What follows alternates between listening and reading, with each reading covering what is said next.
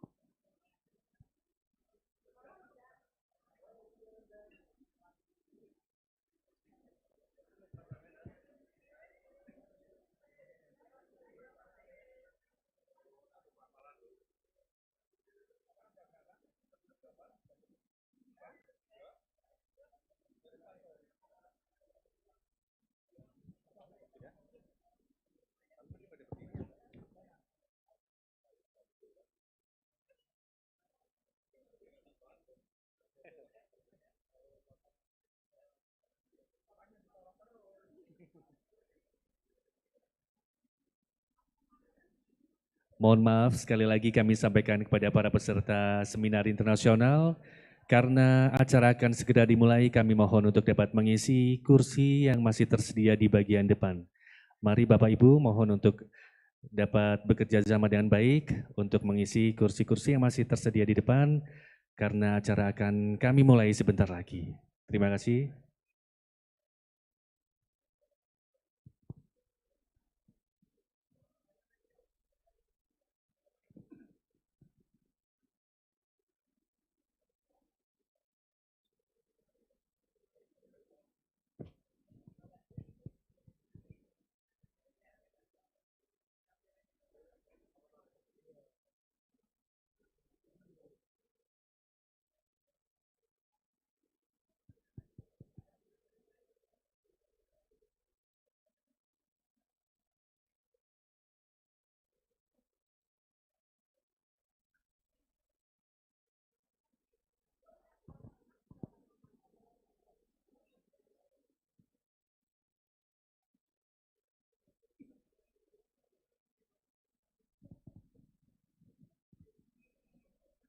Assalamualaikum warahmatullahi wabarakatuh.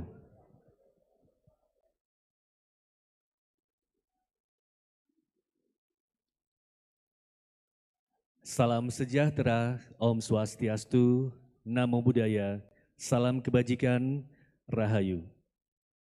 Good morning, ladies and gentlemen. The Honorable, the Deans of Faculties of Universitas Jenderal Sudirman, Head of Institute of Research and Community Service or LPPM, Dr. Nucha Sukawatankun from Prince of Songkla University, Thailand, Professor Dr. Paul Zick from Göttingen University, Germany, Professor Balaji Rajagopalan from the University of Colorado Boulder, United States of America, Honorable Dr. Miho Murata from Shizuoka University, Japan, Professor Uyi Sulaiman, PhD from Universitas Jenderal Sudirman, Welcome to Associate Professor Dr. Teguh Haryo Sasongko, PhD, from International Medical University Malaysia, Professor Poppy Arsil from Universitas Jenderal Sudirman, Professor Dr. Slamet Roshadi from Universitas Jenderal Sudirman, all committees, distinguished participants and presenters attending today's conference at Java Heritage Hotel. Welcome to the 6th International Conference of Multidisciplinary Approaches for Sustainable Rural Development 2023.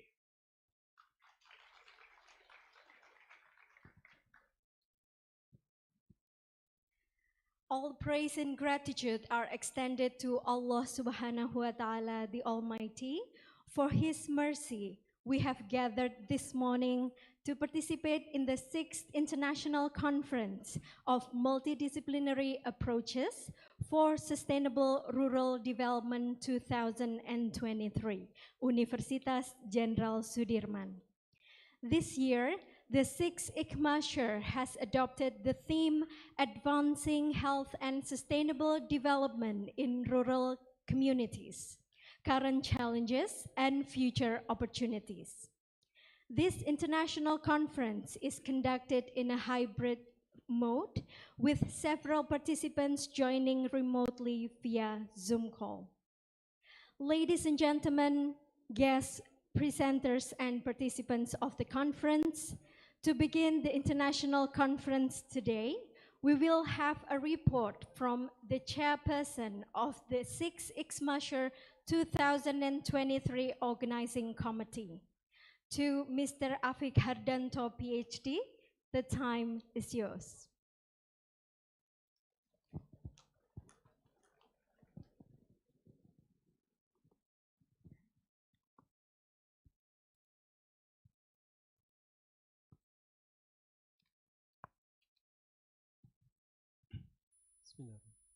Assalamualaikum warahmatullahi wabarakatuh.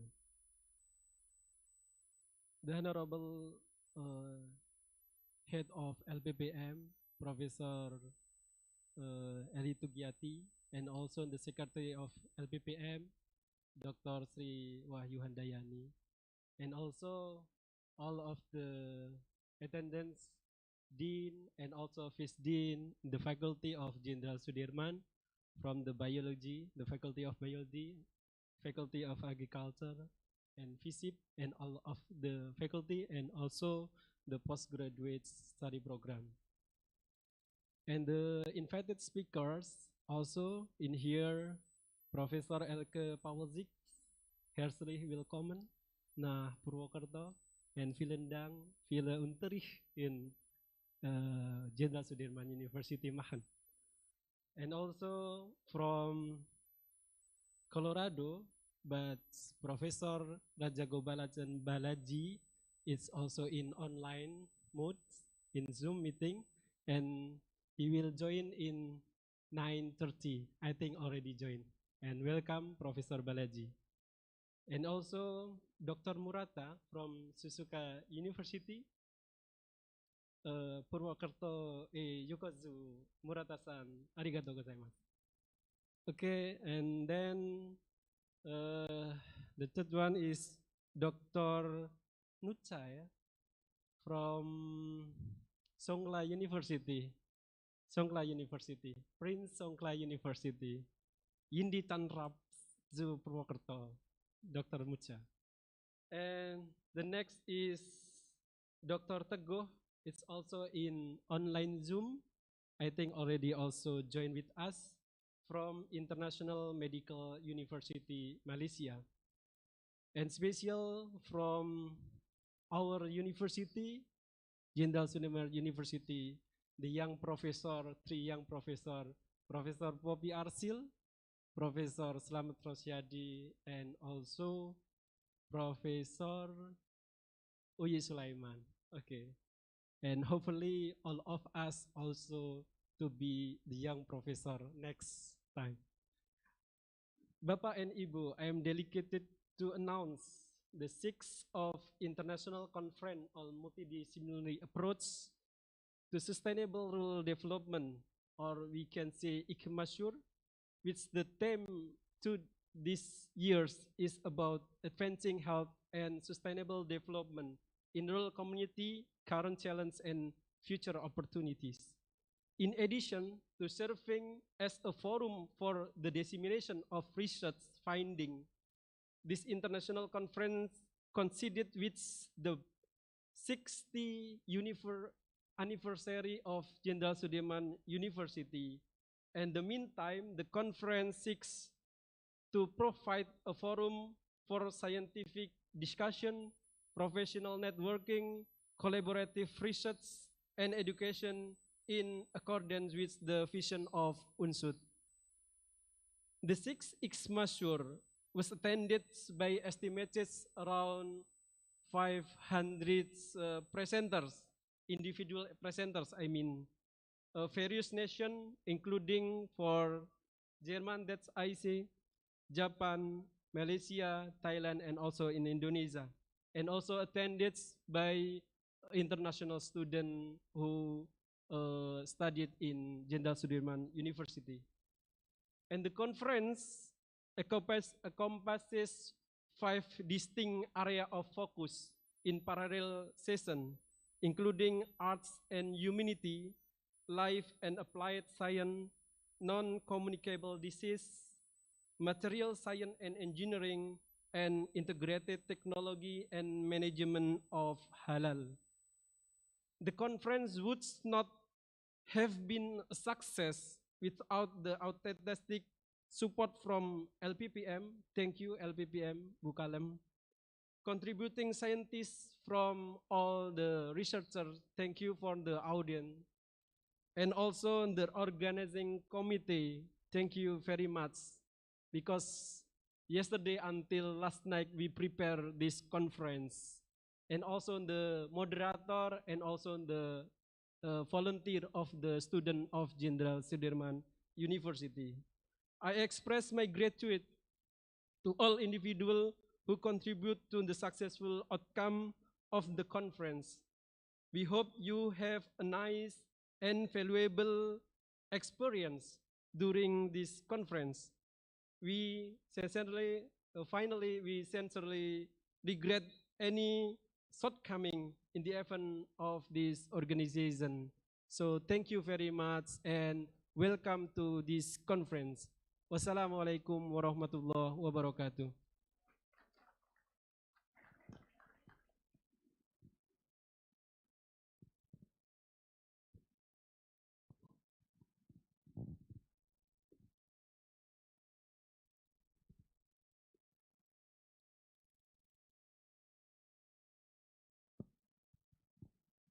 Thank you, Mr. Rafiq Hardanto, PhD, for the report.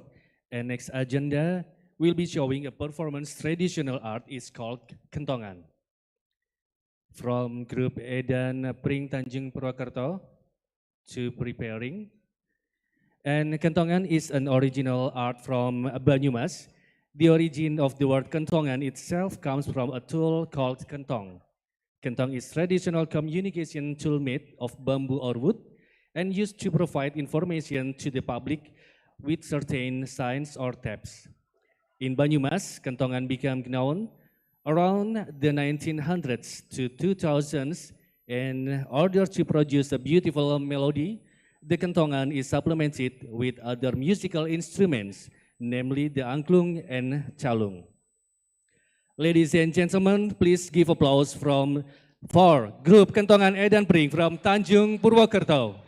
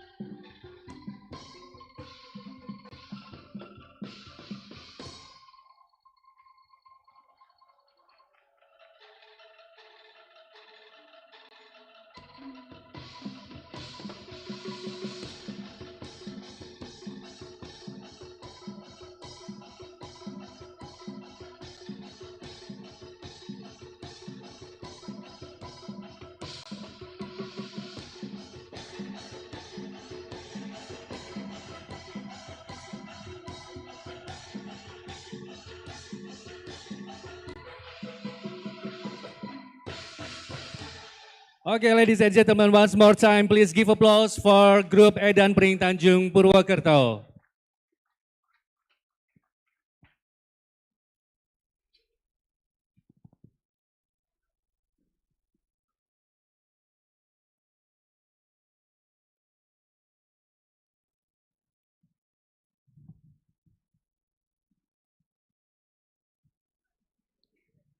Very well, ladies and gentlemen. Now we move on to the next session. That is a photo session.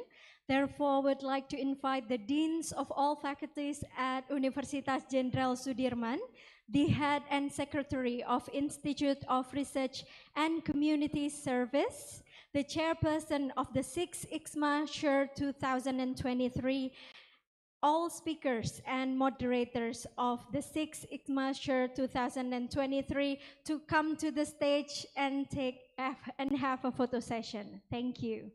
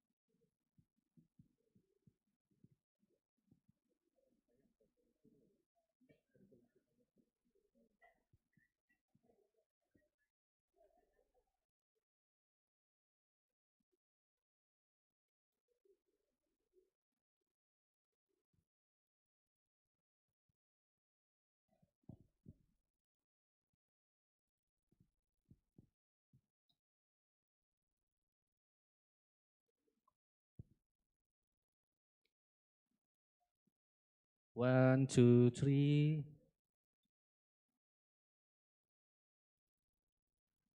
Another pause. Freestyle. Thumbs up, please. And show your beautiful smile. Thank you. Also take picture for Mr. Balaji.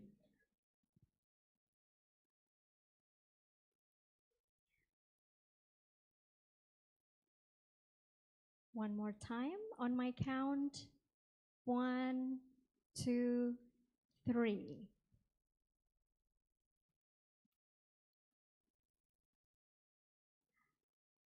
All right. Okay. Please give applause to all the heads of the committees, our speakers, our deans, and also our moderators of ICMA 2023 today.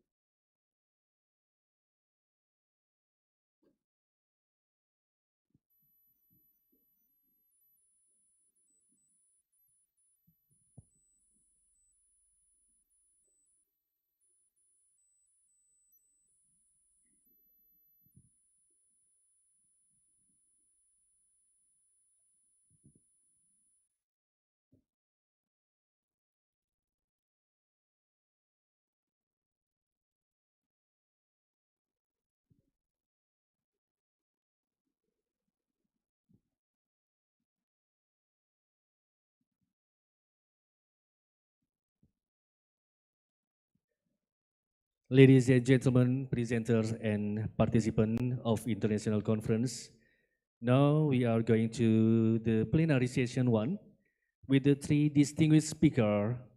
They are Dr. Nucha Sukawatankun from Prince of Songkla University, Thailand, Professor Dr. Pavel Zik from Göttingen University, Germany, and Professor Balaji Rajagopalan from the University of Colorado Boulder, United States of America.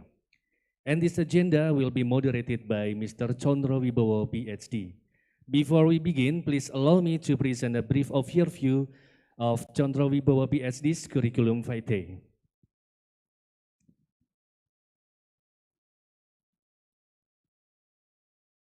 Chandra Wibowo PhD institution in Food Technology Department, Faculty of Agriculture, expertise in food technology and education background, Baccalaureate from Gajah Mada University, Master George August University of Göttingen, Germany, and doctoral in George August University of Göttingen, Germany. Research interests in food processing, post-harvest technology and food packaging, and academic activities, teaching, research, and communication service. Professional position, lecturer in agriculture faculty.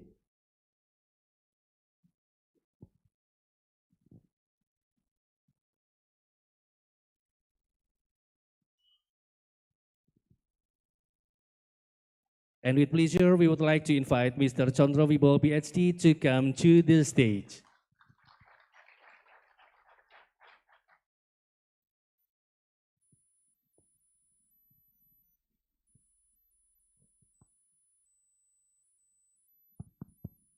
Yes. Thank you very much for the introduction. Assalamualaikum warahmatullahi wabarakatuh. Good morning, our honorable speaker and also distinguished participants. I'm so honored to be here to moderate the first session of the plenary session because it is very interesting topics and with very great presenter in the first session. We know that the sustainability is a keyword everywhere because as we know there is SDG 2030. It's very important regarding the sustainability. And in the first session, we would like to have a overview from three different point of view. The first one is from the maritime, from the faculty of law, and the second one we will discuss about the agricultural biodiversity, and then the third one later we will have a presentation regarding the hydrology and the health impact. So I would like to introduce briefly three presenters. We have all of them. Good morning, Dr. Nucha. Good morning, Professor Pawalcik, and also good evening to Professor Balaji Rajagopalan in the USA. Good evening. We are in the morning now, and I know that you are in the evening, about 9:30. Thank you very much for your time. So, ladies and gentlemen, first I would like to invite Professor Pawalcik and Dr. Nucha to come forward on the stage. And then later, we will also invite Professor Balaji Rajagopalan. Next time, I hope that you will join the offline session in Purwokerto. So, please have a seat.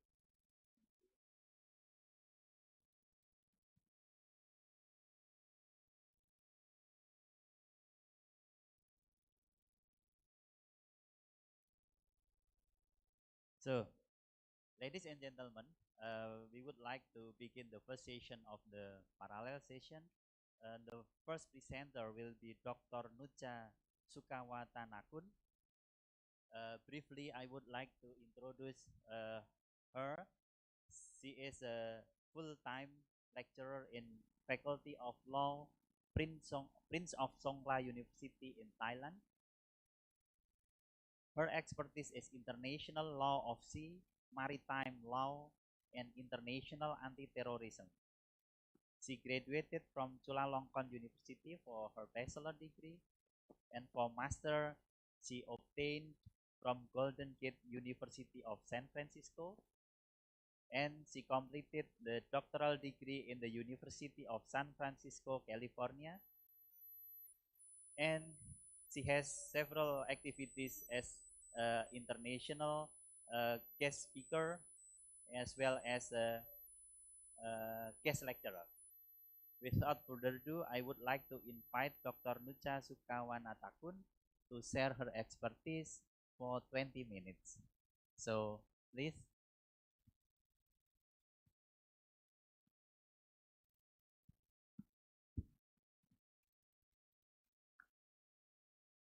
Yes, please.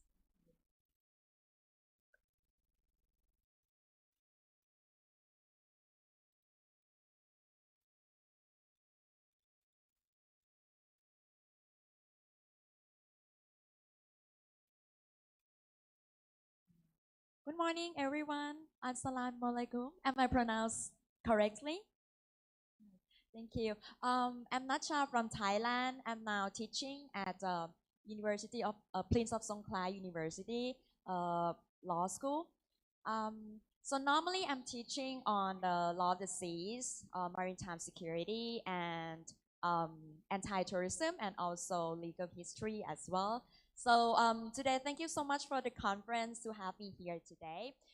It's my first time here in Indonesia, so and then my first time in Purwokerto as well. But I have lots of Indonesian friends, so I'm quite familiar with kind of Indonesian culture, food, and everything. So I really enjoy the rest of the 2 days here in Indonesia.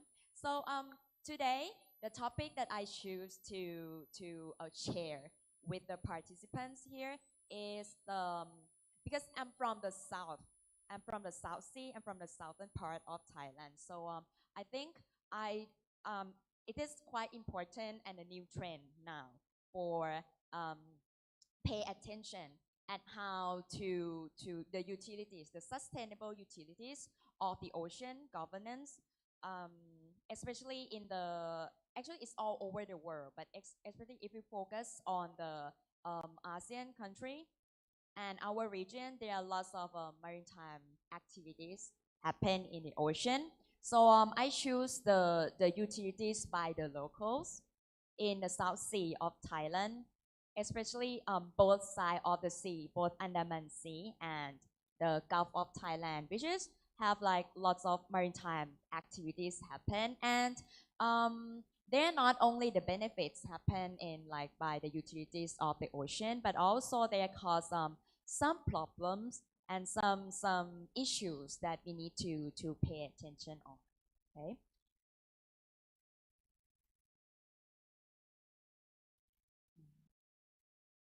Oh, okay. All right. Okay. Yeah, yeah, so thank you. So please go to the next page, please. Okay. So I try to find the relations between the topic that I pick up and then the concept of sustainable development in the South Sea, the activities in the ocean in Thailand, which is I pick up 4 different um, issues that I want to share with the participants today. So first of all, is a role of the Thai Royal Navy over the Thai sea area. And also the second one is the issues about the maritime delimitation, the utilities between Thailand and the neighborhood country. And the third one is the issues about the illegal fishing in the sea area between the ocean in that area between Thai and neighbor country as well, and also the maritime protected area issues in Thailand, like how we manage to dealing with the environment protection and utilities by the locals in the sea area of the Gulf of Thailand and Andaman Sea as well. Okay, so next please. Okay, so as you can see, so Thailand, we are right in the middle of the 2 oceans, like the Pacific Ocean and Indian Ocean. So the sea area is quite plentiful by like both non-living resources and living resource, maritime resources as well. So that can be the benefits and also being they have a pro and cons, and they can cause some problems as well. So okay, next please. Okay, next please.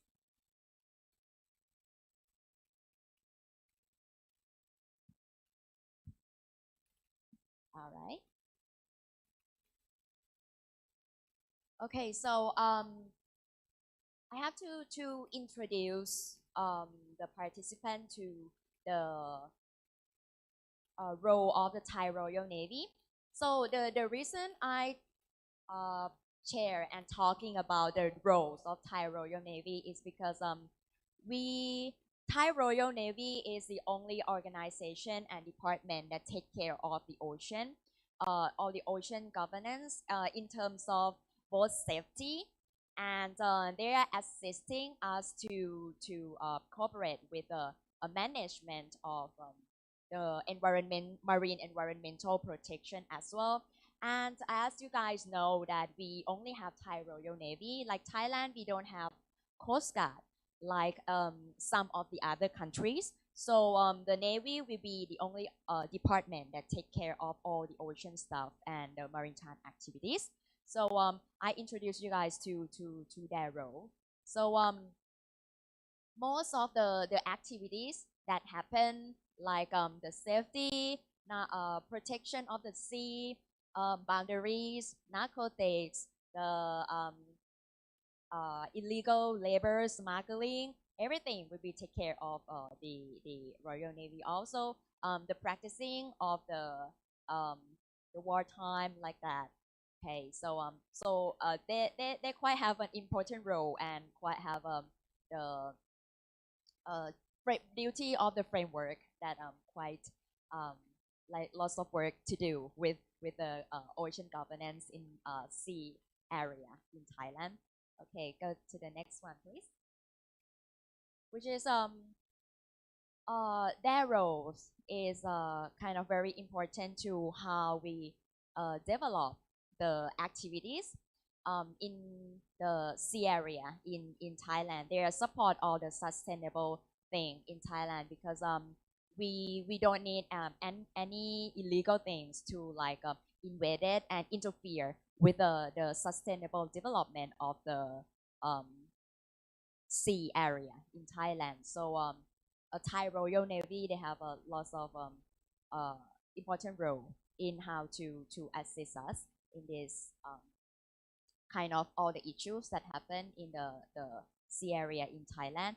And then this is kind of their roles, their main role in protecting the sea. As I already mentioned that like about like the safety of the ocean, both boundaries, environmental and activities that happen, and also they have kind of the cooperation both like in the activities, in domestic activities and also international activity with other organizations as well.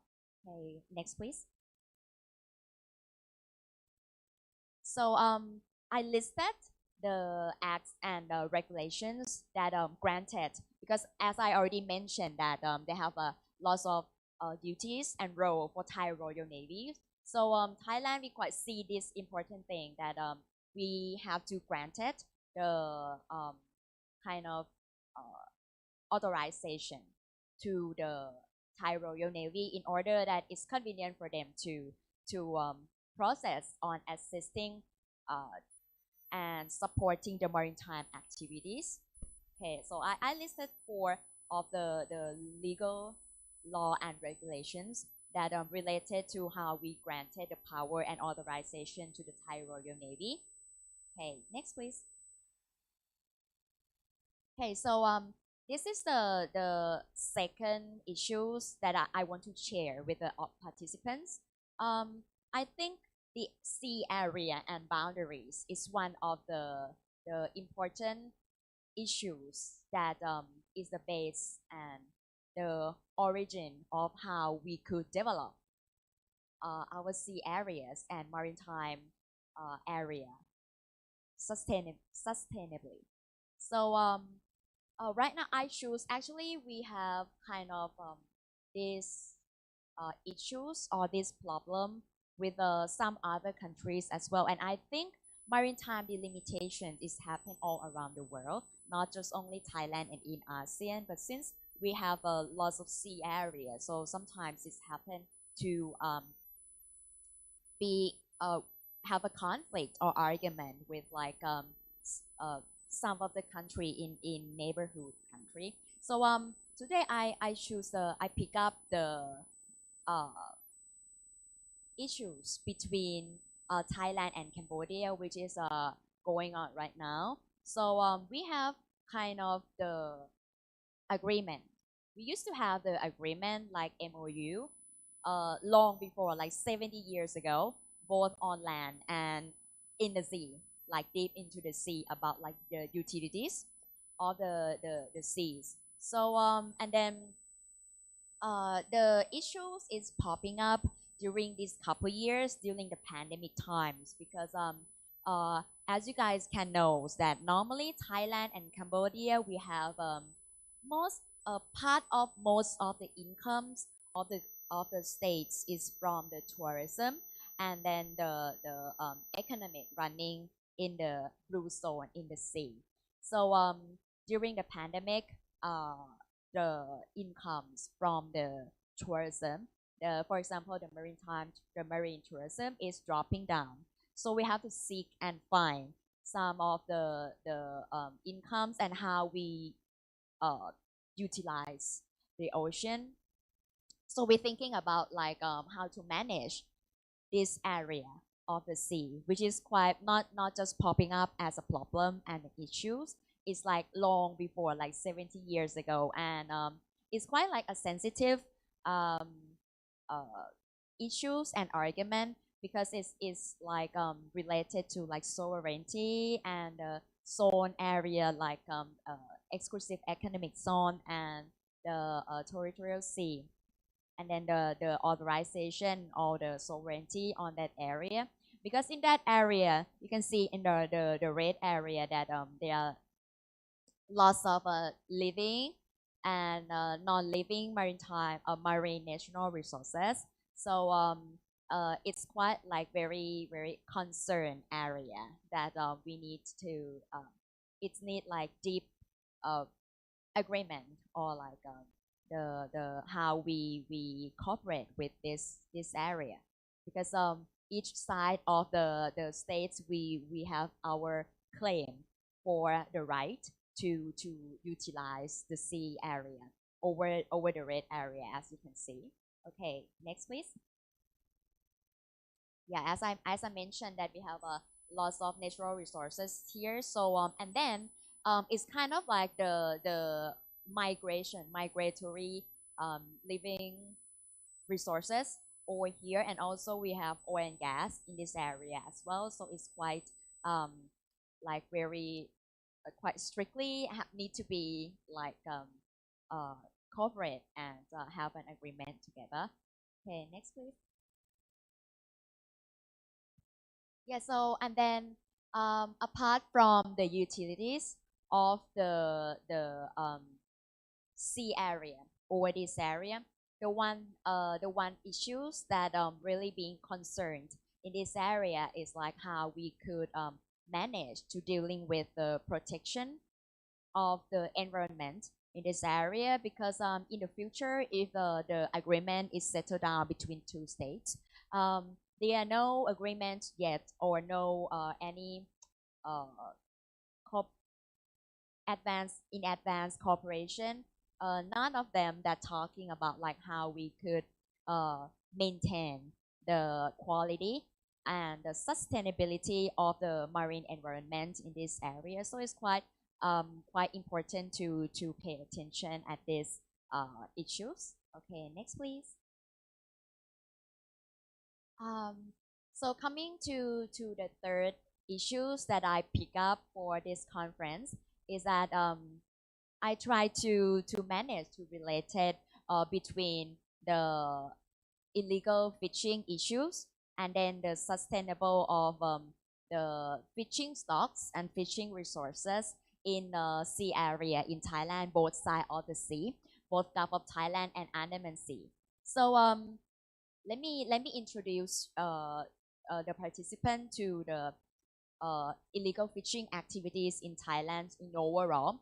So we facing the problem of illegal fishing both from domestic and both from internationally. Like for example, like in domestic, we have kind of the problem from our locals fishermen and also the problem about the flag states, how they use the flags and the nationality of the ships. that try to making like lots of quantities of the fishing activities without like by illegally. And then we also facing the problems of the um, invaded by the illegal fishing by the foreigner, for example, by China and Chinese illegal fishing vessel, and also Vietnamese illegal fishing vessel as well, which is quite concerned about like both domestic and the international regulations like the law of the sea, and also I like other regulations, related regulations. Okay, next please. Okay, just okay, next. Next please. Okay, I listed some of the legal and regulations that related to the illegal fishing activities here. Okay, next please. This is what happened in sea area in a very southwest part of Thailand. This is called Losin Island, and I also involved into the resolve of this activity as well, because the foreign vessel then left the very big fishing net, and then which is like whole like cover all over the coral reefs in Thailand. This is the island called Losin Island. I think in maybe in Indonesian I have to pronounce like Lusin, right? Lusin Island. It's in the Patani province area of the sea, which has caused lots of problem. Okay, next please. Okay, this is kind of the situation that happened in Thailand. Next please. Okay, next please. Going to the MPA then. Next please. Okay, so the last topic that I choose is the marine protected area issues in Thailand. Actually, like marine protected area, there are the issues that being concerned all over the world. But in Thailand, we just started to pay attention at like marine protected area, which just happened in lots of areas in Thailand, and then each of the marine protected area we have a different purpose of protection. Like some we protected it for the coral reefs, marine mammals. Some we protected it for the non-hunting area. Some we protected it for the tourism and kind of other kind of marine activities. Yeah, so and then all these things, these four topics, is like related to the utilities of both entrepreneurs and the locals, because the locals, they can do tourism, they can do the fisheries, the fishing activities as well. So I think we need the well manage of all these four activities in order to support the sustainable of the locals and the use in the rural area of the sea as well. Okay, so that will be all for my presentation. Thank you so much.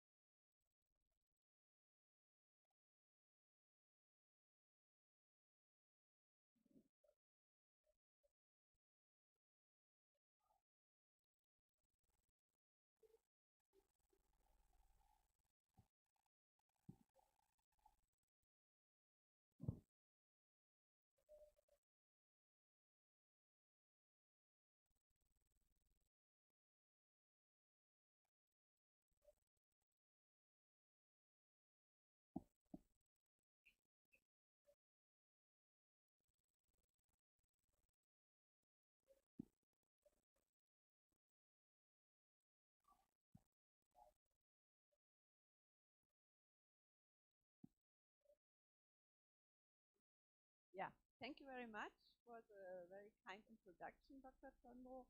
Yeah, good morning, everyone. I'm happy to be here, and thank you also to the organizers to make it possible that I can give here the presentation and can share our opinions about the impact of agriculture, biodiversity, and food and nutrition security. Start. Yeah. There. So my topic is challenge to achieve food security, the role of agricultural biodiversity and nutrition diversity. So humans have to survive by eating food, and there are many challenges meanwhile, and about this I will give you a brief introduction about the current situation in the area of biodiversity, and then I will show you some results of our own research in Kenya and Vietnam. The next slide, please. Yeah, this we can skip. The next, please. Yeah, biodiversity loss of plants and animals is of great concern meanwhile. And you see here a graph, and please have especially a look on the center in the red circle. What are the reasons for the main reasons for biodiversity loss? These are overharvesting, habitat loss, pollution, and climate change. So climate change, we are very aware of that. So these are all complex factors that cause biodiversity loss. And I will give you one example. The next slide, please. Yeah, here you see it, the biodiversity loss only for vegetables. And if you see the data in 1903, if we set the available cultivars and species for different vegetables as 100%, then over the next 80 years, the genetic erosion occurs, and at that time there were only 7%. I have no data how is it in the moment, but I'm afraid that we have now, compared to 93, less than 7%. The next, please. Yeah, one of the reasons is the simplification of agriculture since the 19th century. That means our nutritional and caloric intake today is dominated by staples. As you can see, only 9 plant crops provide more than 60% of the world's total food production. That means there is a low biodiversity, especially of agriculture biodiversity, because the agriculture biodiversity is the second level of biodiversity and is defined as the first link in the food chain, and it contains the species within the ecosystem. Yeah, but 80 to 90% of the human diet relies on 12 to 20 species, and if we see it here, the data, the figures wheat, rice, and maize account for nearly 60% of global energy and protein intake obtained by humans from plants. And all of you know probably that the protein quality, especially the amino acid composition of these staple foods, is not very good. The next slide, please. Yeah, why is the plant diversity so important for the human nutrition? In general, we have worldwide more than 6,000 crop species that are cultivated, and they are mainly grown on local scale and in small scale. They are normally a useful complementation of the nutrition, and it is necessary to have a balanced nutrition in the human diets. Depends on a diversity of crops and the diversity within the crops. And I think the diversity within the crops is overlooked for many years, because there is a high potential to increase the nutrition diversity. Here I mentioned some examples, so you can see how strong is a differentiation factor in sweet potatoes cultivars, considering beta-carotene content or also the vitamin A content in banana. But if you see on the other hand in rice varieties, protein content range between 5 and 13%. That means especially in staple crops, in grain crops, the variation between the species in terms of protein content and other useful components is rather low compared to vegetables and tuber crops. But the intake of one variety, rather than another, can finally be the difference between micronutrient deficiency and micronutrient adequacy. And this is so far not so much in the focus of research. The next slide, please. Yeah, now I will give you some examples from our research. We performed a field study with a Kenyan PhD student about guava. The Kenyan guava is an underutilized natural fruit species. It is grown in the rural area, but it is mainly not used for food production, but it is rotted or is given to the animals. There is so far no big-scale juice production in Kenya. The guava juice is imported from abroad. There is a high variation in the flesh color, and the next slide, please. The next, please. Yeah. And the aim of the study was the genetic and nutritional characterization of the guava species, because by 2018 it was not known how is the variation among the Kenyan guava species. They were not identified and characterized.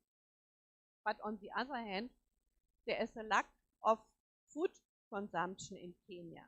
So if you see 71 grams per person a day, is very low compared to the World Health Organization recommendation.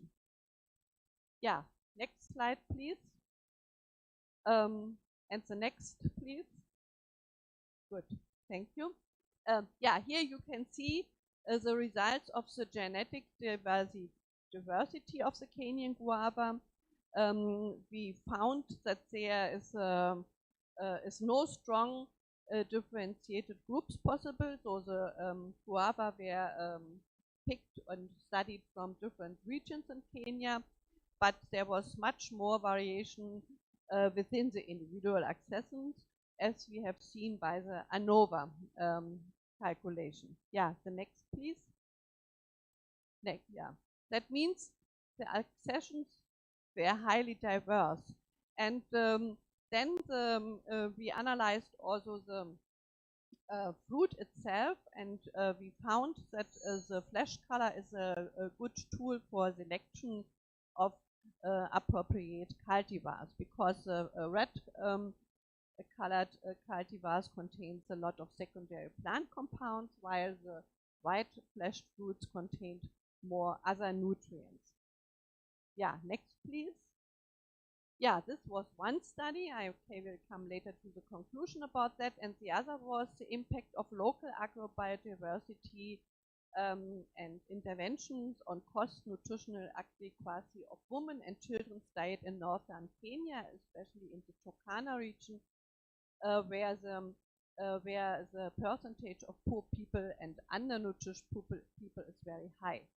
And the aim of the study was to evaluate the impact of added local agrobiodiversity, including wild plant species, so vegetables and fruits, compared to mineral nutrient powder in the diet of the, especially of vulnerable groups, for that means women and children, to overcome micronutrient deficiency.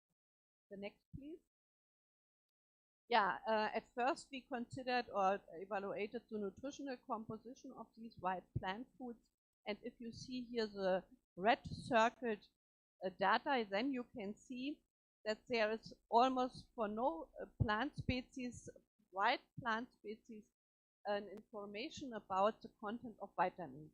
Nobody's of vitamin of the B group. Nobody is interested in that and analyzed it. So there is, and this is a strong demand also to characterize these species if we want to use them for nutrients and for food production. The next, please. Yeah, and then it was also the question, how can these wild plant species contribute to fill the nutrient gaps? And we found that the vegetables, the wild vegetables, fill the nutrient gaps in the diets of women and children better than the fruits alone. But the diets for children with micronutrient powder still revelated iron and zinc deficiency in the models that we performed, and the powder improved the iron and zinc contents by less than 1%. Next, please. So the conclusions were that we have to put much more attention on local fruits and vegetable production. More research is needed also about the nutritional composition. Nutritional education is important, and also the fortification of staple foods can be a way to combat against nutrient deficiency. Next, please. So the last study was performed in Central Vietnam in the Aloi district.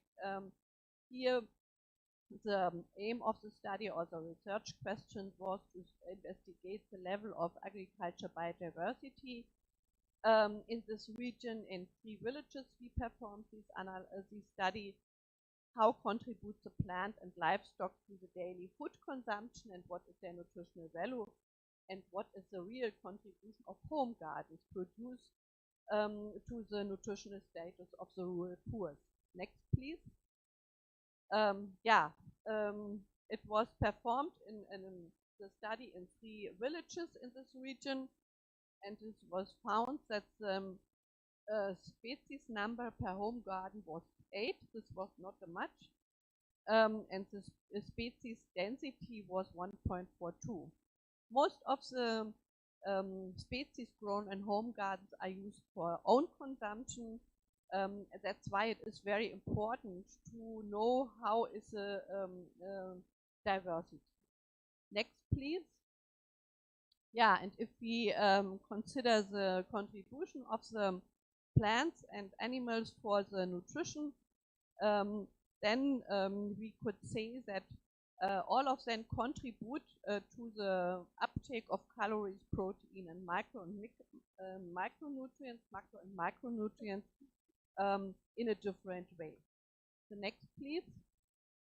Yeah, and if we finally evaluate the contribution of the daily consumption per capita on the required nutrient uptake, then we can see that there's a lack in the calcium uptake and vitamin B12 and vitamin B9.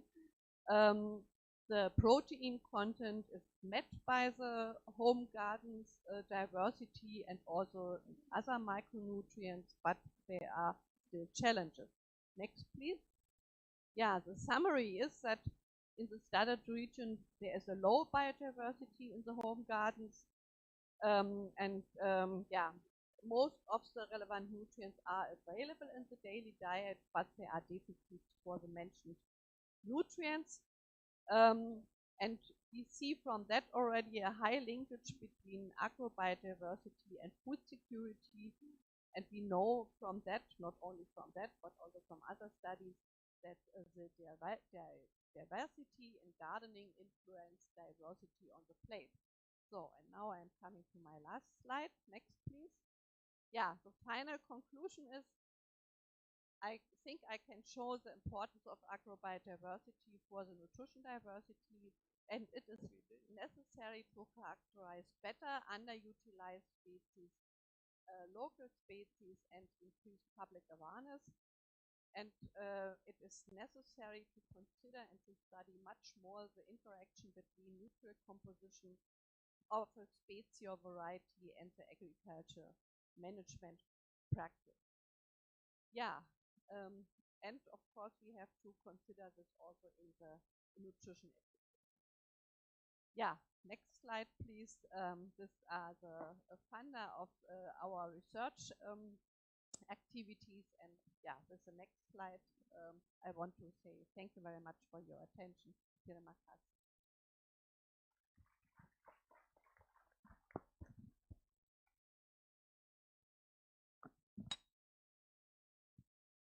Thank you very much, Professor Pawolcik, for the very interesting presentation. Yes, food security is very important issue, particularly in the rural area. How we ensure its people has the adequate quantity and access to food that fulfill their daily requirements. And from the presentation of Professor Pawolcik with the example in Kenya and Vietnam, it gives an overview that actually we may utilize neglected food that could be available around us and also utilize the home garden.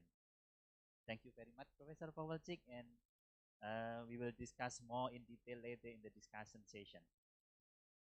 So, last but not least, in the first session, we will have Professor Balaji Rajagopalan. Before he already joined in the Zoom session. Good evening, Professor Balaji Rajagopalan. Good morning to all of you there. Yeah. Okay, nice to see you again in the Zoom after 2 months ago. You were here. Yes, yes. Yes. Before you start the presentation, I would like to introduce briefly to the participants here, because we are very happy you joined this conference. Professor Rajagopalan Balaji is a lecturer in the Department of Civil, Environmental, and Architectural Engineering in Colorado University in the USA. His expertise is hydroclimatology, water resources engineering, statistical learning, technology, climate variability, etc. He obtained his doctoral degree in Utah State University, USA, and he actively involved in several organizations in the international level. Yeah, really nice to see you again, and we are looking forward for your presentation, 20 minutes. So please, Professor Balaji Rajagopalan. Thank you very much. Can I share my screen? Yes, sure. Okay.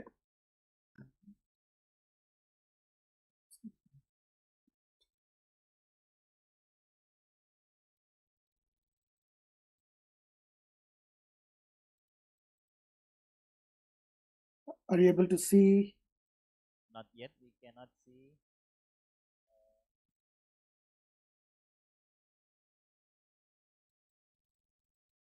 How about now? May the committee share the screen for you, because we have already your presentation, your PowerPoint. Please try once again, and then let me try one more yes, time. Yeah. Please.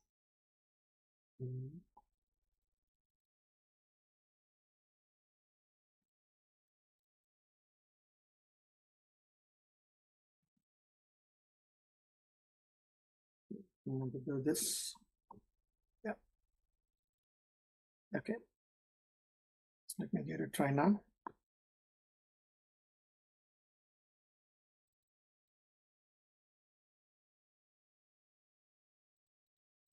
Okay, we can see your presentation now. How about now? Yes. Okay. Yes. Thank you very much. Excuse me, before you start your presentation, please make in the slideshow, because it slideshow. Okay. Yes. Yes, thank you very much. So 20 minutes, please. Yes, thank you very much. It's a pleasure to be back. I would have wished to be in person, but I was there not too long ago in June I still remember all of you and our wonderful time there. And I look forward to visiting again in person. So, Salamat Pagi to everyone. And what I wanted to talk today is the intersection between climate and human health.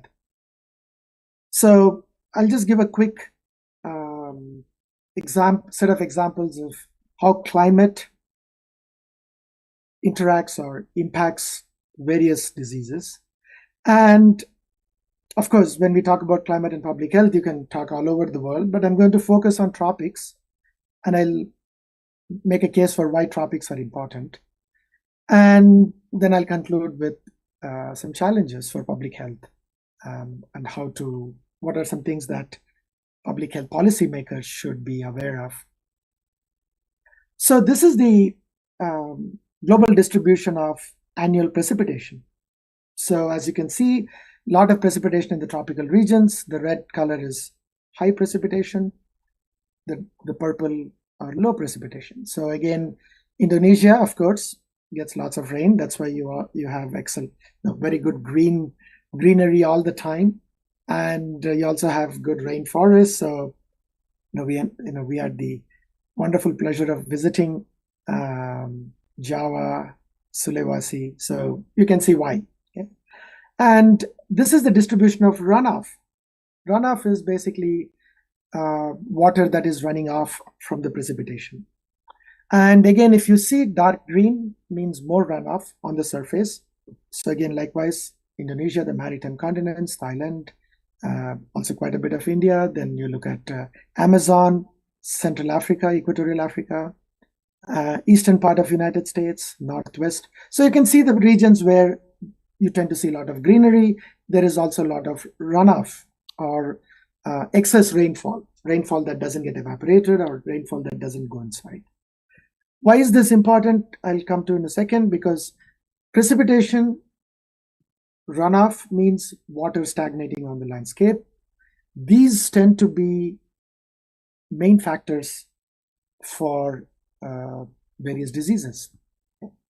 So when we think of climate and human health, what you're seeing in this schematic are various aspects of climate on the left-hand side, driving forces in population, infrastructure, and then you get into the middle is where all the climate attributes, temperature, precipitation, extreme weather, heat waves. And to the right are the various health effects, extreme-related air pollution, waterborne diseases, vector-borne diseases, and so forth.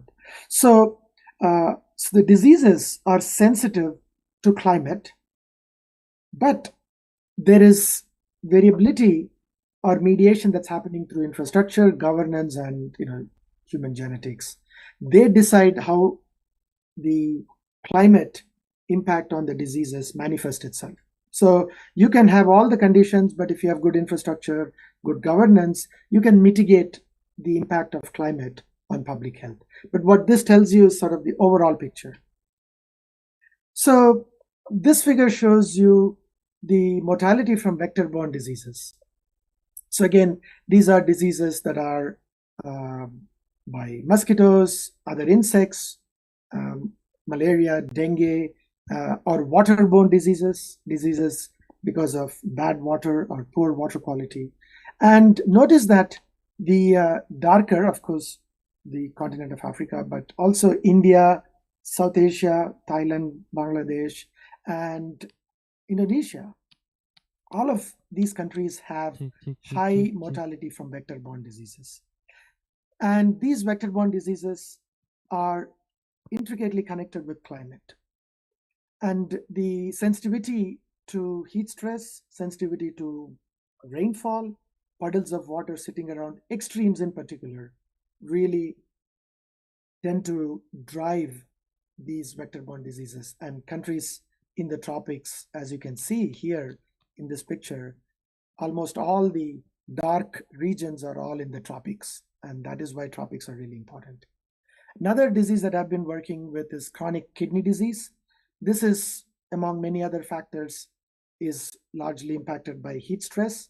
So you have extreme heat, people don't drink water, they don't hydrate, which then impacts kidney, and repeated impact on the kidney can lead to kidney failure. So that's why it's chronic kidney disease. And again, here also, if you see all the places where there are the numbers 1, 2, 3, 4, they're all in the tropics. Again, predominantly in the tropics, warming contributes. Okay. And on the right panel, you can see how just heat in general, heat stress, impacts various organs in the body. So kidney is one of the obvious. You don't drink water, you dehydrate, uric acid builds up, and then it stresses the kidney. But heat can also impact other organs like heart, cognitive, and other functions. So it's not, we don't think, particularly for people like us, I come from, grew up in India or Indonesia, Thailand, we think, we are used to heat. 2 more degree of warming, what does, doesn't matter, I'm used to. But that extra heat puts additional stress on the human and the mortality, and I'll show you a little bit later. Another area where climate impacts a lot is meningitis. And this is a disease that occurs, in other words, it occurs during dry season. So if you have dry conditions, there is more transmission. If you have wet conditions, transmission stops. So as you can see here, these are cases at the top, rainfall, and you can see when the rainfall is high, the cases are low. Cases are at the top, rainfall is in the middle. And so you have some diseases which are opposite to rainfall and temperature, whereas, for example, malaria and dengue, I'll show in a second, tend to be more in sync with rainfall. So the climate really drives a lot of these diseases. They influence a lot of these diseases. And so policies need to be aware. This one is looking at dengue and malaria over India. And notice the bars are rainfall, and the solid line is the solid line is the rainfall, and then the bars are the incidence of dengue. And notice that they coincide with rainfall. And malaria, similarly, on the right panel, increase in malaria goes with increase in rainfall. Because when there is rainfall, more rainfall, there is puddles of water that is stagnant, and those stagnant water is good breeding grounds for mosquitoes, which then spread these diseases. This is occurrence of dengue in Indonesia, in Jakarta. It's from Ekasri et al. And again, here also you can see rainfall is in red. So you have high rainfall, and then immediately following rainfall, you have increase in cases. Okay. And the bottom panel figure shows the occurrence of probability of dengue currently in 2015. And again, you can see much of the occurrence is all in the tropical countries. So really, tropics play a very important role for a variety of reasons, of course, because there is, I'll go to this next slide, and you can see how climate plays a role.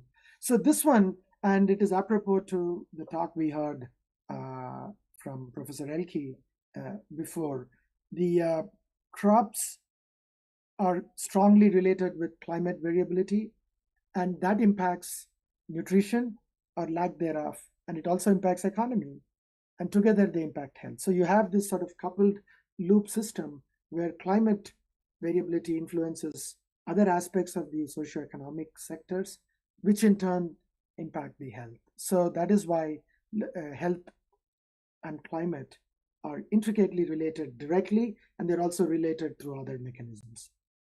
Okay. Okay. So importance of tropics.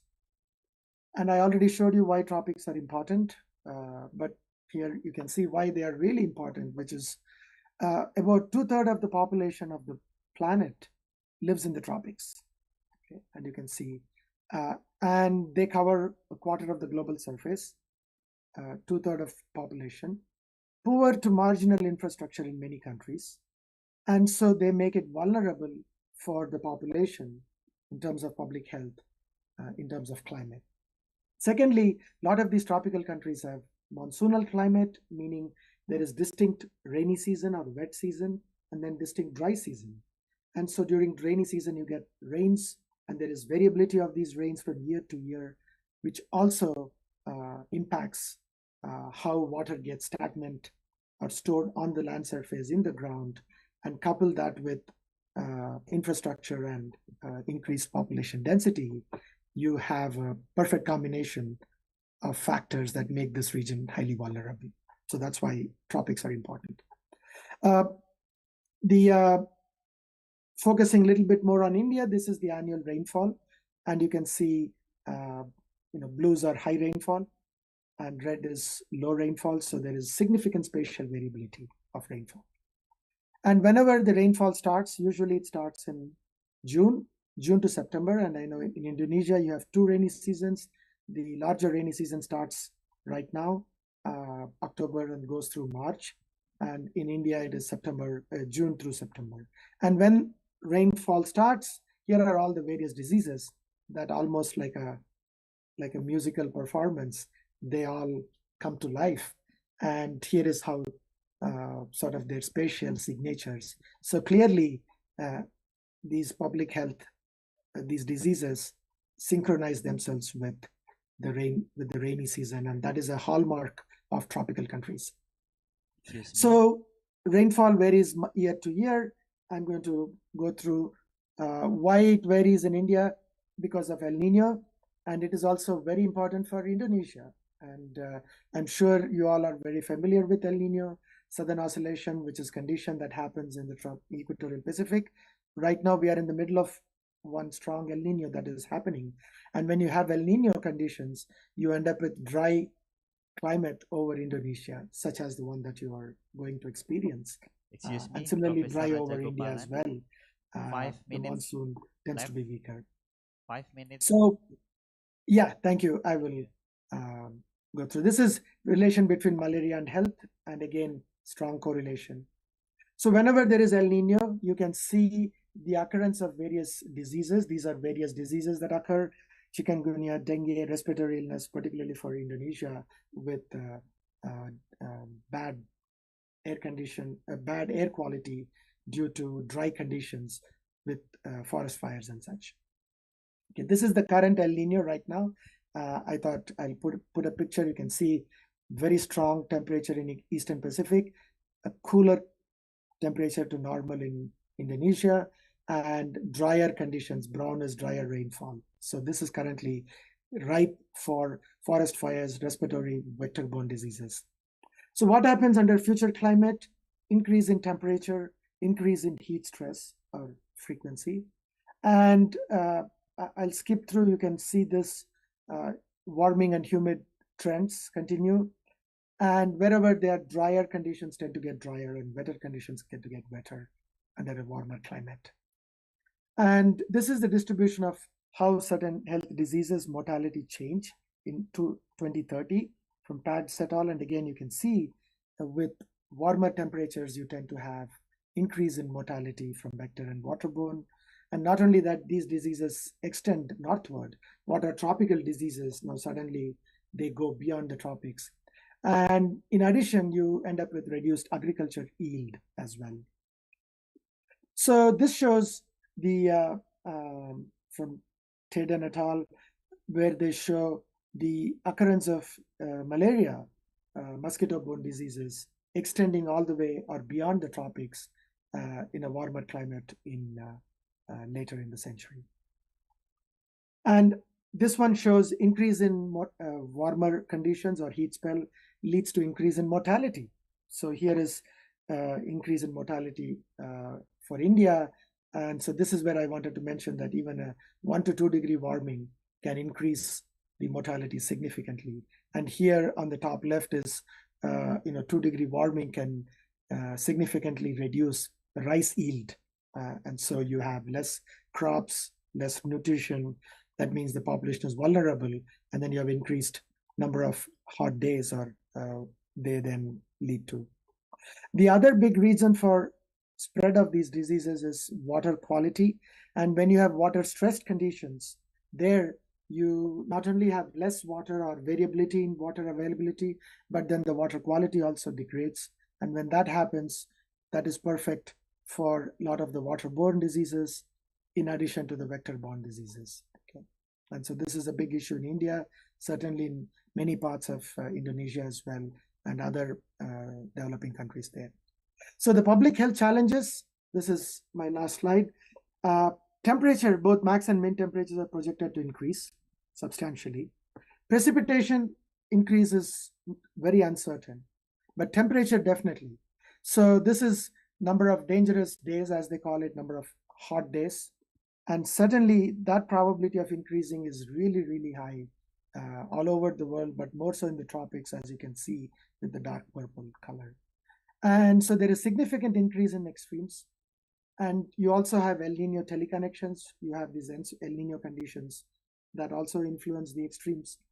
And so increase in extreme rainfall, hot spell, significant stress on water resources, agriculture, and health. So combine all of this with crop, water, and public health, you can have conditions for, quote, societal tipping. And so policymakers should really pay attention and take these into account when they are making decisions by informing the public, educating the public. And lastly, diseases that are climate sensitive can now move towards climate driven. By that, what I mean is climate sensitive means when there is high rainfall, yeah, there is a high chance of malaria, but if you have good infrastructure, good policies, that will mitigate. But then if you don't have that, then you know every year when it rains, you're going to get these diseases. So poor infrastructure, data collection and management, science-based policies, these are some of the good practices that public policymakers and public should become aware and implement. Thank you very much. Terima kasih. Okay, thank you very much, Professor Raja Gopalan, for your really interesting presentation. Ladies and gentlemen, we had already 3 presenters, and we have from several another point of view, from the ocean, from Dr. Nucha, from agriculture, from Professor Pawalcik, and the third one, Professor Raja Gopalan. He explained that there is close relationship between sufficient water with the agriculture, health, and then about the economics aspects. He also emphasized that it is very important to pay attention regarding the water. And I do agree. We know that several days ago there is a celebration of International Food Day, and the main topics is water. So, ladies and gentlemen, we have about 20 minutes for the discussion. I would like to invite questions, comments, or maybe you have another opinion. So, please welcome. One, I'll invite 3 for the first session. We have 1, 2.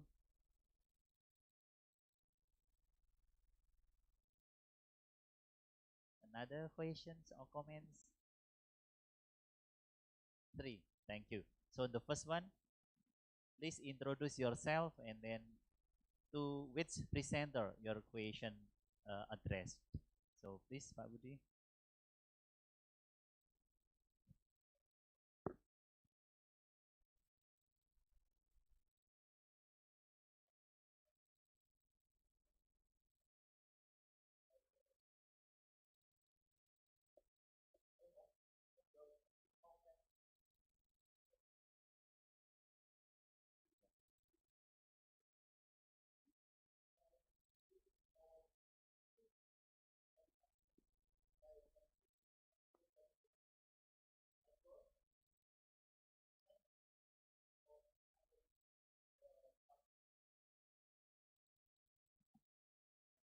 Thank you, Pak Budi from Unsud for the very challenging questions. The second one, please.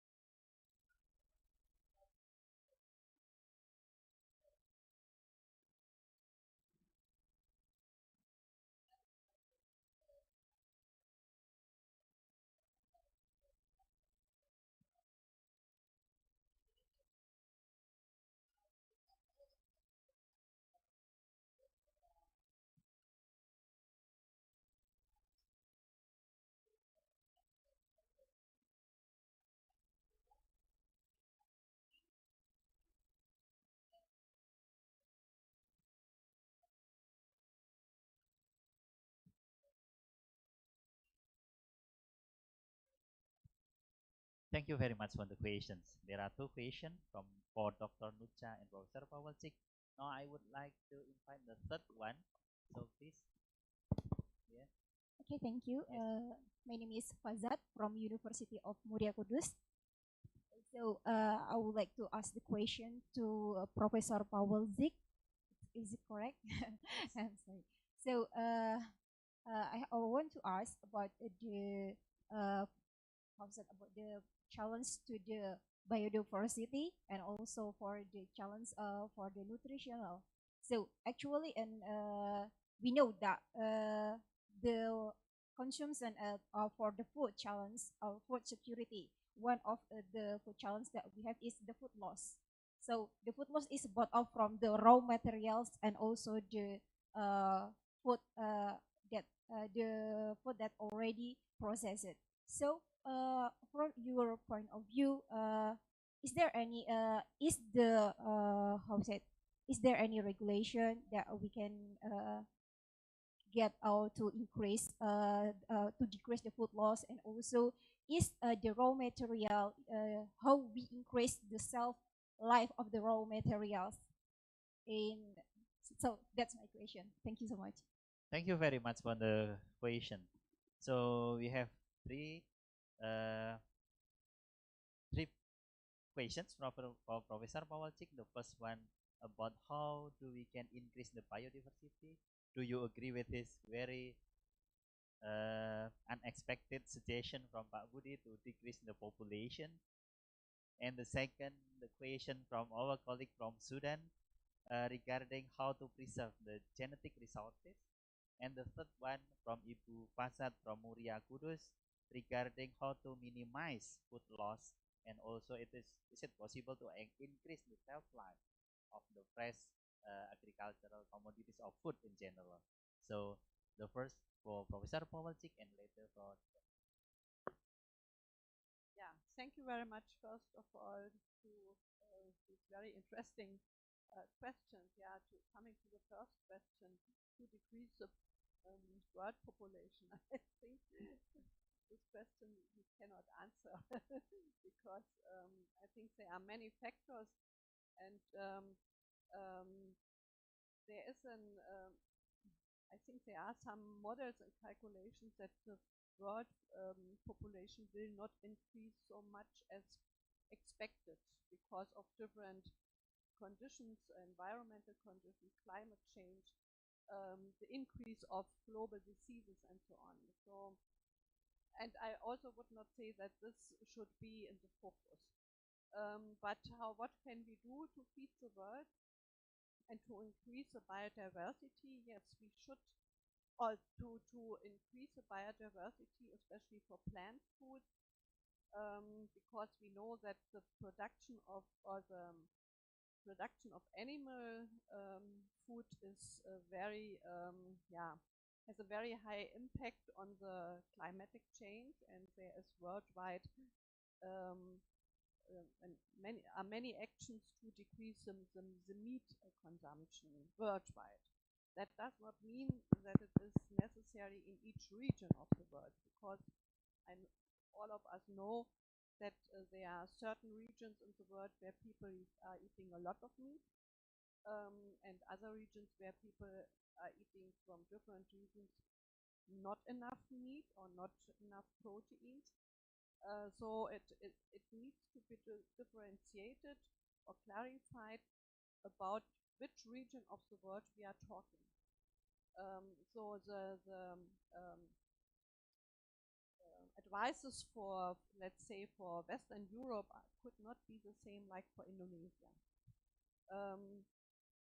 And how can we increase the production of plant food and biodiversity? It is a long-term run. It is necessary to promote the beneficial properties of plant-based food, and make people aware also about the positive impact on their health, both on their health and on the environment. But this needs different actions. Nutrition education I mentioned every day since I'm here, because people have to understand why it is necessary to eat more plant-based food. And you mentioned also the insects that may work in certain regions of the world. But I can say you in Germany, it will not work. Maybe for very few people, but it is not our culture. It is now not our habit. So there maybe it is better to push the people to eat more legumes, for example. Thank you. So, yeah, how to preserve the genetic resources. First of all, you can preserve them by permanent using. On the other hand, it is necessary that you have also from the scientific point of view, the gene banks which are fed by all genetic resources. And I know that especially in the area of plant species, these genetic resources are collected on different places in the world. For example, in Norway, there is a big seed bank. It is directly in the very northern part of Norway. I know that Germany has an international gene bank at the Leibniz Institute in Gattersleben. And these gene banks are important also for further breeding because we need cultivars that are resistant against environmental impact like drought stress or disease stress. On the other hand, it is also another way is also to preserve the genetic diversity on the local area. If you have a high diversity, for example, from different plant species, like in Germany, we have a lot of tomato species. So especially in the area of organic farming, people try to produce year by year again different cultivars and of tomatoes and preserve by that way also the genetic variety. So, check. How to minimize food loss. There are different ways how to minimize them. It started with harvesting practice and then the storage practice. That you need conditions that are suitable to avoid spoiling and deterioration, but then it is also necessary to increase the consumer awareness about food losses. So that means that you buy and use food only on your own demand, not as you may think. I mean, this is partly in Germany the case. So people go for shopping, buying food, and then they do not think if they really need it or not, and then it deteriorate, and we have a lot of food losses. It is necessary to teach the consumer, but it is also necessary to build up an awareness over the whole value-added chain. And I know that it is, especially in tropical countries, sometimes a challenge to avoid food losses because of the climatic conditions, because of disease stress during growing, during storage, and also during transportation. I think it is necessary that all actors of the food chain should be aware and should have minimized concepts to avoid food loss. But if I talk about the German perspective, the main food losses occur in the household, not in the chain before. And there we can only regulate it by the price of the food or by the consumers. Increasing the shelf life, this you can. It is possible to do it by breeding, of course. If you breed cultivars that are have, for example, less moisture content and can be used, can be stored then better. It is necessary to have, low temperature facilities for storage, but this is a challenge again, especially in this area. To process some foods earlier to avoid food losses and to increase the shelf life of the processed food. Yeah, and to use, of course, some agents during storage, again, low temperature or maybe low oxygen to increase the shelf life.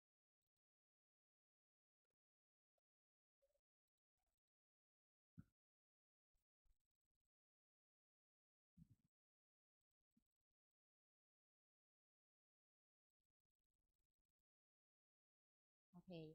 Thank you for the thoughtful questions. So, start with the first questions about the illegal fishing. So, I have to mention that so illegal fishings nowadays is happen all around the world. For example, you can see the case in Thailand.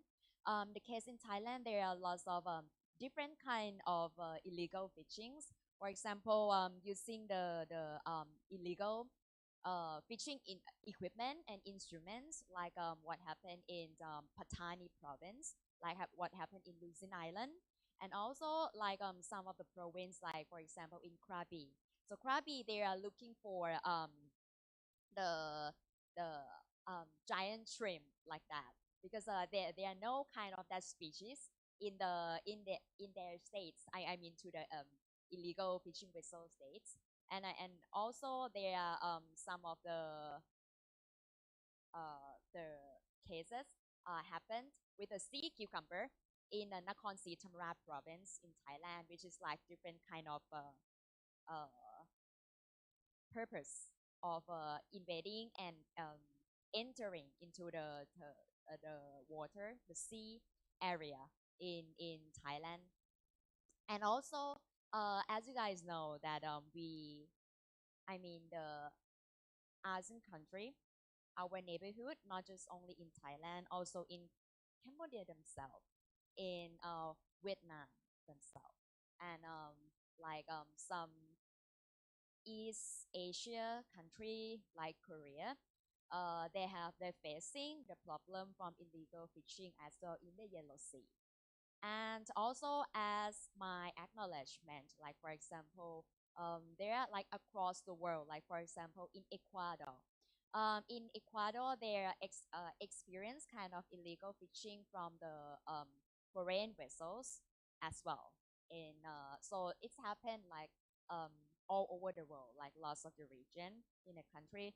I will raise the example, the case study of Chinese illegal vessels that kind of have the illegal fishing activities in lots of region and country. For example, in Thailand, in Korea, and in Ecuador. So the reason is that there are not there are lack of this kind of natural uh, marine natural living resources in their own sea area.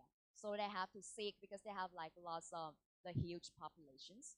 So they have to I mean serve, and they are demand supply. So they have to satisfy with the kind of food, and then I think they may lack of seafood, so they like the have the illegal fishing situations happen in many regions in all over the world. And then I think the role of each state is different by their policy and the legal regulations.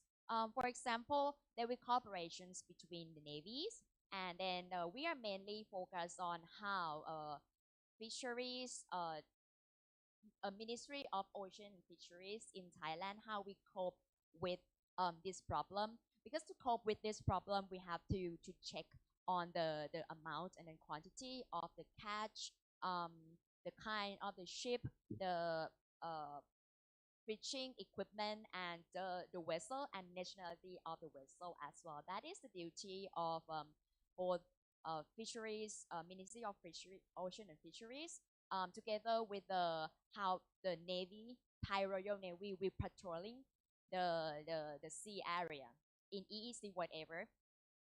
And then There are like kind of some department or some of the organization, for example, the National Park Department, they also have to cooperate as take care of this problem as well as we are the coastal states to solve the problem. As I know, like the case from Chinese illegal vessels, they are they said that they are not quite uh, respect or concern about the legal regulations in the foreign country where they go for the illegal fishing. For example, like in Thailand, they go to Korea, they go to Ecuador, but they're quite concerned with their own law, which is like Chinese law over the illegal fishing activities. So I think the role might be um, their states, I mean the flag states, which is China, to maybe concern more on this kind of illegal activities. But it's kind of the sensitive issues. So because sometimes we have like the other corporations in the other aspect with this kind all this country. So it have to be like very careful and compromise, cooperation to solving this problem. Um, about the second questions about the maritime delimitations, the problem between Thailand and Cambodia. So these issues, people focus mainly on the how we're gonna manage this area. So how the MOU will, or the agreement will happen or will going on. But the issues that no one invented it or pay attention that much as you're asking is that the environmental issues, because we just focus on how to utilize this area, how to divide it, or how to um, use or manage the natural resources, marine natural resources in this area. But no one talking about like after 5 years or 10 years of the utilities in this area, how we're gonna manage about how we're gonna manage or have a protection of the damage to the marine environmental in this area. So this is one of the important that both of their states, because we this area is right in the middle of two states, which is like both of is like coastal states. So I think it's the duty of both coastal states to take care of the regulations. It's supposed to be like posted or listed in the MOU or any kind of the future agreement in this issues, that we have to also like take care and have a measure over the protection of the marine environmental in this area as well. Thank you.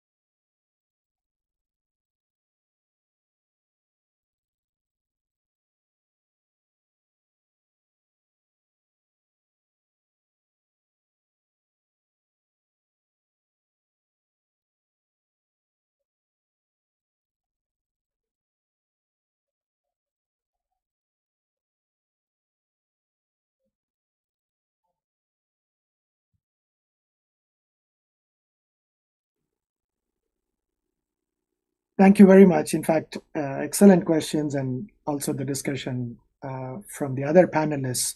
So I would add one quick point to everything that they both said, which is the importance of climate variability is also something to be taken into account. So for instance, when you have less water availability, some of the crops that we are used to, for instance, eating rice, we eat a lot of rice from India, from Indonesia. Suddenly, those agriculture crops will be in jeopardy, and so which means looking at options and alternatives, changing diets such as dry crops and so forth are really important. So that is another area where climate plays a role in the agriculture. To the question about public health is actually one of the most challenging to implement policies, science-informed policies, especially climate. This I talked with some experience in India as well. For one, the data is really poor. Okay, so one of the first rule for science-based decision making is good collection of data. In fact, I have there is a saying that if you cannot measure, you cannot manage. So you don't get good data on incidences, you don't get good data on hospitalizations, on mortality.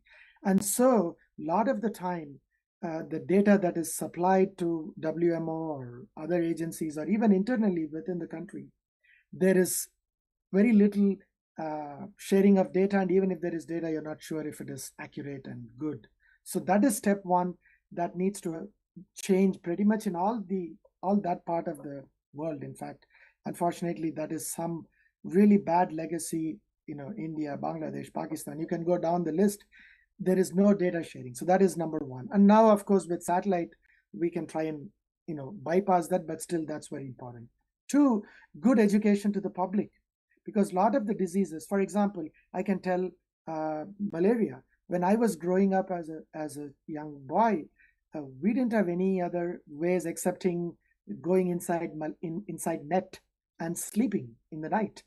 Now, even though infrastructure is still not very good in many parts of India, there's increase in population, there's a lot of poor water quality, but still many people, or almost all the people, can afford the mosquito repellent. They can afford other small technological things that even with marginal infrastructure, the impact of malaria is significantly reduced over time. So that is a very interesting observation. So there are technological solutions, there is education, and then of course there is making sure you get good water quality, improving the infrastructure. But some of these you can even take care, even with technology that's already there, with maybe some vaccination kind of things. So there is variety of solutions that are available, but I think at the heart of it is two things: educating the public, and the professor just mentioned, we are all in the educational field, but we have a responsibility to go into community and make sure people in the community get access to the latest knowledge. And then that is also passed on to the policymakers who can then take all of this into account. So I think it's more of a multi-pronged solution rather than a linear do this, do this, do this, because there's a lot more resources now we have compared to, say, 20, 25 years ago. So that's what I expect in most of our countries there in that region. Again, thank you for the good questions.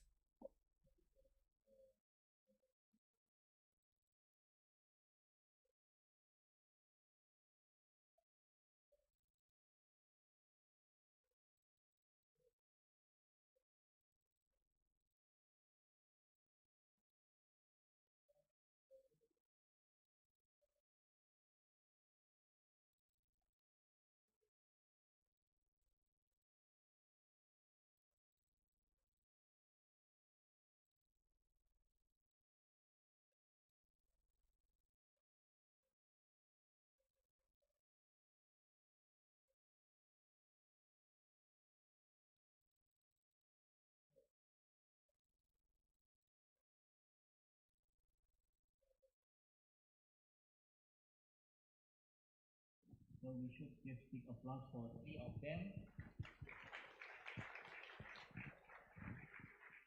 And I would like also to thank to all of you very active participation in this first session.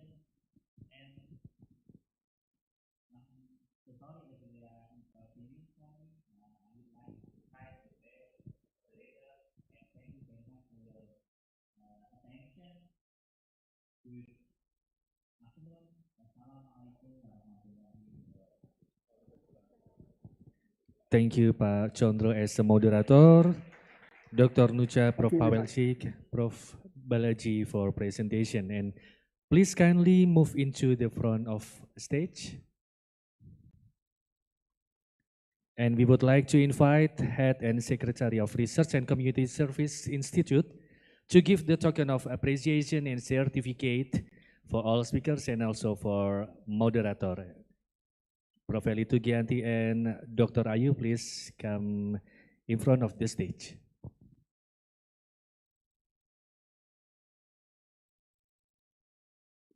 And for Professor Balaji also get the certificate, and the certificate will present on screen. Thank you very much. Yeah, really appreciate it.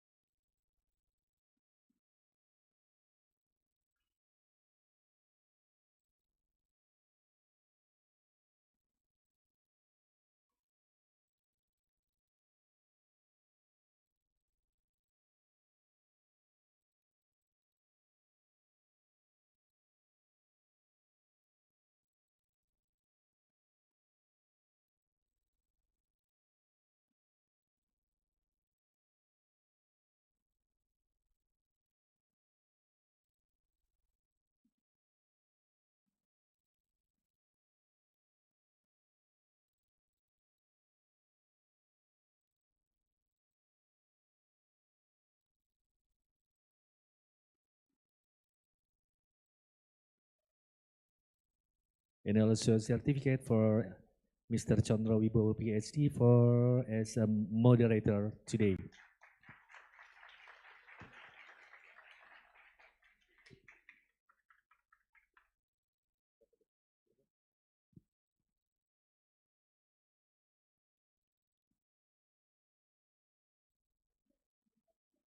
For Dr. Nucha and Prof. Pavel Sik to take a photo together. And also Professor Balaji.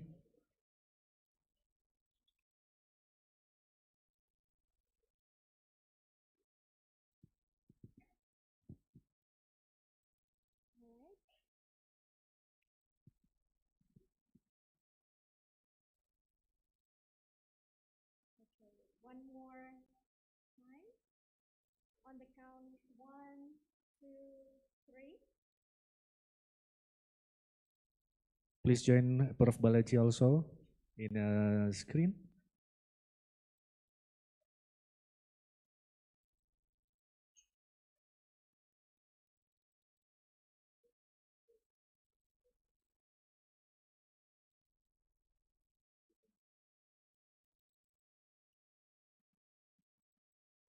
you move to the side a little bit so that we can capture Professor Balaji as well on the screen.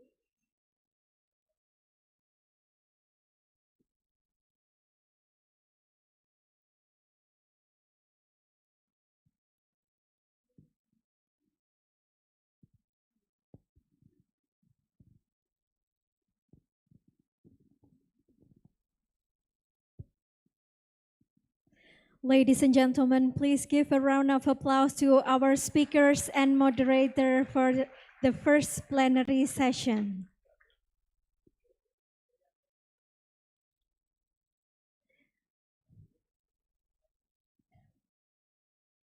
Moving on to the second plenary session of the 6th ICMA SURE 2023.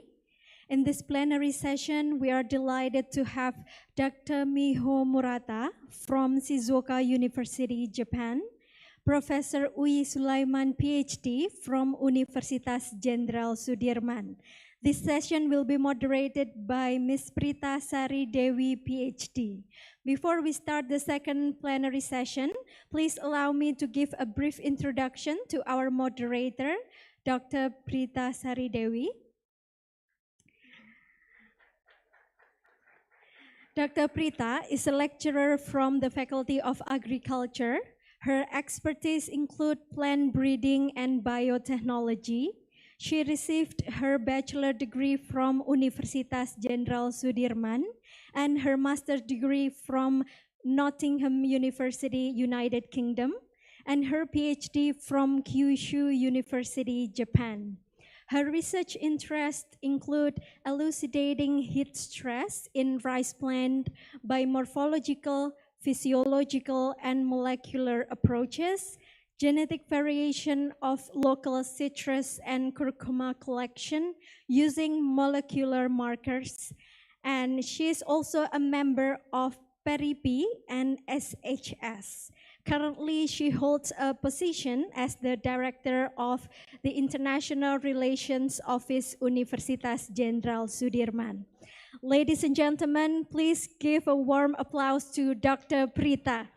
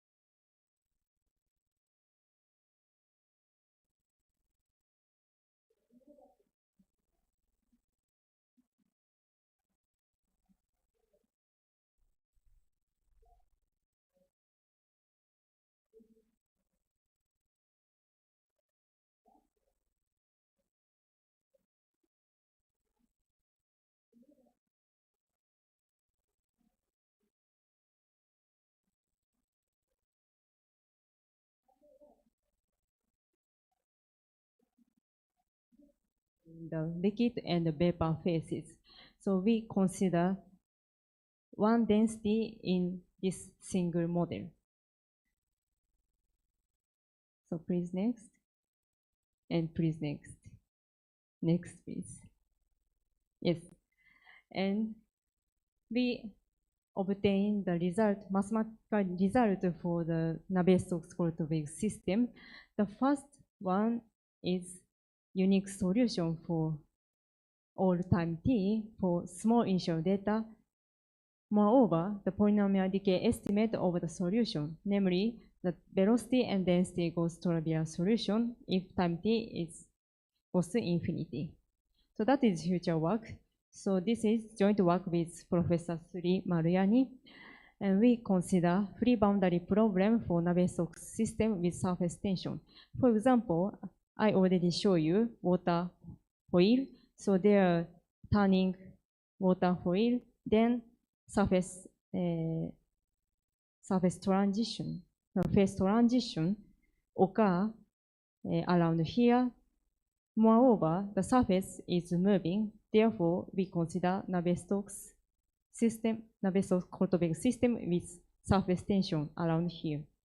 So that's all. Thank you for your attention. Terima kasih.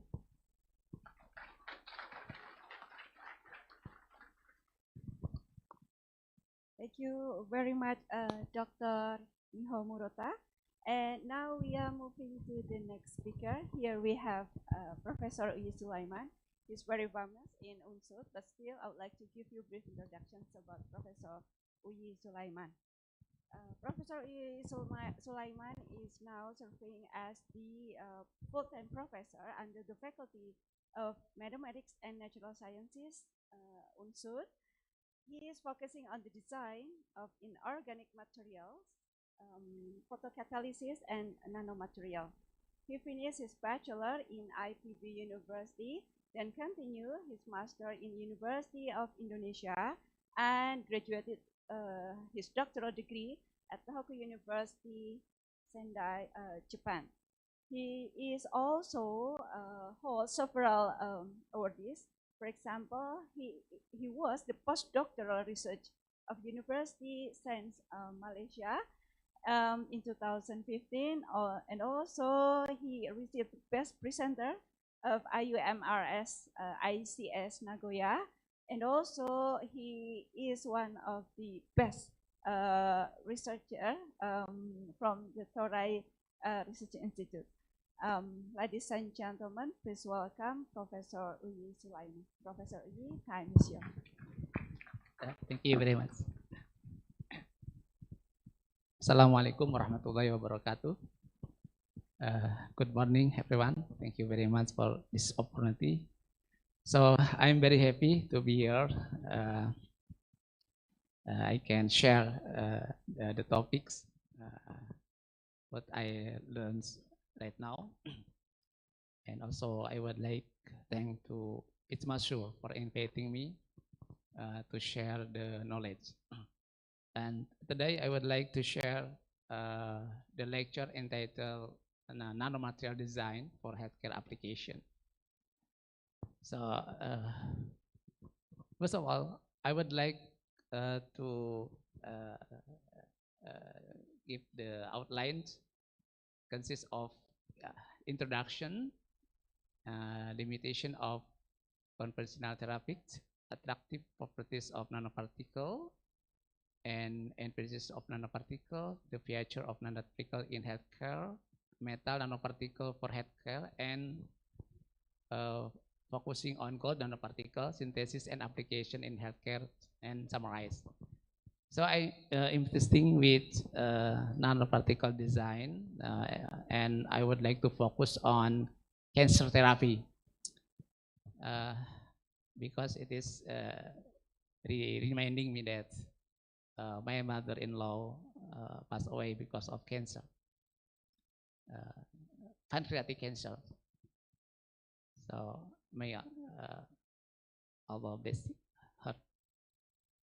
And also, my father-in-law had cancer, colon cancer, and Alhamdulillah, he can survive right now. And today, I would like to share about the knowledge nanoparticle design for healthcare application. And let me show you the introductions of the lecture. So according to the International Agency for Research on Cancer, the global burden of cancer continues to rise. Estimated 19.3 million new cases and 10 million cancer-related deaths in 2020. And the number of new cancer cases worldwide is projected to increase by almost 50% by 2040, reaching 28.4 million individuals.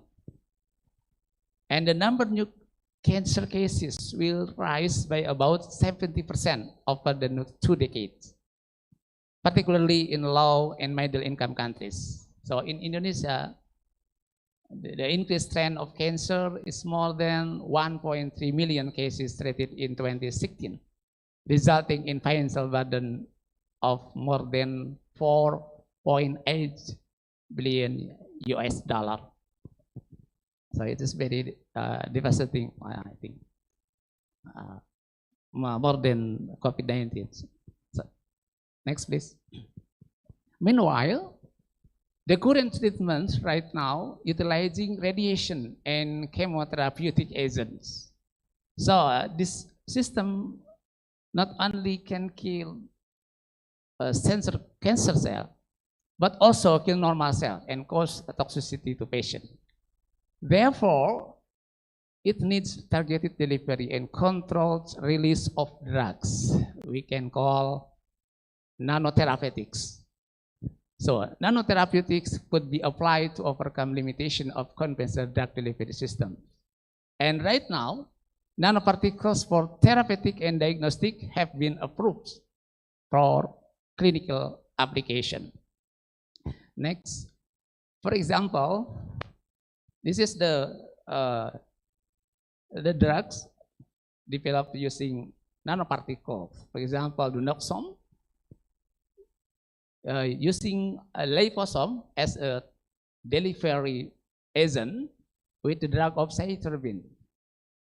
This medicine could be applied for Kaposi sarcoma and also Genexal PM using polymeric miscelar nanoparticle as delivery agent with the drug of paclitaxel for breast cancer and also Markibo using liposome as the target, as the delivery agent, and friskin sulfate as the drug for lymphoblastic leukemia, and also Abraxane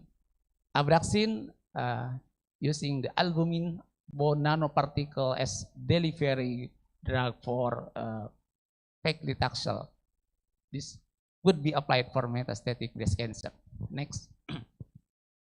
So why we have to utilize and develop the nanoparticle-based drug? Because there are limitations of conventional therapeutics, such as low selectivity to cancer cell, non-specific biodistribution, systemic toxicity, low solubility in water, and tends to aggregates, low therapeutic index, low circulation half-life, repeated administration necessary, multi-drug resistance, and susceptible to psychological degradation.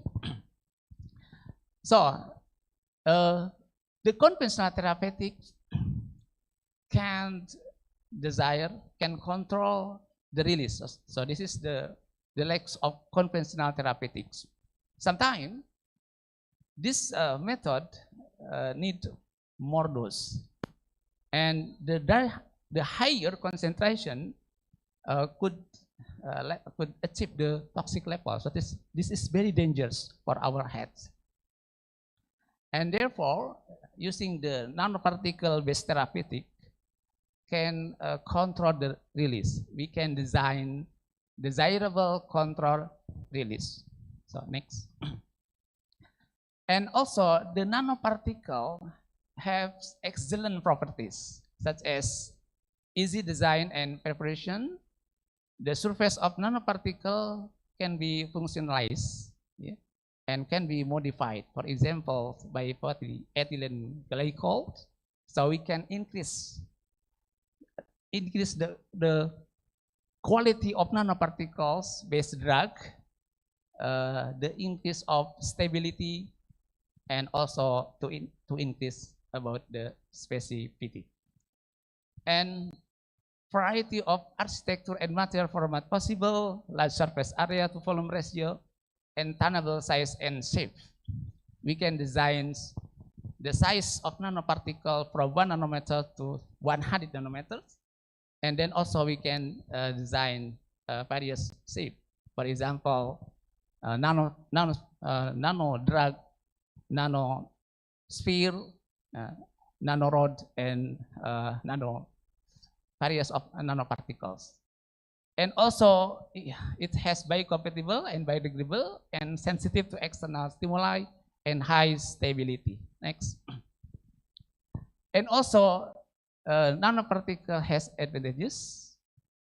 With this technology, we can increase the efficacy of the drug, and then also the specific localization could be increased, the toxic side effect could be decreased, dose could be reduced, and biodistribution could be controlled, and also the pharmacokinetic could be modulated wisely. And next. And here the feature of nanoparticle in healthcare. So nanosystem could be designed by various techniques. For example, using dendrimers, liposome, quantum dots, micelles, nanosphere, nanoparticles, polymeric nanoparticle, and carbon nanotube, and so on. And this system could be applied for gene therapy, drug delivery, cancer therapy, and ocular disease, cardiovascular, and brain and CNS disorder. So many applications, yeah, in this technology. And next. Here is the examples of the application in detail. For example, the nanotechnology based drug of cancer, the nanotechnology, the nanoparticle could be applied for drug delivery. What is the drug delivery? Drug delivery is like vehicles. We can put the drug anti-cancer, the anti-cancer of drug into vehicles, and then deliver this material to the target cell, and the drug can be released. And also photodynamic therapy. It is the famous developments of nanoparticle technology in drug of cancer. For example, gold nanoparticle. The gold nanoparticle, it is highest. It has highest activity for application in photodynamic therapy. In photodynamic therapy, we need teaching photosensitizers, and then oxygen and lights. If this material irradiated by the lights, so this material can produce ROS. ROS is a reactive oxygen species, can kill cancer cell. And also another technique, photothermal therapy. Also, it can be utilized, for example, using gold nanoparticle. And another application is for pseudodynamic therapy and radiotherapy. And next.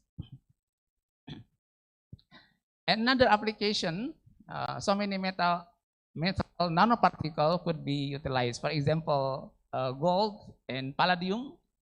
Palladium could be utilized for biocatalysis, copper for antimicrobial, iron could be utilized for cancer therapy, molecular imaging, and silver could be applied for anti-cancer, antimicrobial, and antiviral. And also platinum. Platinum is very famous, could be applied for anti-cancers, and selenium could be utilized for anti-cancer, antimicrobial, and so on. Next. So I would like to focus on gold nanoparticle because it is very famous. Synthesis and application. Next. So it is very easy to design the gold nanoparticles using the chemical methods. For example, reduction, thermal decomposition, electrochemical, and micro emulsion. So the famous methods in this case, reduction using 3-sodium citrate dihydrate, hydrogen sodium borohydrate, methoxypolyethylene, ascorbate, and potassium bitartrate. And next. And this is the example of the design of gold nanoparticle using gold 3 ion solution, just reacting with reducing agent, and reduction occurs and the gold nanoparticle could be formed. And next. And the interesting thing is design nanoparticle using green synthesis. For example, using plant, fungus, bacterial, enzyme, and biopolymers. It is an environmentally friendly process. And next. This is the example of nanoparticle of gold using plant, bacteria, and fungi. And using the method of extraction, we can produce gold nanoparticle, and the gold nanoparticle could be applied for any application. And next. I think this is the example of plant containing rutin.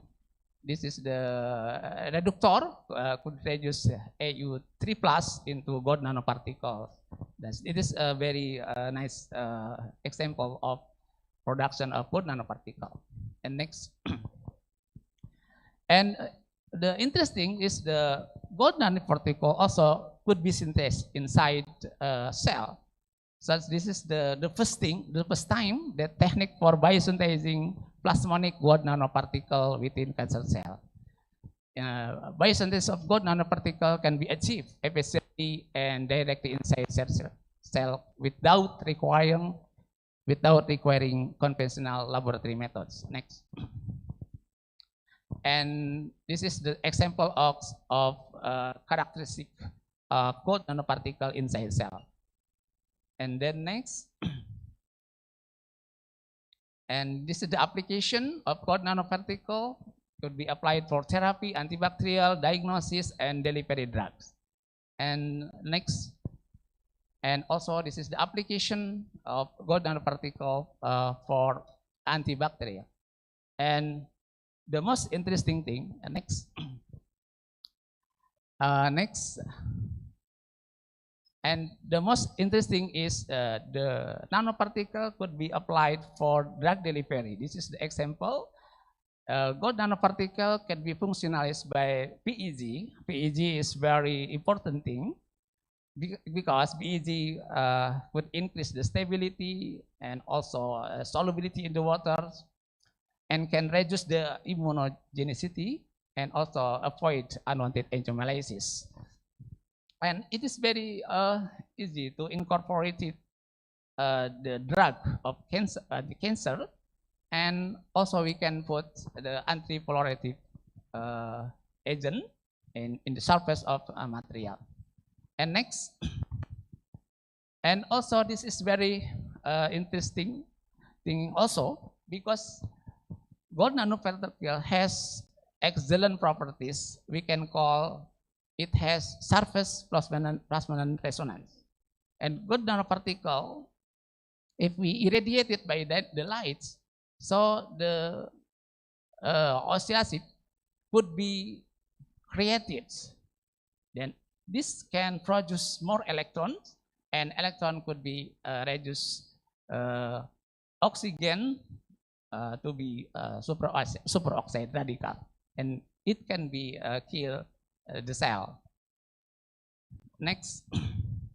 And here the photodynamic therapy using photosensitizers. Photosensitizer is very important things, and so many compound using in this technique. For example, using C11, C11 and C3PC. So the photon stagers, this material, if irradiated by the lights, for example, in this case, using 633 nanometers, so the electron in HOMO could be excited into LUMO. What is the HOMO? HOMO is very famous in chemistry. The HOMO is the highest occupied molecular orbital. It could be excited into LUMO, and LUMO can produce the electron, can convert oxygen into singlet oxygen. So this is a very famous method. The last and summarize the nanoparticle as drug delivery promises a significant improvement in cancer treatment. Nanoparticle can also be applied in multifunctionality, both diagnostic and therapeutic features, as known as theranostic. The good nanoparticle could be designed using chemical or biological synthesis method, and the good nanoparticle exhibit an excellent candidate for nanomedicine application. So thank you very much.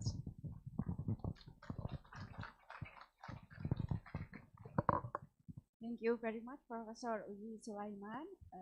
Now we are moving to the Q&A section. Anyone having any questions, comments, or feedbacks are welcome. So we are only allowed for 3 participants to ask questions.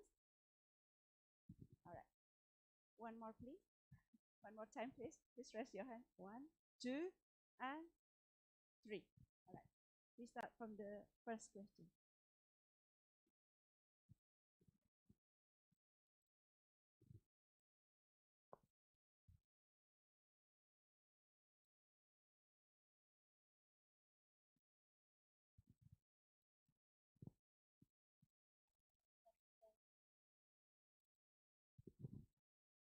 How nanoparticle technology has been implemented in Indonesia to cure the cancer? Thank you. Excuse me, Professor Poppy, could you please tell us your name to the audience, your affiliations, and addressing who the question is. Thank you. I repeat my introduction. I'm Poppy from Universitas Jenderal Sudirman. I said that the topic delivered by Professor Uyi is very interesting. So I only have a simple question for Prof. Uyi. How does the nanotechnology implement to cure the cancer in Indonesia? Thank you. Right. Thank you very much, Professor Poppy. Now the second question. All right.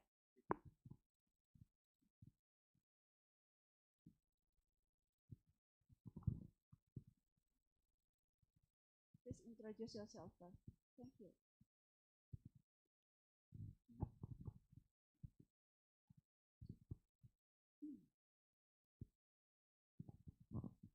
Okay, thank you. I'm Harwoko from Pharmacy Department, Unsud. I have a question to Prof.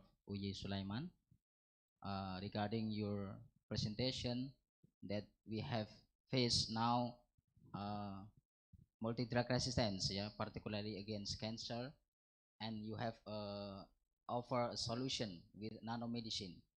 And my question is how nanomedicine could overcome this multi-drug resistance, especially for tumors. Thank you very much.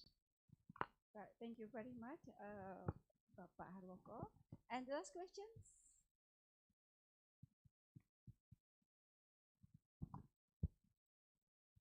One who raised up. Check. Okay. Okay. I want to deliver a question to Ms. Sulaiman. Okay. So my name is Aji Saturnazis. I'm from Faculty of Law. I graduated from Faculty of Law, but I'm interested in nanotechnology. First of all, I want to deliver so sorry for your loss, Mr. Sulaiman.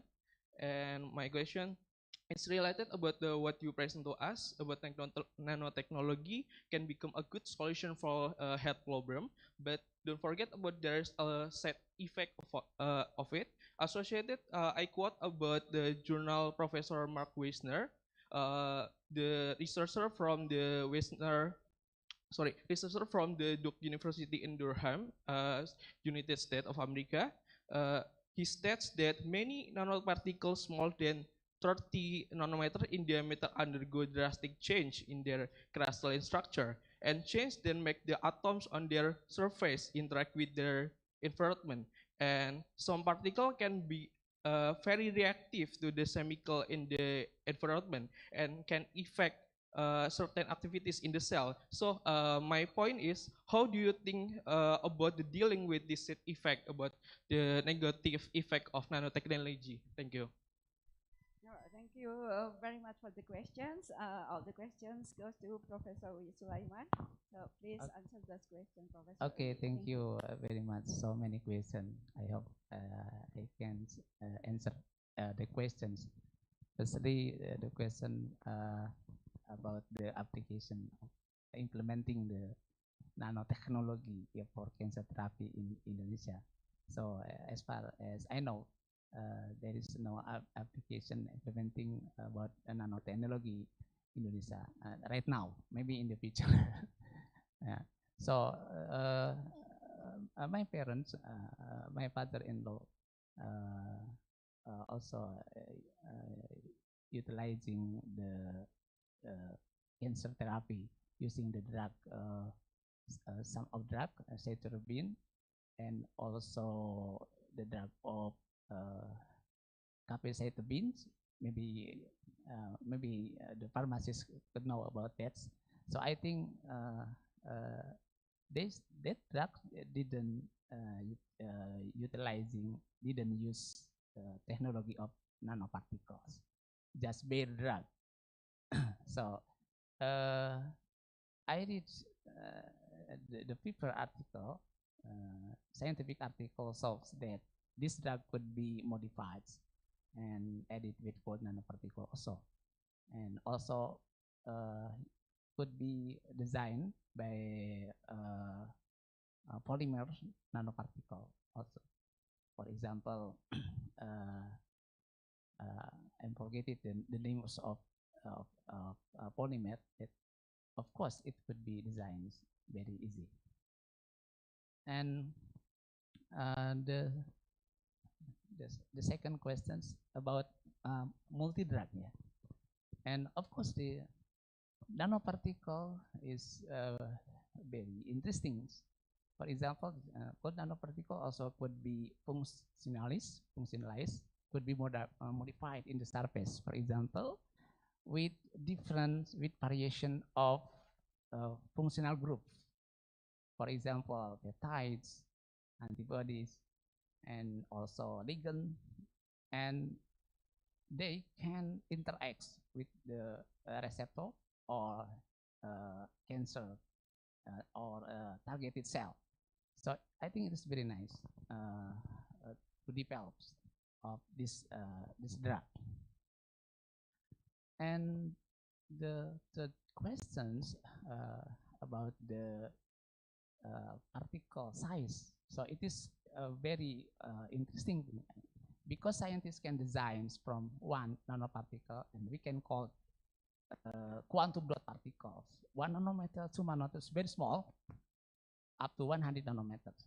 So the properties could be different if we design from 1 nanoparticle to 100 nanoparticles. And also the effect could be different also. For example, gold nanoparticle in measure in particle size 10 or 20 nanometers would absorb visible light. But if we increase the size, so the absorption also could increase significantly up to NIR, near infrared radiation, could be absorbed by this molecule. And the most interesting is the size also could have high reactivity, as you know. Yeah, the smaller, the higher reactivity. So I think the scientists should consider about this, because also the smaller particle is very dangerous for our health. So we should make the good architecting about this material, especially nanotechnology. I hope I saw like that, maybe. All right, Professor Uyi Sulaiman, thank you very much. And I hope his answer satisfied all of your questions. And we move to the next Q&A sessions. Anyone having any questions, comments, or feedbacks are welcome. Any more questions, comments? No. Right. If not, then all right. Please help her to have the mic.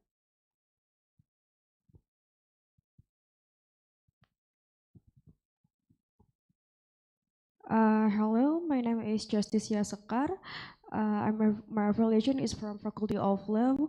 So my question is for Ms. Murata here. Would you mind to explain to us an example about the quarterback fluid model explained earlier? Thank you. Thank you very much for the question. So, Dr. Murata, I would like to.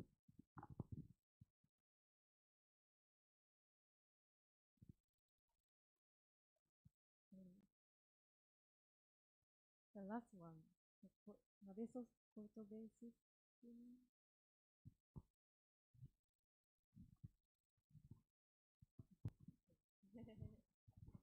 Would you mind to explain the quarterback fluid model explained earlier in your presentation? The example. Yeah. Of Nabeso's photobasis. Yeah. So, thank you. So, for example, I show you the picture for water wheel, and there are propeller in the fluid. Then, so bubbles, generation of bubbles and collapse occur. Then we their phase transition. Then we should consider the resource photovoltaic system.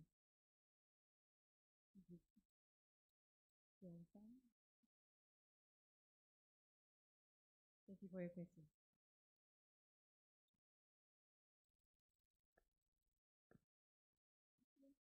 Thank you very much. Due to the limitations of time, so I would like to end our Q&A sessions. And before we end the sessions, I would like to emphasize how Dr. Miho Murata and also Professor Uyi Sulaiman, Dr. Miho Murata has explained about the connection between the application of fluid dynamics to our daily life. And also, Professor Uyi Sulaiman emphasized the pros of the use of nanoparticles. In the previous research, it has been reported that concern has been addressed to the applications of targeted therapy, mainly focusing on the use of the promoter controlling the gene that causing cancer in our body. And now it is very interesting that it moves to the efficiency and effectivity of the drugs delivery using the nanoparticles. So, ladies and gentlemen, this is the end of our session. Thank you very much, Dr.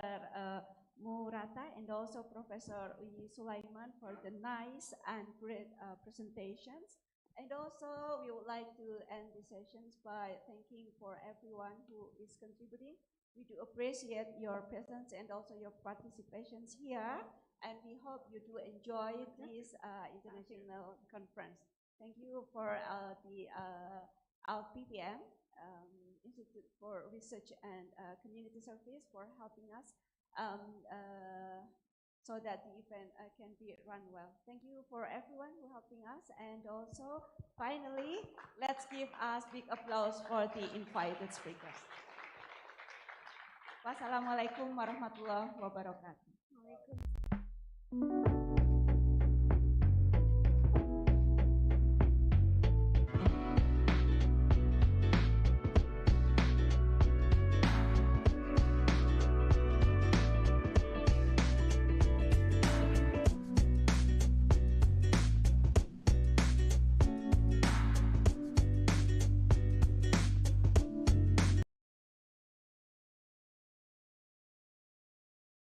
plenary session.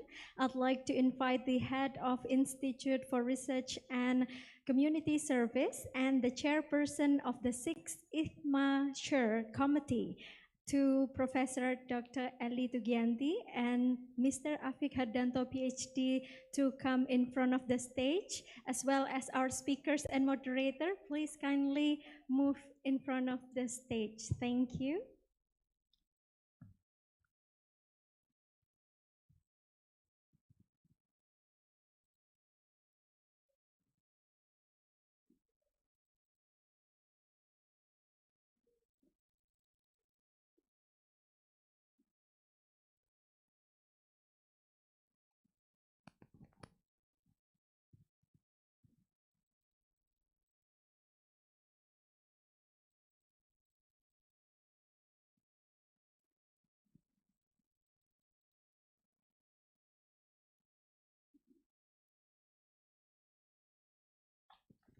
Please give a round of applause to Dr. Miho Murata from Shizuoka University, Japan.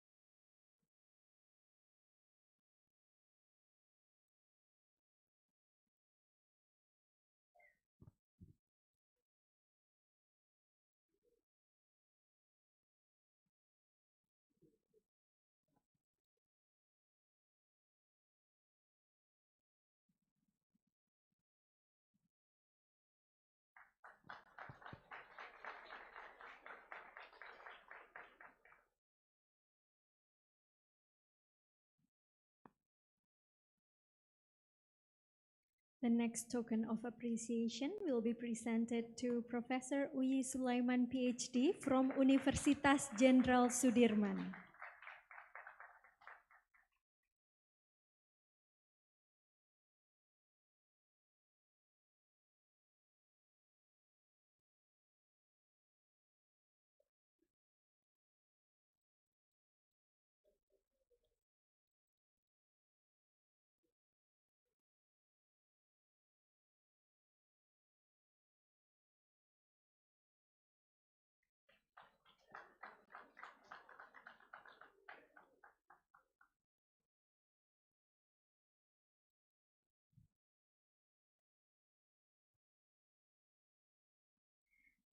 The next appreciation is given to our moderator of the second plenary session, Dr. Prita.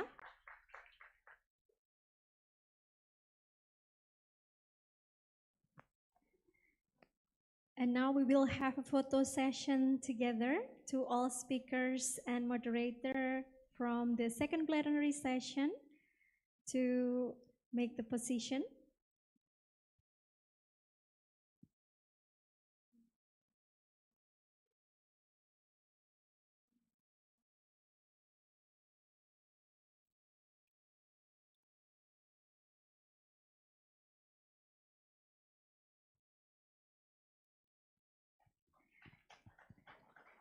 All right, thank you very much to all the speakers, moderators, and the heads of committee.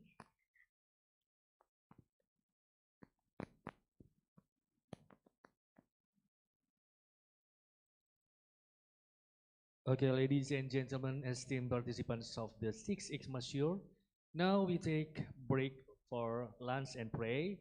And please enjoy the lunch and the refreshment the committee have provided. We look forward to seeing you again in plenary session 3 at 1:30 p.m. in this ballroom. See you soon and have a nice rest.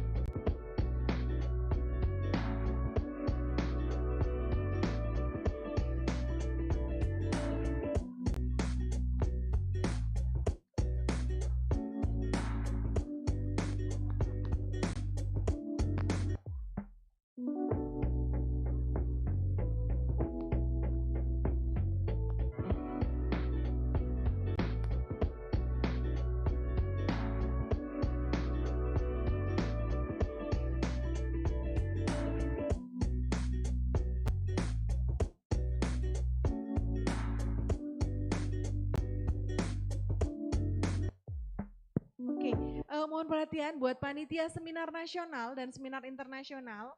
Sebelum kita makan siang, mungkin kita bisa berfoto bersama terlebih dahulu. Attention please for the committee of ICMA SURE. Panitia, silakan kita berkumpul di panggung di depan. Kita foto bersama seadanya dulu.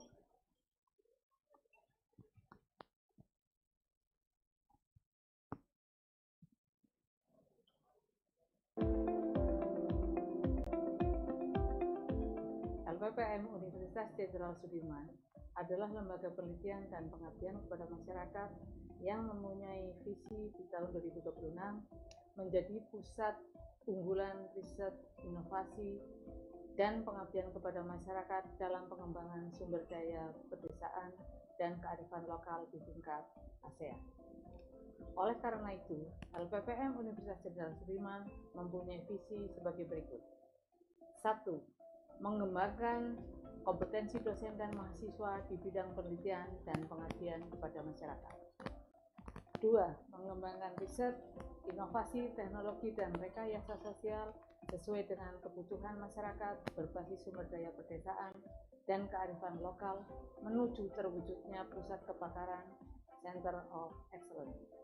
3. Mengembangkan diseminasi informasi dan transfer teknologi kepada masyarakat. Meningkatkan perlindungan kekayaan intelektual atas hasil penelitian dan diseminasi ilmu pada masyarakat. 5. Menguatkan kolaborasi dan layanan publik dalam mendukung hilirisasi hasil penelitian dan pengabdian kepada masyarakat. 6. Meningkatkan jalinan kerjasama dengan dunia usaha, dunia industri, pemerintah, dan organisasi baik di tingkat nasional maupun ASEAN. 7. Mengembangkan tata pamong LPPM yang baik. Lembaga Penelitian dan Pengabdian kepada Masyarakat Universitas Jenderal Sudirman memiliki visi di tahun 2026 menjadi pusat unggulan dalam riset, inovasi, dan pengabdian kepada masyarakat dalam pengembangan sumber daya pedesaan dan kearifan lokal di tingkat ASEAN. Berdasarkan visi misi tersebut ditetapkanlah beberapa program dalam rencana strategis LPPM tahun 2023 hingga 2026. Yang pertama, mengembangkan kompetensi dosen dan mahasiswa di bidang penelitian dan pengabdian kepada masyarakat. Bapak Ibu, kalau memang banyak antrian, Bapak Ibu boleh makan di lantai 1. Di lantai 1 ada makanan juga. Serta jurnal internasional bereputasi, serta Di tempat yang kemarin registrasi di selatan. penulisan buku berbasis Kalau riset terlalu dan lama jurnal menunggu nasional antrian. terakreditasi, Begitu, serta Ge? jurnal Terima internasional kasih. bereputasi. Program yang kedua adalah mengembangkan riset, inovasi, teknologi, dan rekayasa sosial sesuai dengan kebutuhan masyarakat berbasis sumber daya pedesaan dan kearifan lokal menuju terwujudnya pusat kepakaran atau Center of Excellence. Dilakukan dengan mendorong pusat-pusat penelitian untuk membentuk kelompok-kelompok riset berdasarkan kompetensi dan menyusun roadmap penelitian yang berbasis sumber daya pedesaan dan berkearifan lokal. Yang ketiga, mengembangkan diseminasi informasi dan transfer teknologi kepada masyarakat. Dilakukan dengan membangun kemitraan baik dalam negeri maupun internasional. Yang kedua, dilakukan pula dengan klasterisasi Smart Village berbasis potensi, sumber daya, dan kearifan lokal unggulan. Dan terwujudnya program pengabdian kuliah kerja nyata tematik membangun desa. Program yang keempat, meningkatkan perlindungan kekayaan intelektual atas hasil penelitian dan diseminasi ilmu pada masyarakat. Dilakukan dengan pendampingan proses pendaftaran perlindungan kekayaan intelektual atas hasil penelitian dan pengabdian kepada masyarakat, dan dengan meningkatkan pelayanan jasa konsultasi kekayaan intelektual kepada masyarakat. Program yang kelima, menguatkan kolaborasi dan layanan publik dalam mendukung hilirisasi hasil penelitian dan pengabdian kepada masyarakat. Dilakukan dengan penyusunan SOP hilirisasi hasil riset dan juga pengabdian. Dilakukan pula dengan promosi hilirisasi riset dan inovasi, serta peningkatan kerjasama dan kemitraan strategis hilirisasi. Program yang keenam, meningkatkan jalinan kerjasama dengan dunia usaha, dunia industri, pemerintah, dan organisasi baik di tingkat nasional maupun ASEAN dengan cara memperluas jejaring internasional terutama untuk KKN nasional dan internasional, joint riset untuk penelitian dan pengabdian baik nasional dan internasional, serta pengembangan jurnal LPPM. Program yang ketujuh adalah mengembangkan tata pamong LPPM yang lebih baik, dilakukan dengan penyusunan tata kelola hilirisasi hasil riset dan pengabdian, serta penyusunan tata kelola staf administrasi LPPM.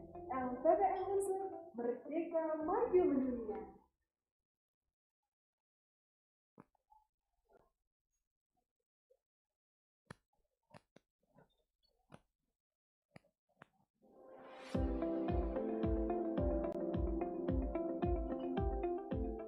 LPPM Universitas Jenderal Sudirman adalah lembaga penelitian dan pengabdian kepada masyarakat yang mempunyai visi di tahun 2026 menjadi pusat unggulan riset, inovasi, dan pengabdian kepada masyarakat dalam pengembangan sumber daya pedesaan dan kearifan lokal di tingkat ASEAN.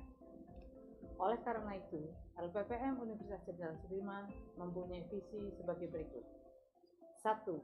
Mengembangkan kompetensi dosen dan mahasiswa di bidang penelitian dan pengabdian kepada masyarakat. 2. Mengembangkan riset, inovasi, teknologi, dan rekayasa sosial sesuai dengan kebutuhan masyarakat berbasis sumber daya pedesaan dan kearifan lokal menuju terwujudnya pusat kepakaran Center of Excellence. 3. Mengembangkan diseminasi informasi dan transfer teknologi kepada masyarakat. Meningkatkan perlindungan kekayaan intelektual atas hasil penelitian dan diseminasi ilmu pada masyarakat. 5. Menguatkan kolaborasi dan layanan publik dalam mendukung hilirisasi hasil penelitian dan pengabdian kepada masyarakat. 6. Meningkatkan jalinan kerjasama dengan dunia usaha, dunia industri, pemerintah, dan organisasi baik di tingkat nasional maupun ASEAN. 7. Mengembangkan tata pamong LPPM yang baik. Lembaga Penelitian dan Pengabdian kepada Masyarakat Universitas Jenderal Sudirman memiliki visi di tahun 2026 menjadi pusat unggulan dalam riset, inovasi, dan pengabdian kepada masyarakat dalam pengembangan sumber daya pedesaan dan kearifan lokal di tingkat ASEAN. Berdasarkan visi misi tersebut ditetapkanlah beberapa program dalam rencana strategis LPPM tahun 2023 hingga 2026. Yang pertama, mengembangkan kompetensi dosen dan mahasiswa di bidang penelitian dan pengabdian kepada masyarakat dilakukan dengan penyelenggaraan bootcamp, penulisan buku berbasis riset dan jurnal nasional terakreditasi serta jurnal internasional bereputasi serta kekayaan intelektual, dan juga pendampingan penulisan buku berbasis riset dan jurnal nasional terakreditasi serta jurnal internasional bereputasi. Program yang kedua adalah mengembangkan riset, inovasi, teknologi, dan rekayasa sosial sesuai dengan kebutuhan masyarakat berbasis sumber daya pedesaan dan kearifan lokal menuju terwujudnya pusat kepakaran atau Center of Excellence. Dilakukan dengan mendorong pusat-pusat penelitian untuk membentuk kelompok-kelompok riset berdasarkan kompetensi dan menyusun roadmap penelitian yang berbasis sumber daya pedesaan dan berkearifan lokal. Yang ketiga, mengembangkan diseminasi informasi dan transfer teknologi kepada masyarakat. Dilakukan dengan membangun kemitraan baik dalam negeri maupun internasional. Yang kedua, dilakukan pula dengan klasterisasi Smart Village berbasis potensi, sumber daya, dan kearifan lokal unggulan. Dan terwujudnya program pengabdian kuliah kerja nyata tematik membangun desa. Program yang keempat, meningkatkan perlindungan kekayaan intelektual atas hasil penelitian dan diseminasi ilmu pada masyarakat. Dilakukan dengan pendampingan proses pendaftaran perlindungan kekayaan intelektual atas hasil penelitian dan pengabdian kepada masyarakat, dan dengan meningkatkan pelayanan jasa konsultasi kekayaan intelektual kepada masyarakat. Program yang kelima, menguatkan kolaborasi dan layanan publik dalam mendukung hilirisasi hasil penelitian dan pengabdian kepada masyarakat. Dilakukan dengan penyusunan SOP hilirisasi hasil riset dan juga pengabdian. Dilakukan pula dengan promosi hilirisasi riset dan inovasi, serta peningkatan kerjasama dan kemitraan strategis hilirisasi. Program yang keenam, meningkatkan jalinan kerjasama dengan dunia usaha, dunia industri, pemerintah, dan organisasi baik di tingkat nasional maupun ASEAN, dengan cara memperluas jejaring internasional terutama untuk KKN nasional dan internasional, joint research untuk penelitian dan pengabdian baik nasional dan internasional, serta pengembangan jurnal LPPM. Program yang ketujuh adalah mengembangkan tata pamong LPPM yang lebih baik, dilakukan dengan penyusunan tata kelola hilirisasi hasil riset dan pengabdian, serta penyusunan tata kelola staf administrasi LPPM. LPPM merdeka maju mendunia.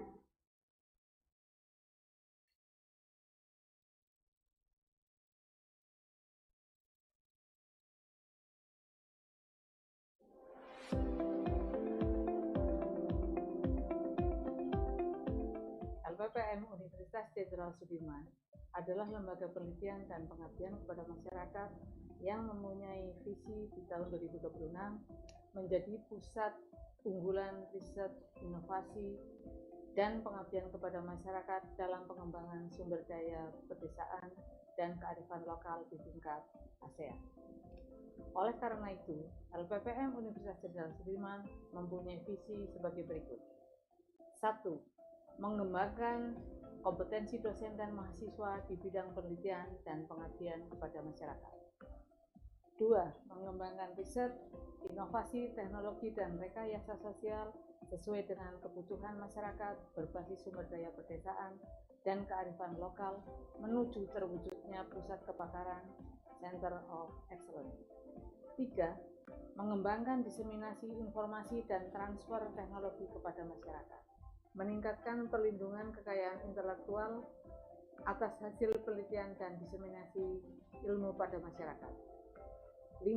Menguatkan kolaborasi dan layanan publik dalam mendukung hilirisasi hasil penelitian dan pengabdian kepada masyarakat. 6. Meningkatkan jalinan kerjasama dengan dunia usaha, dunia industri, pemerintah, dan organisasi baik di tingkat nasional maupun ASEAN. 7. Mengembangkan tata pamong LPPM yang baik. Lembaga Penelitian dan Pengabdian kepada Masyarakat Universitas Jenderal Sudirman memiliki visi di tahun 2026 menjadi pusat unggulan dalam riset, inovasi, dan pengabdian kepada masyarakat dalam pengembangan sumber daya pedesaan dan kearifan lokal di tingkat ASEAN. Berdasarkan visi misi tersebut ditetapkanlah beberapa program dalam rencana strategis LPPM tahun 2023 hingga 2026. Yang pertama, mengembangkan kompetensi dosen dan mahasiswa di bidang penelitian dan pengabdian kepada masyarakat dilakukan dengan penyelenggaraan bootcamp penulisan buku berbasis riset dan jurnal nasional terakreditasi serta jurnal internasional bereputasi serta kekayaan intelektual, dan juga pendampingan penulisan buku berbasis riset dan jurnal nasional terakreditasi serta jurnal internasional bereputasi. Program yang kedua adalah mengembangkan riset, inovasi, teknologi, dan rekayasa sosial sesuai dengan kebutuhan masyarakat berbasis sumber daya pedesaan dan kearifan lokal menuju terwujudnya pusat kepakaran atau Center of Excellence. Dilakukan dengan mendorong pusat-pusat penelitian untuk membentuk kelompok-kelompok riset berdasarkan kompetensi dan menyusun roadmap penelitian yang berbasis sumber daya pedesaan dan berkearifan lokal. Yang ketiga, mengembangkan diseminasi informasi dan transfer teknologi kepada masyarakat. Dilakukan dengan membangun kemitraan baik dalam negeri maupun internasional. Yang kedua, dilakukan pula dengan klasterisasi Smart Village berbasis potensi, sumber daya, dan kearifan lokal unggulan. Dan terwujudnya program pengabdian kuliah kerja nyata tematik membangun desa. Program yang keempat, meningkatkan perlindungan kekayaan intelektual atas hasil penelitian dan diseminasi ilmu pada masyarakat. Dilakukan dengan pendampingan proses pendaftaran perlindungan kekayaan intelektual atas hasil penelitian dan pengabdian kepada masyarakat, dan dengan meningkatkan pelayanan jasa konsultasi kekayaan intelektual kepada masyarakat. Program yang kelima, menguatkan kolaborasi dan layanan publik dalam mendukung hilirisasi hasil penelitian dan pengabdian kepada masyarakat. Dilakukan dengan penyusunan SOP hilirisasi hasil riset dan juga pengabdian. Dilakukan pula dengan promosi hilirisasi riset dan inovasi, serta peningkatan kerjasama dan kemitraan strategis hilirisasi. Program yang keenam, meningkatkan jalinan kerjasama dengan dunia usaha, dunia industri, pemerintah, dan organisasi baik di tingkat nasional maupun ASEAN. Dengan cara memperluas jejaring internasional terutama untuk KKN nasional dan internasional, joint research untuk penelitian dan pengabdian baik nasional dan internasional, serta pengembangan jurnal LPPM. Program yang ketujuh adalah mengembangkan tata pamong LPPM yang lebih baik. Dilakukan dengan penyusunan tata kelola hilirisasi hasil riset dan pengabdian, serta penyusunan tata kelola staf administrasi LPPM. LPPM Unsur Merdeka Maju Mendunia.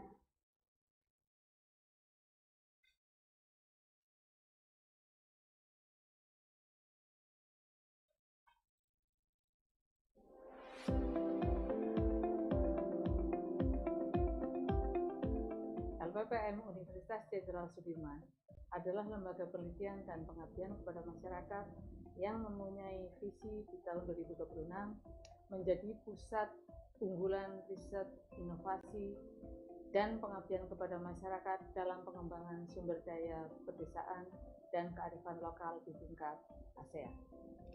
Oleh karena itu, LPPM Universitas Jenderal Sudirman mempunyai visi sebagai berikut. 1. Mengembangkan kompetensi dosen dan mahasiswa di bidang penelitian dan pengabdian kepada masyarakat.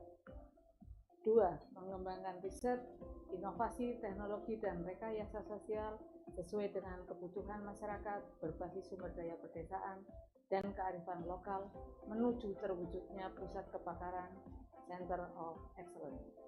3. Mengembangkan diseminasi informasi dan transfer teknologi kepada masyarakat. Meningkatkan perlindungan kekayaan intelektual atas hasil penelitian dan diseminasi ilmu pada masyarakat. 5.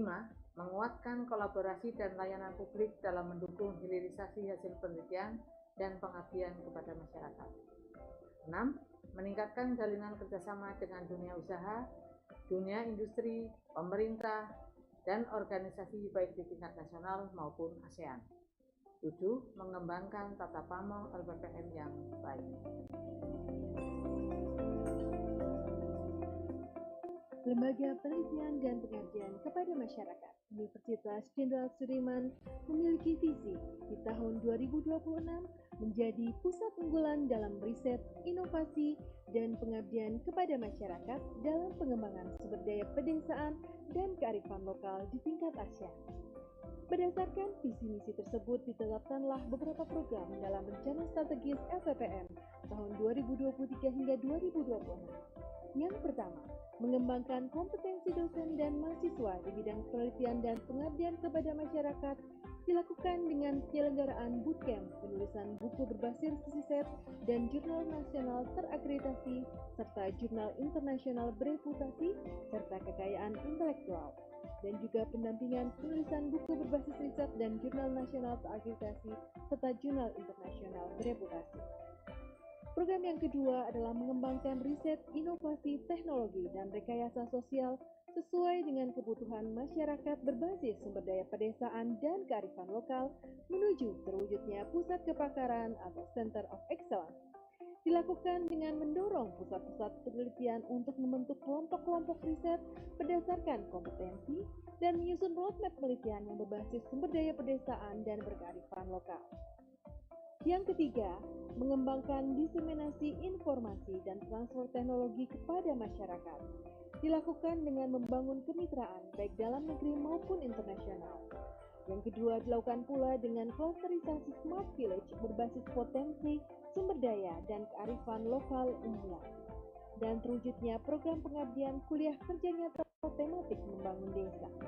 Program yang keempat, meningkatkan perlindungan kekayaan intelektual atas hasil penelitian dan diseminasi ilmu pada masyarakat. Dilakukan dengan pendampingan proses pendaftaran perlindungan kekayaan intelektual atas hasil penelitian dan pengabdian kepada masyarakat, dan dengan meningkatkan pelayanan jasa konsultasi kekayaan intelektual kepada masyarakat.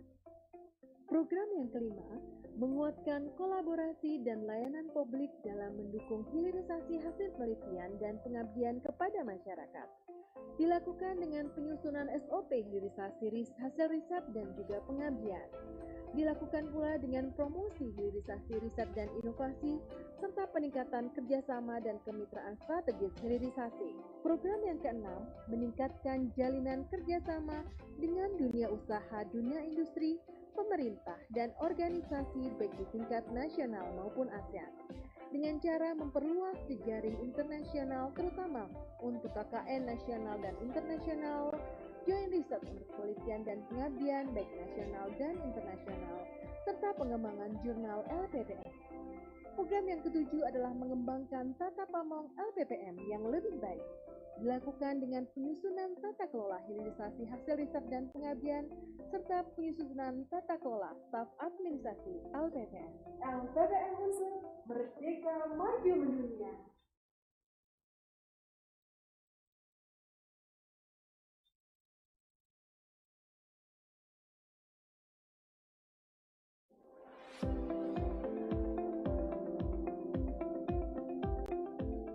LPPM Universitas Jenderal Sudirman adalah lembaga penelitian dan pengabdian kepada masyarakat yang mempunyai visi di tahun 2026 menjadi pusat unggulan riset, inovasi, dan pengabdian kepada masyarakat dalam pengembangan sumber daya pedesaan dan kearifan lokal di tingkat ASEAN. Oleh karena itu, LPPM Universitas Jenderal Sudirman mempunyai visi sebagai berikut. 1. Mengembangkan kompetensi dosen dan mahasiswa di bidang penelitian dan pengabdian kepada masyarakat. 2. Mengembangkan riset, inovasi, teknologi, dan rekayasa sosial sesuai dengan kebutuhan masyarakat berbasis sumber daya pedesaan dan kearifan lokal menuju terwujudnya pusat kepakaran Center of Excellence. 3. Mengembangkan diseminasi informasi dan transfer teknologi kepada masyarakat. Meningkatkan perlindungan kekayaan intelektual atas hasil penelitian dan diseminasi ilmu pada masyarakat. 5. Menguatkan kolaborasi dan layanan publik dalam mendukung hilirisasi hasil penelitian dan pengabdian kepada masyarakat. 6. Meningkatkan jalinan kerjasama dengan dunia usaha, dunia industri, pemerintah, dan organisasi baik di tingkat nasional maupun ASEAN. 7. Mengembangkan tata pamong LPPM yang baik. Lembaga Penelitian dan Pengabdian kepada Masyarakat Universitas Jenderal Sudirman memiliki visi di tahun 2026 menjadi pusat unggulan dalam riset, inovasi, dan pengabdian kepada masyarakat dalam pengembangan sumber daya pedesaan dan kearifan lokal di tingkat ASEAN. Berdasarkan visi misi tersebut ditetapkanlah beberapa program dalam rencana strategis LPPM tahun 2023 hingga 2026. Yang pertama, mengembangkan kompetensi dosen dan mahasiswa di bidang penelitian dan pengabdian kepada masyarakat dilakukan dengan penyelenggaraan bootcamp, penulisan buku berbasis riset dan jurnal nasional terakreditasi serta jurnal internasional bereputasi serta kekayaan intelektual, dan juga pendampingan penulisan buku berbasis riset dan jurnal nasional terakreditasi serta jurnal internasional bereputasi. Program yang kedua adalah mengembangkan riset, inovasi, teknologi, dan rekayasa sosial sesuai dengan kebutuhan masyarakat berbasis sumber daya pedesaan dan kearifan lokal menuju terwujudnya pusat kepakaran atau Center of Excellence. Dilakukan dengan mendorong pusat-pusat penelitian untuk membentuk kelompok-kelompok riset berdasarkan kompetensi dan menyusun roadmap penelitian yang berbasis sumber daya pedesaan dan berkearifan lokal. Yang ketiga, mengembangkan diseminasi informasi dan transfer teknologi kepada masyarakat. Dilakukan dengan membangun kemitraan baik dalam negeri maupun internasional. Yang kedua, dilakukan pula dengan klasterisasi Smart Village berbasis potensi, sumber daya, dan kearifan lokal unggulan. dan terwujudnya program pengabdian kuliah kerja nyata tematik membangun desa. Program yang keempat, meningkatkan perlindungan kekayaan intelektual atas hasil penelitian dan diseminasi ilmu pada masyarakat. Dilakukan dengan pendampingan proses pendaftaran perlindungan kekayaan intelektual atas hasil penelitian dan pengabdian kepada masyarakat, dan dengan meningkatkan pelayanan jasa konsultasi kekayaan intelektual kepada masyarakat. Program yang kelima, menguatkan kolaborasi dan layanan publik dalam mendukung hilirisasi hasil penelitian dan pengabdian kepada masyarakat. Dilakukan dengan penyusunan SOP hilirisasi hasil riset dan juga pengabdian. Dilakukan pula dengan promosi hilirisasi riset dan inovasi, serta peningkatan kerjasama dan kemitraan strategis hilirisasi. Program yang keenam, meningkatkan jalinan kerjasama dengan dunia usaha, dunia industri, pemerintah, dan organisasi baik di tingkat nasional maupun ASEAN, dengan cara memperluas jejaring internasional terutama untuk KKN nasional dan internasional, joint research untuk penelitian dan pengabdian baik nasional dan internasional, serta pengembangan jurnal LPPM. Program yang ketujuh adalah mengembangkan tata pamong LPPM yang lebih baik. Dilakukan dengan penyusunan tata kelola hilirisasi hasil riset dan pengabdian, serta penyusunan tata kelola staf administrasi LPPM. LPPM merdeka maju mendunia.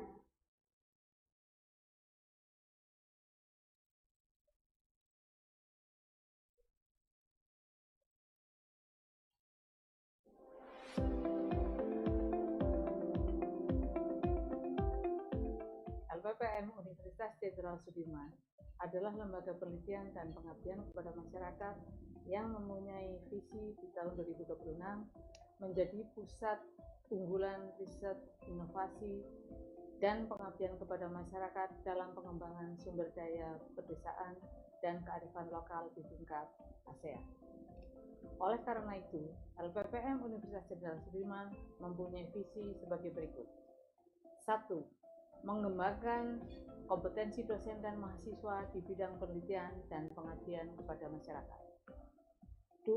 Mengembangkan riset, inovasi, teknologi, dan rekayasa sosial sesuai dengan kebutuhan masyarakat berbasis sumber daya pedesaan dan kearifan lokal menuju terwujudnya pusat kepakaran Center of Excellence. 3.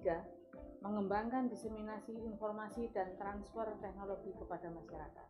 Meningkatkan perlindungan kekayaan intelektual atas hasil penelitian dan diseminasi ilmu pada masyarakat.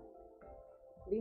Menguatkan kolaborasi dan layanan publik dalam mendukung hilirisasi hasil penelitian dan pengabdian kepada masyarakat.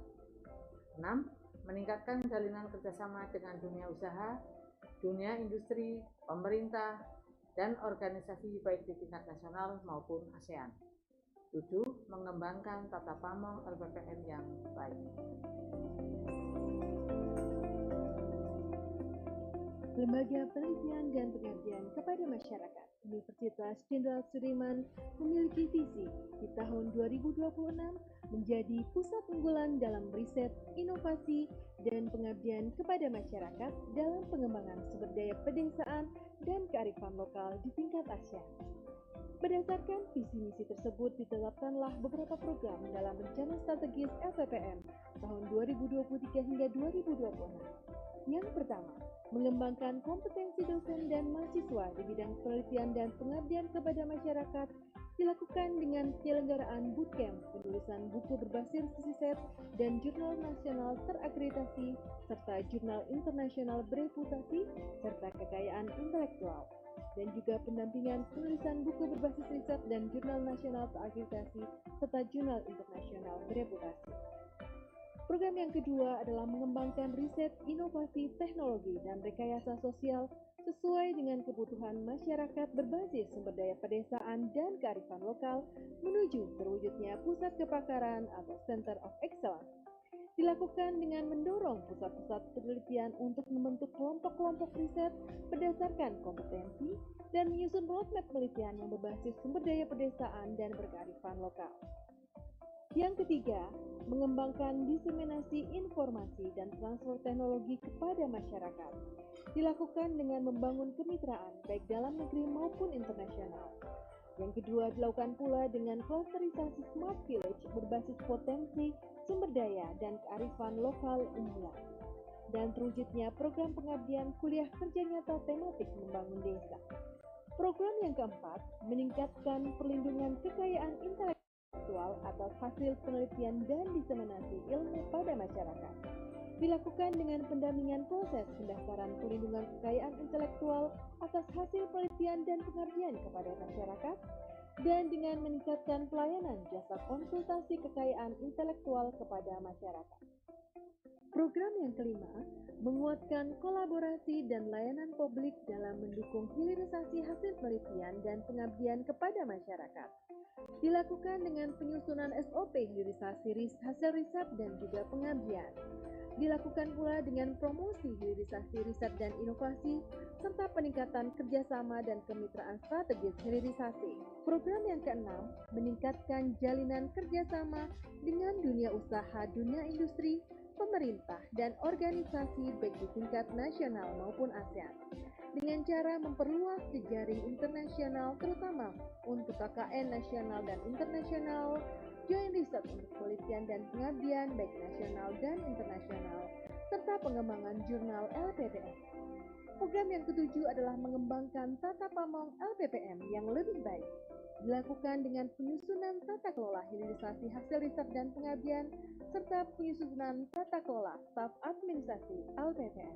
LPPM Unsur Merdeka Maju Mendunia.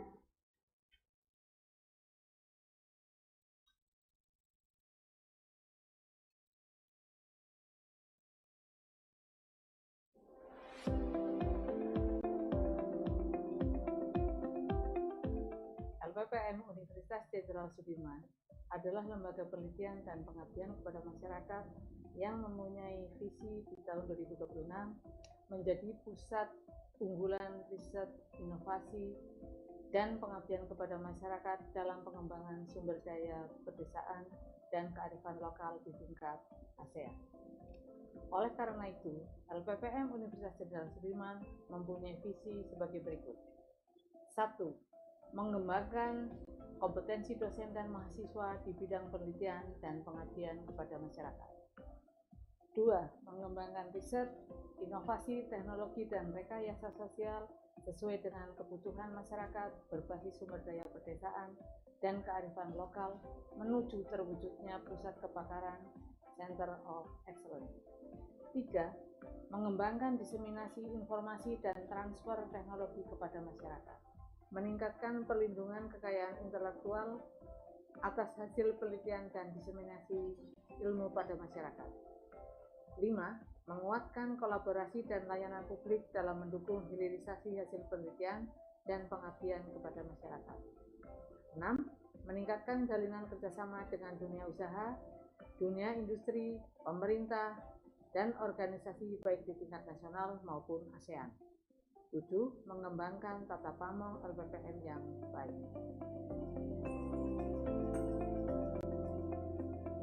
Lembaga Penelitian dan Pengabdian kepada Masyarakat Universitas Jenderal Sudirman memiliki visi di tahun 2026 menjadi pusat unggulan dalam riset, inovasi, dan pengabdian kepada masyarakat dalam pengembangan sumber daya pedesaan dan kearifan lokal di tingkat ASEAN.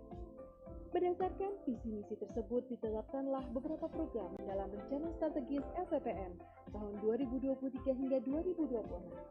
Yang pertama, mengembangkan kompetensi dosen dan mahasiswa di bidang penelitian dan pengabdian kepada masyarakat dilakukan dengan penyelenggaraan bootcamp penulisan buku berbasis riset dan jurnal nasional terakreditasi serta jurnal internasional bereputasi serta kekayaan intelektual, dan juga pendampingan penulisan buku berbasis riset dan jurnal nasional terakreditasi serta jurnal internasional bereputasi. Program yang kedua adalah mengembangkan riset, inovasi, teknologi, dan rekayasa sosial sesuai dengan kebutuhan masyarakat berbasis sumber daya pedesaan dan kearifan lokal menuju terwujudnya pusat kepakaran atau Center of Excellence. Dilakukan dengan mendorong pusat-pusat penelitian untuk membentuk kelompok-kelompok riset berdasarkan kompetensi dan menyusun roadmap penelitian yang berbasis sumber daya pedesaan dan berkearifan lokal. Yang ketiga, mengembangkan diseminasi informasi dan transfer teknologi kepada masyarakat. Dilakukan dengan membangun kemitraan baik dalam negeri maupun internasional. Yang kedua, dilakukan pula dengan klasterisasi Smart Village berbasis potensi, sumber daya, dan kearifan lokal unggulan. Dan terwujudnya program pengabdian kuliah kerja nyata tematik membangun desa. Program yang keempat, meningkatkan perlindungan kekayaan intelektual atas hasil penelitian dan diseminasi ilmu pada masyarakat. Dilakukan dengan pendampingan proses pendaftaran perlindungan kekayaan intelektual atas hasil penelitian dan pengabdian kepada masyarakat, dan dengan meningkatkan pelayanan jasa konsultasi kekayaan intelektual kepada masyarakat. Program yang kelima, menguatkan kolaborasi dan layanan publik dalam mendukung hilirisasi hasil penelitian dan pengabdian kepada masyarakat. Dilakukan dengan penyusunan SOP hilirisasi hasil riset dan juga pengabdian. Dilakukan pula dengan promosi hilirisasi riset dan inovasi, serta peningkatan kerjasama dan kemitraan strategis hilirisasi. Program yang keenam, meningkatkan jalinan kerjasama dengan dunia usaha, dunia industri, pemerintah, dan organisasi baik di tingkat nasional maupun ASEAN. Dengan cara memperluas jejaring internasional terutama untuk KKN nasional dan internasional, joint research untuk penelitian dan pengabdian baik nasional dan internasional, serta pengembangan jurnal LPPM. Program yang ketujuh adalah mengembangkan tata pamong LPPM yang lebih baik. Dilakukan dengan penyusunan tata kelola hilirisasi hasil riset dan pengabdian, serta penyusunan tata kelola staf administrasi LPPM. LPPM Unsur Merdeka Maju Mendunia.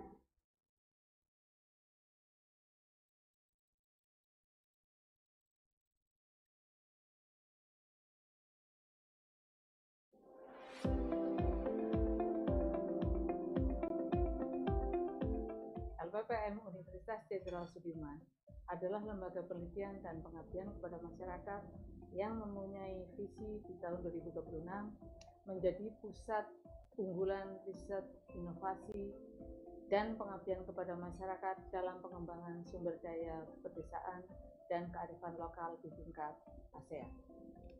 Oleh karena itu, LPPM Universitas Jenderal Sudirman mempunyai visi sebagai berikut. 1. Mengembangkan kompetensi dosen dan mahasiswa di bidang penelitian dan pengabdian kepada masyarakat. 2. Mengembangkan riset, inovasi, teknologi, dan rekayasa sosial sesuai dengan kebutuhan masyarakat berbasis sumber daya pedesaan dan kearifan lokal menuju terwujudnya pusat kepakaran Center of Excellence. 3. Mengembangkan diseminasi informasi dan transfer teknologi kepada masyarakat. Meningkatkan perlindungan kekayaan intelektual atas hasil penelitian dan diseminasi ilmu pada masyarakat. 5. Menguatkan kolaborasi dan layanan publik dalam mendukung hilirisasi hasil penelitian dan pengabdian kepada masyarakat. 6. Meningkatkan jalinan kerjasama dengan dunia usaha, dunia industri, pemerintah, dan organisasi baik di tingkat nasional maupun ASEAN. 7. Mengembangkan tata pamong LPPM yang baik.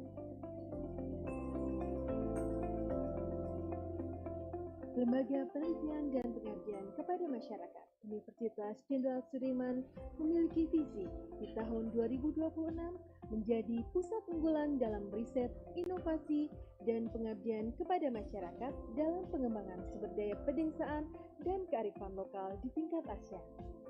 Berdasarkan visi misi tersebut ditetapkanlah beberapa program dalam rencana strategis LPPM tahun 2023 hingga 2026. Yang pertama, mengembangkan kompetensi dosen dan mahasiswa di bidang penelitian dan pengabdian kepada masyarakat dilakukan dengan penyelenggaraan bootcamp, penulisan buku berbasis riset dan jurnal nasional terakreditasi serta jurnal internasional bereputasi serta kekayaan intelektual, dan juga pendampingan penulisan buku berbasis riset dan jurnal nasional terakreditasi serta jurnal internasional bereputasi.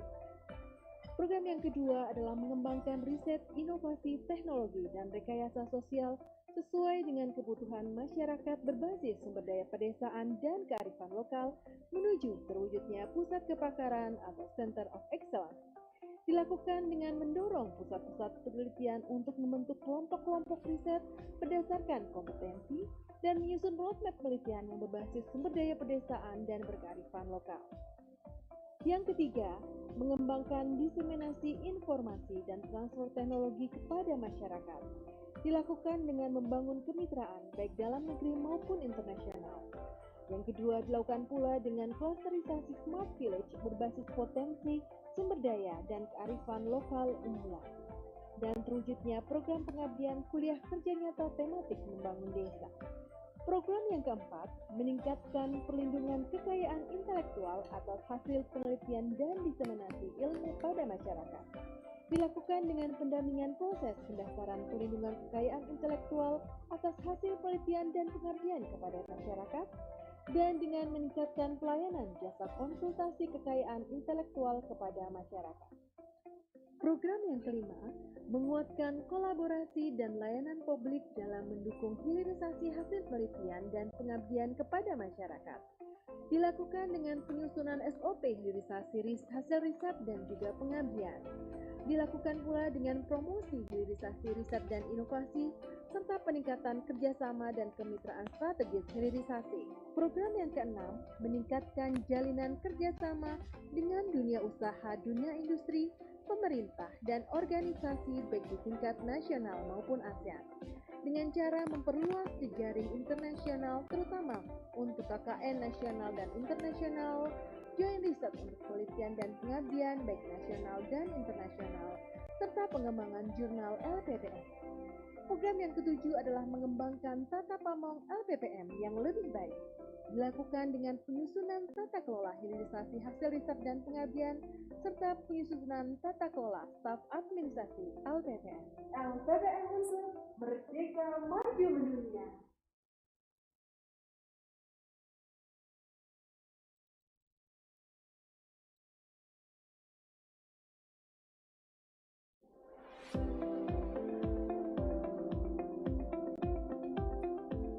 LPPM Universitas Jenderal Sudirman adalah lembaga penelitian dan pengabdian kepada masyarakat yang mempunyai visi di tahun 2026 menjadi pusat unggulan riset, inovasi, dan pengabdian kepada masyarakat dalam pengembangan sumber daya pedesaan dan kearifan lokal di tingkat ASEAN.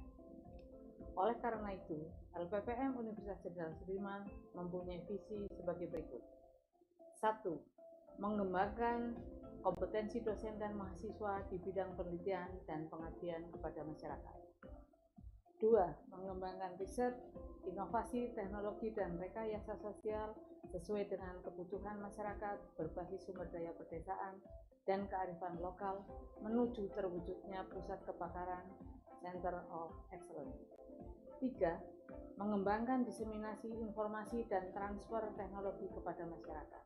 Meningkatkan perlindungan kekayaan intelektual atas hasil penelitian dan diseminasi ilmu pada masyarakat. 5. Menguatkan kolaborasi dan layanan publik dalam mendukung hilirisasi hasil penelitian dan pengabdian kepada masyarakat. 6. Meningkatkan jalinan kerjasama dengan dunia usaha, dunia industri, pemerintah, dan organisasi baik di tingkat nasional maupun ASEAN.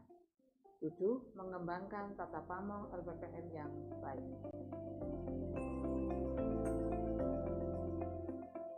Lembaga Penelitian dan Pengabdian kepada Masyarakat Universitas Jenderal Sudirman memiliki visi di tahun 2026 menjadi pusat unggulan dalam riset, inovasi, dan pengabdian kepada masyarakat dalam pengembangan sumber daya pedesaan dan kearifan lokal di tingkat ASEAN. Berdasarkan visi misi tersebut ditetapkanlah beberapa program dalam rencana strategis LPPM tahun 2023 hingga 2026. Yang pertama, mengembangkan kompetensi dosen dan mahasiswa di bidang penelitian dan pengabdian kepada masyarakat dilakukan dengan penyelenggaraan bootcamp penulisan buku berbasis riset dan jurnal nasional terakreditasi serta jurnal internasional bereputasi serta kekayaan intelektual, dan juga pendampingan penulisan buku berbasis riset dan jurnal nasional terakreditasi serta jurnal internasional bereputasi. Program yang kedua adalah mengembangkan riset, inovasi, teknologi, dan rekayasa sosial sesuai dengan kebutuhan masyarakat berbasis sumber daya pedesaan dan kearifan lokal menuju terwujudnya pusat kepakaran atau Center of Excellence. Dilakukan dengan mendorong pusat-pusat penelitian untuk membentuk kelompok-kelompok riset berdasarkan kompetensi dan menyusun roadmap penelitian yang berbasis sumber daya pedesaan dan berkearifan lokal. Yang ketiga, mengembangkan diseminasi informasi dan transfer teknologi kepada masyarakat. Dilakukan dengan membangun kemitraan baik dalam negeri maupun internasional. Yang kedua, dilakukan pula dengan klasterisasi Smart Village berbasis potensi, sumber daya, dan kearifan lokal unggulan. Dan terwujudnya program pengabdian kuliah kerja nyata tematik membangun desa. Program yang keempat, meningkatkan perlindungan kekayaan intelektual atas hasil penelitian dan diseminasi ilmu pada masyarakat. Dilakukan dengan pendampingan proses pendaftaran perlindungan kekayaan intelektual atas hasil penelitian dan pengabdian kepada masyarakat, dan dengan meningkatkan pelayanan jasa konsultasi kekayaan intelektual kepada masyarakat.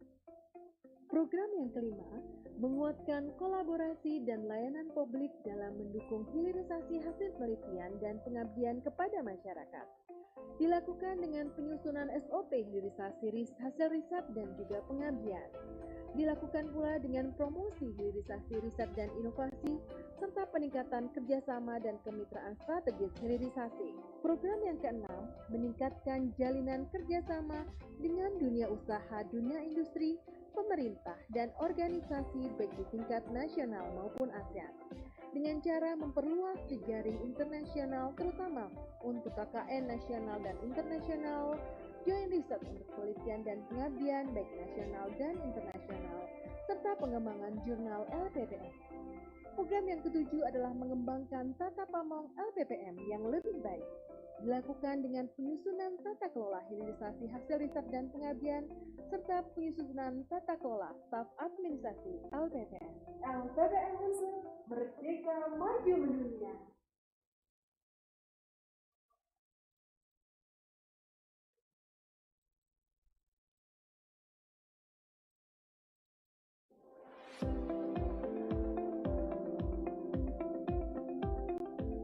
LPPM Universitas Jenderal Sudirman adalah lembaga penelitian dan pengabdian kepada masyarakat yang mempunyai visi di tahun 2026 menjadi pusat unggulan riset, inovasi, dan pengabdian kepada masyarakat dalam pengembangan sumber daya pedesaan dan kearifan lokal di tingkat ASEAN. Oleh karena itu, LPPM Universitas Jenderal Sudirman mempunyai visi sebagai berikut. 1. Mengembangkan kompetensi dosen dan mahasiswa di bidang penelitian dan pengabdian kepada masyarakat. 2. Mengembangkan riset, inovasi, teknologi, dan rekayasa sosial sesuai dengan kebutuhan masyarakat berbasis sumber daya pedesaan dan kearifan lokal menuju terwujudnya pusat kepakaran Center of Excellence. 3. Mengembangkan diseminasi informasi dan transfer teknologi kepada masyarakat. Meningkatkan perlindungan kekayaan intelektual atas hasil penelitian dan diseminasi ilmu pada masyarakat. 5. Menguatkan kolaborasi dan layanan publik dalam mendukung hilirisasi hasil penelitian dan pengabdian kepada masyarakat. 6. Meningkatkan jalinan kerjasama dengan dunia usaha, dunia industri, pemerintah, dan organisasi baik di tingkat nasional maupun ASEAN. 7. Mengembangkan tata pamong LPPM yang baik. Lembaga Penelitian dan Pengabdian kepada Masyarakat Universitas Jenderal Sudirman memiliki visi di tahun 2026 menjadi pusat unggulan dalam riset, inovasi, dan pengabdian kepada masyarakat dalam pengembangan sumber daya pedesaan dan kearifan lokal di tingkat ASEAN. Berdasarkan visi misi tersebut ditetapkanlah beberapa program dalam rencana strategis LPPM tahun 2023 hingga 2026. Yang pertama, mengembangkan kompetensi dosen dan mahasiswa di bidang penelitian dan pengabdian kepada masyarakat dilakukan dengan penyelenggaraan bootcamp, penulisan buku berbasis riset dan jurnal nasional terakreditasi serta jurnal internasional bereputasi serta kekayaan intelektual. dan juga pendampingan penulisan buku berbasis riset dan jurnal nasional terakreditasi serta jurnal internasional bereputasi. Program yang kedua adalah mengembangkan riset, inovasi, teknologi, dan rekayasa sosial sesuai dengan kebutuhan masyarakat berbasis sumber daya pedesaan dan kearifan lokal menuju terwujudnya pusat kepakaran atau Center of Excellence. Dilakukan dengan mendorong pusat-pusat penelitian untuk membentuk kelompok-kelompok riset berdasarkan kompetensi dan menyusun roadmap penelitian yang berbasis sumber daya pedesaan dan berkearifan lokal. Yang ketiga, mengembangkan diseminasi informasi dan transfer teknologi kepada masyarakat. Dilakukan dengan membangun kemitraan baik dalam negeri maupun internasional. Yang kedua, dilakukan pula dengan klasterisasi Smart Village berbasis potensi, sumber daya, dan kearifan lokal unggulan. Dan terwujudnya program pengabdian kuliah kerja nyata tematik membangun desa. Program yang keempat, meningkatkan perlindungan kekayaan intelektual atas hasil penelitian dan diseminasi ilmu pada masyarakat. Dilakukan dengan pendampingan proses pendaftaran perlindungan kekayaan intelektual atas hasil penelitian dan pengabdian kepada masyarakat, dan dengan meningkatkan pelayanan jasa konsultasi kekayaan intelektual kepada masyarakat. Program yang kelima, menguatkan kolaborasi dan layanan publik dalam mendukung hilirisasi hasil penelitian dan pengabdian kepada masyarakat. Dilakukan dengan penyusunan SOP hilirisasi hasil riset dan juga pengabdian. Dilakukan pula dengan promosi hilirisasi riset dan inovasi, serta peningkatan kerjasama dan kemitraan strategis hilirisasi. Program yang keenam, meningkatkan jalinan kerjasama dengan dunia usaha, dunia industri, pemerintah, dan organisasi baik di tingkat nasional maupun ASEAN. Dengan cara memperluas jejaring internasional terutama untuk KKN nasional dan internasional, joint research untuk penelitian dan pengabdian baik nasional dan internasional, serta pengembangan jurnal LPPM. Program yang ketujuh adalah mengembangkan tata pamong LPPM yang lebih baik. Dilakukan dengan penyusunan tata kelola hilirisasi hasil riset dan pengabdian, serta penyusunan tata kelola staf administrasi LPPM. LPPM Unsur Merdeka Maju Mendunia.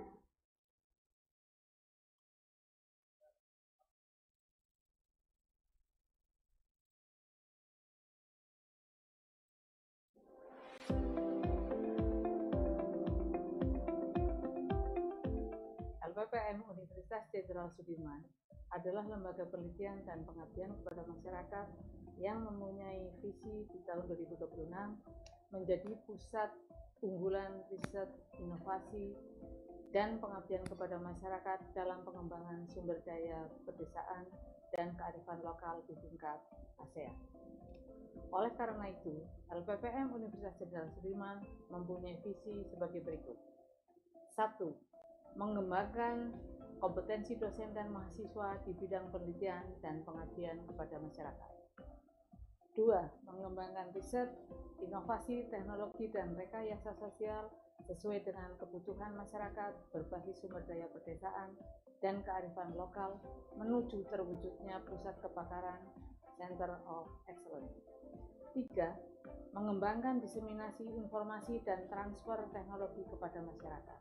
Meningkatkan perlindungan kekayaan intelektual atas hasil penelitian dan diseminasi ilmu pada masyarakat. 5. Menguatkan kolaborasi dan layanan publik dalam mendukung hilirisasi hasil penelitian dan pengabdian kepada masyarakat. 6. Meningkatkan jalinan kerjasama dengan dunia usaha, dunia industri, pemerintah, dan organisasi baik di tingkat nasional maupun ASEAN. 7. Mengembangkan tata pamong LPPM yang baik. Lembaga Penelitian dan Pengabdian kepada Masyarakat Universitas Jenderal Sudirman memiliki visi di tahun 2026 menjadi pusat unggulan dalam riset, inovasi, dan pengabdian kepada masyarakat dalam pengembangan sumber daya pedesaan dan kearifan lokal di tingkat ASEAN. Berdasarkan visi misi tersebut ditetapkanlah beberapa program dalam rencana strategis LPPM tahun 2023 hingga 2026. Yang pertama, mengembangkan kompetensi dosen dan mahasiswa di bidang penelitian dan pengabdian kepada masyarakat dilakukan dengan penyelenggaraan bootcamp penulisan buku berbasis riset dan jurnal nasional terakreditasi serta jurnal internasional bereputasi serta kekayaan intelektual, dan juga pendampingan penulisan buku berbasis riset dan jurnal nasional terakreditasi serta jurnal internasional bereputasi. Program yang kedua adalah mengembangkan riset, inovasi, teknologi, dan rekayasa sosial sesuai dengan kebutuhan masyarakat berbasis sumber daya pedesaan dan kearifan lokal menuju terwujudnya pusat kepakaran atau Center of Excellence. Dilakukan dengan mendorong pusat-pusat penelitian untuk membentuk kelompok-kelompok riset berdasarkan kompetensi dan menyusun roadmap penelitian yang berbasis sumber daya pedesaan dan berkearifan lokal. Yang ketiga, mengembangkan diseminasi informasi dan transfer teknologi kepada masyarakat. Dilakukan dengan membangun kemitraan baik dalam negeri maupun internasional. Yang kedua, dilakukan pula dengan klasterisasi smart village berbasis potensi, sumber daya, dan kearifan lokal unggulan. Dan terwujudnya program pengabdian kuliah kerja nyata tematik membangun desa. Program yang keempat, meningkatkan perlindungan kekayaan intelektual atas hasil penelitian dan diseminasi ilmu pada masyarakat. Dilakukan dengan pendampingan proses pendaftaran perlindungan kekayaan intelektual atas hasil penelitian dan pengabdian kepada masyarakat, dan dengan meningkatkan pelayanan jasa konsultasi kekayaan intelektual kepada masyarakat. Program yang kelima, menguatkan kolaborasi dan layanan publik dalam mendukung hilirisasi hasil penelitian dan pengabdian kepada masyarakat. Dilakukan dengan penyusunan SOP hilirisasi hasil riset dan juga pengabdian. Dilakukan pula dengan promosi hilirisasi riset dan inovasi, serta peningkatan kerjasama dan kemitraan strategis hilirisasi. Program yang keenam, meningkatkan jalinan kerjasama dengan dunia usaha, dunia industri, pemerintah, dan organisasi baik di tingkat nasional maupun ASEAN, dengan cara memperluas jejaring internasional terutama untuk KKN nasional dan internasional, joint research untuk penelitian dan pengabdian baik nasional dan internasional, serta pengembangan jurnal LPPM. Program yang ketujuh adalah mengembangkan tata pamong LPPM yang lebih baik. Dilakukan dengan penyusunan tata kelola hilirisasi hasil riset dan pengabdian, serta penyusunan tata kelola staf administrasi LPPM. LPPM Unsur Merdeka Maju Mendunia.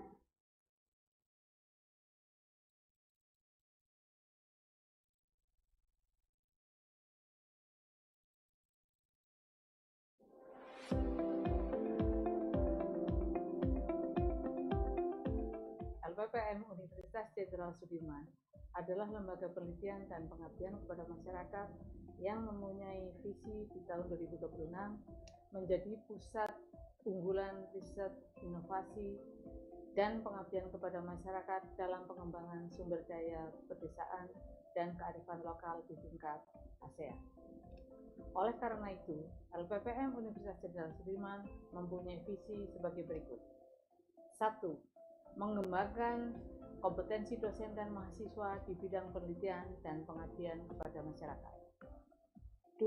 Mengembangkan riset, inovasi, teknologi, dan rekayasa sosial sesuai dengan kebutuhan masyarakat berbasis sumber daya pedesaan dan kearifan lokal menuju terwujudnya pusat kepakaran Center of Excellence. 3. Mengembangkan diseminasi informasi dan transfer teknologi kepada masyarakat. Meningkatkan perlindungan kekayaan intelektual atas hasil penelitian dan diseminasi ilmu pada masyarakat. 5. Menguatkan kolaborasi dan layanan publik dalam mendukung hilirisasi hasil penelitian dan pengabdian kepada masyarakat. 6. Meningkatkan jalinan kerjasama dengan dunia usaha, dunia industri, pemerintah, dan organisasi baik di tingkat nasional maupun ASEAN. 7. Mengembangkan tata pamong LPPM yang baik. Lembaga Penelitian dan Pengabdian kepada Masyarakat Universitas Jenderal Sudirman memiliki visi di tahun 2026 menjadi pusat unggulan dalam riset, inovasi, dan pengabdian kepada masyarakat dalam pengembangan sumber daya pedesaan dan kearifan lokal di tingkat ASEAN. Berdasarkan visi misi tersebut ditetapkanlah beberapa program dalam rencana strategis LPPM tahun 2023 hingga 2026. Yang pertama, mengembangkan kompetensi dosen dan mahasiswa di bidang penelitian dan pengabdian kepada masyarakat dilakukan dengan penyelenggaraan bootcamp, penulisan buku berbasis riset dan jurnal nasional terakreditasi serta jurnal internasional bereputasi serta kekayaan intelektual, dan juga pendampingan penulisan buku berbasis riset dan jurnal nasional terakreditasi serta jurnal internasional bereputasi. Program yang kedua adalah mengembangkan riset, inovasi, teknologi, dan rekayasa sosial sesuai dengan kebutuhan masyarakat berbasis sumber daya pedesaan dan kearifan lokal menuju terwujudnya pusat kepakaran atau Center of Excellence. Dilakukan dengan mendorong pusat-pusat penelitian untuk membentuk kelompok-kelompok riset berdasarkan kompetensi dan menyusun roadmap penelitian yang berbasis sumber daya pedesaan dan berkearifan lokal. Yang ketiga, mengembangkan diseminasi informasi dan transfer teknologi kepada masyarakat. Dilakukan dengan membangun kemitraan baik dalam negeri maupun internasional.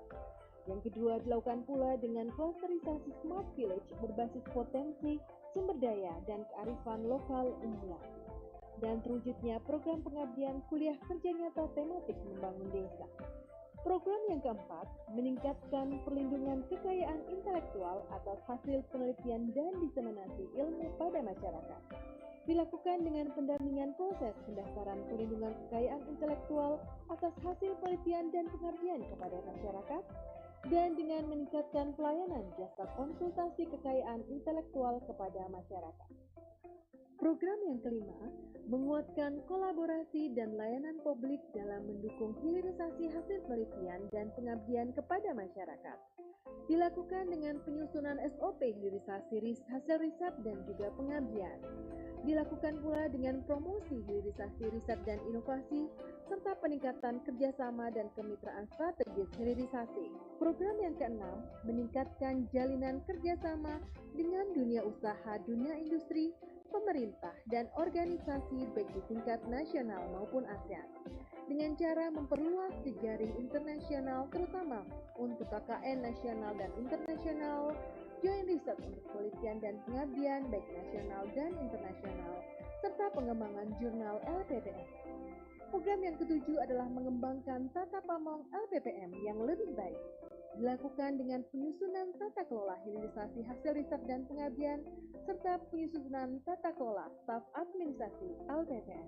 LPPM Unsur Merdeka Maju Mendunia.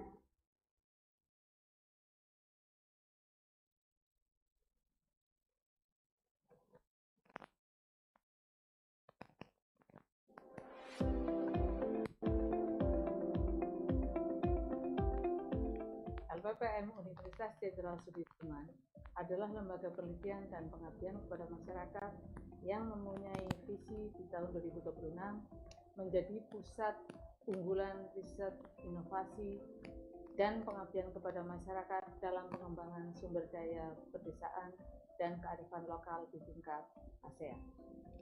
Oleh karena itu, LPPM Universitas Jenderal Sudirman mempunyai visi sebagai berikut. 1. Mengembangkan kompetensi dosen dan mahasiswa di bidang penelitian dan pengabdian kepada masyarakat. 2. Mengembangkan riset, inovasi, teknologi, dan rekayasa sosial sesuai dengan kebutuhan masyarakat berbasis sumber daya pedesaan dan kearifan lokal menuju terwujudnya pusat kepakaran Center of Excellence. 3. Mengembangkan diseminasi informasi dan transfer teknologi kepada masyarakat. Meningkatkan perlindungan kekayaan intelektual atas hasil penelitian dan diseminasi ilmu pada masyarakat. 5. Menguatkan kolaborasi dan layanan publik dalam mendukung hilirisasi hasil penelitian dan pengabdian kepada masyarakat. 6. Meningkatkan jalinan kerjasama dengan dunia usaha, dunia industri, pemerintah, dan organisasi baik di tingkat nasional maupun ASEAN. 7. Mengembangkan tata pamong LPPM yang baik. Lembaga Penelitian dan Pengabdian kepada Masyarakat Universitas Jenderal Sudirman memiliki visi di tahun 2026 menjadi pusat unggulan dalam riset, inovasi, dan pengabdian kepada masyarakat dalam pengembangan sumber daya pedesaan dan kearifan lokal di tingkat ASEAN. Berdasarkan visi misi tersebut ditetapkanlah beberapa program dalam rencana strategis LPPM tahun 2023 hingga 2026.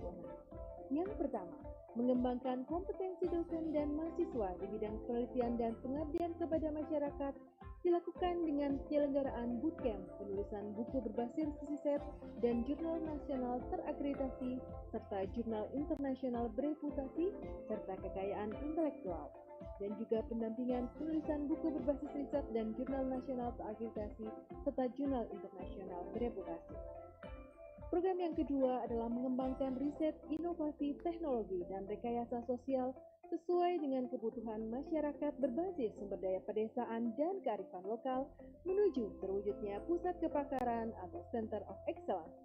Dilakukan dengan mendorong pusat-pusat penelitian untuk membentuk kelompok-kelompok riset berdasarkan kompetensi dan menyusun roadmap penelitian yang berbasis sumber daya pedesaan dan berkearifan lokal.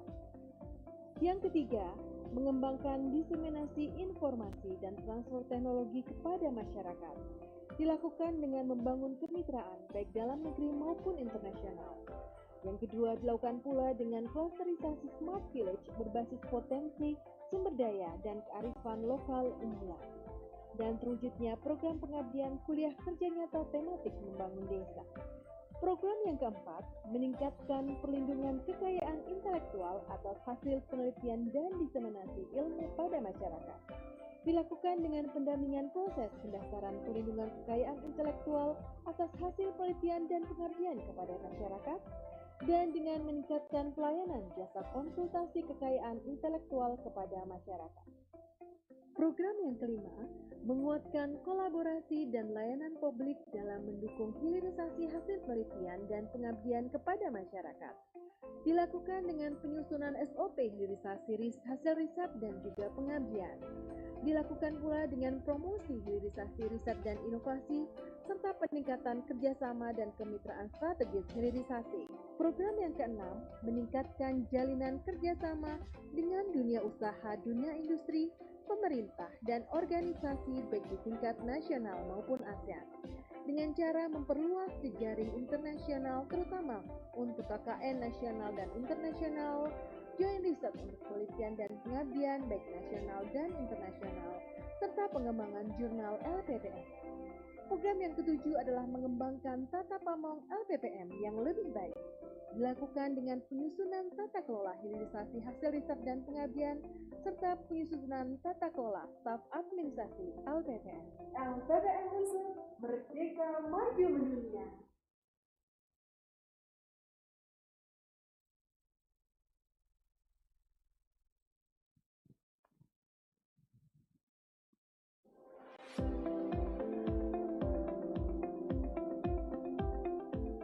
LPPM Universitas Jenderal Sudirman.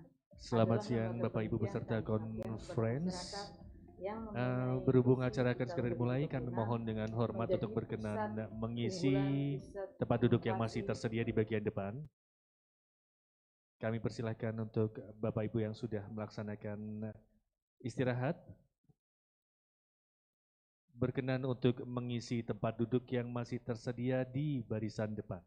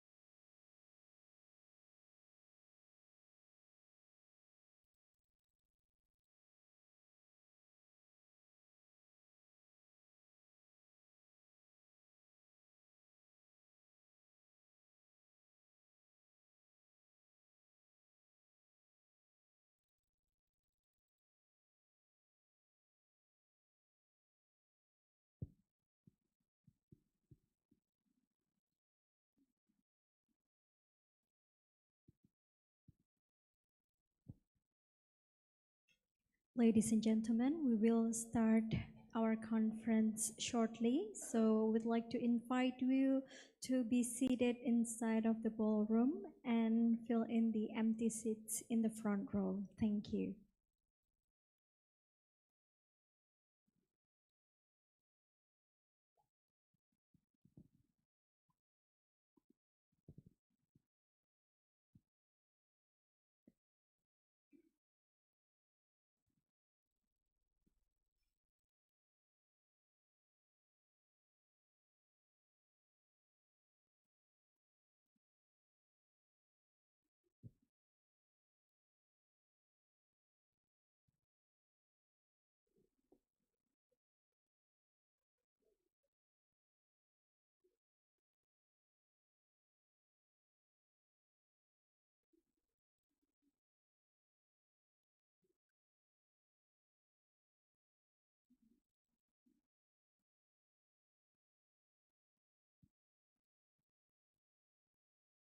Ladies and gentlemen, presenters and participant conference, welcome back to the conference. We hope you had a pleasant break and enjoy your lunch. And now, let us continue with our program into plenary session 3. We have the distinguished speakers. They are 3 invited speakers. The first, Associate Professor Dr. Teguh Haryo Sasongko, PhD, from International Medical University Malaysia, will be joined via Zoom or online. And the second, Professor Poppy Arsil, PhD, from Universitas Jenderal Sudirman. And the third, Professor Dr. Slamet Rosyadi, from Universitas Jenderal Sudirman. And this plenary session will be moderated by Professor Dr. Ade Banani. And before we are going to the presentation, please allow me to give a brief overview of Professor Dr. Ade Banani's curriculum vitae. Professor Dr. Ade Banani, MMS, Institution in Economic and Business Faculty, Jenderal Sudirman University, expertise in financial management and education background, doctoral in Brawijaya University, and the research interests finance and human resources. And please kindly Professor Dr. Ade Banani to come to the stage.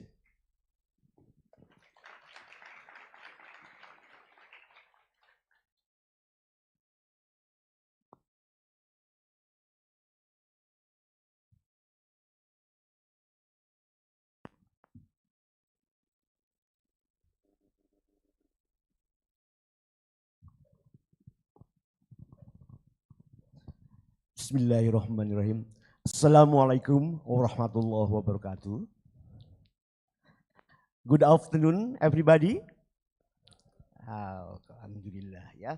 As usual, when we have a seminar conference in the lunch time, usually we tend to be sleepy, yeah.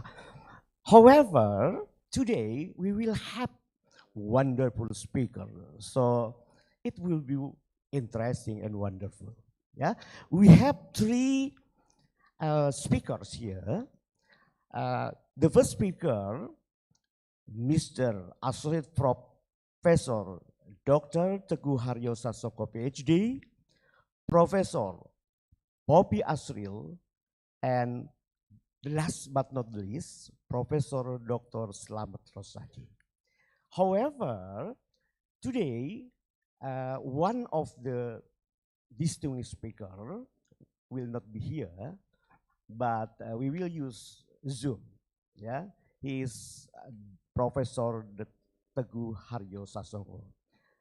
And then I would like to invite the wonderful speaker here, yeah, Professor Poppy Asril, SFE. Please come forward. And the second respected speaker is Professor Dr. Slamet Rosadi, SOS MSc. Ladies and gentlemen, yeah, I would like to introduce myself first. Yeah, I am Ade Banani as moderator, not Ade Banana. Yeah. However, both of Banani and banana has similarity. Do you know the similarity? Twin. Both of them are sweet.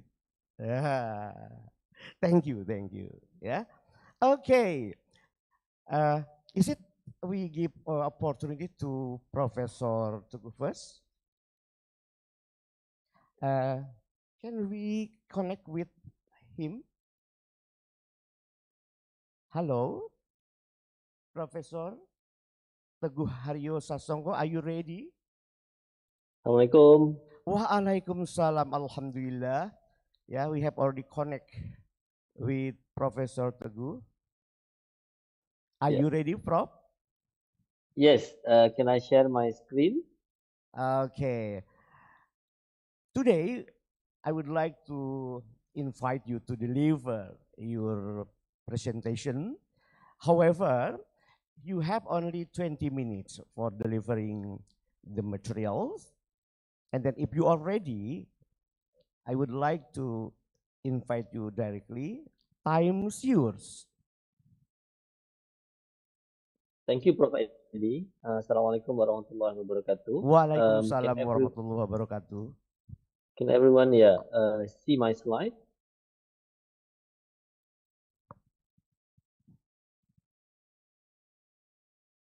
Prof. Edi, can you see my slide, Prof. Edi? Yep. Prof. Edi? Yeah, right. Okay, first of all, thank you very much for the invitation extended to me. And congratulations to Universitas Jenderal Sudirman for organizing this conference, which address a very important topic in terms of development in the rural regions. I would like to share some of the views that I had in this conference with regards to setting research priority for the rural regions in the developing nations. And I'd like to see this from the ethical point of view. There are several things in these presentations regards to this title. First is that every research is an investment. And as an investment, we need to set priority. And along the presentation, I'd like to argue that why research in the rural region is such a priority. And that is an ethical obligation to fulfill. That's one thing. And another thing is that there are ways on how to do a priority setting when we want to do research in the rural regions, especially those in the developing nations. This is the first thing that I'd like to share with everyone. What we see from this slide is that consistent decline in the share of the world population that are living in the rural areas for the last maybe 40 years, yeah. For the last 30 years, yeah.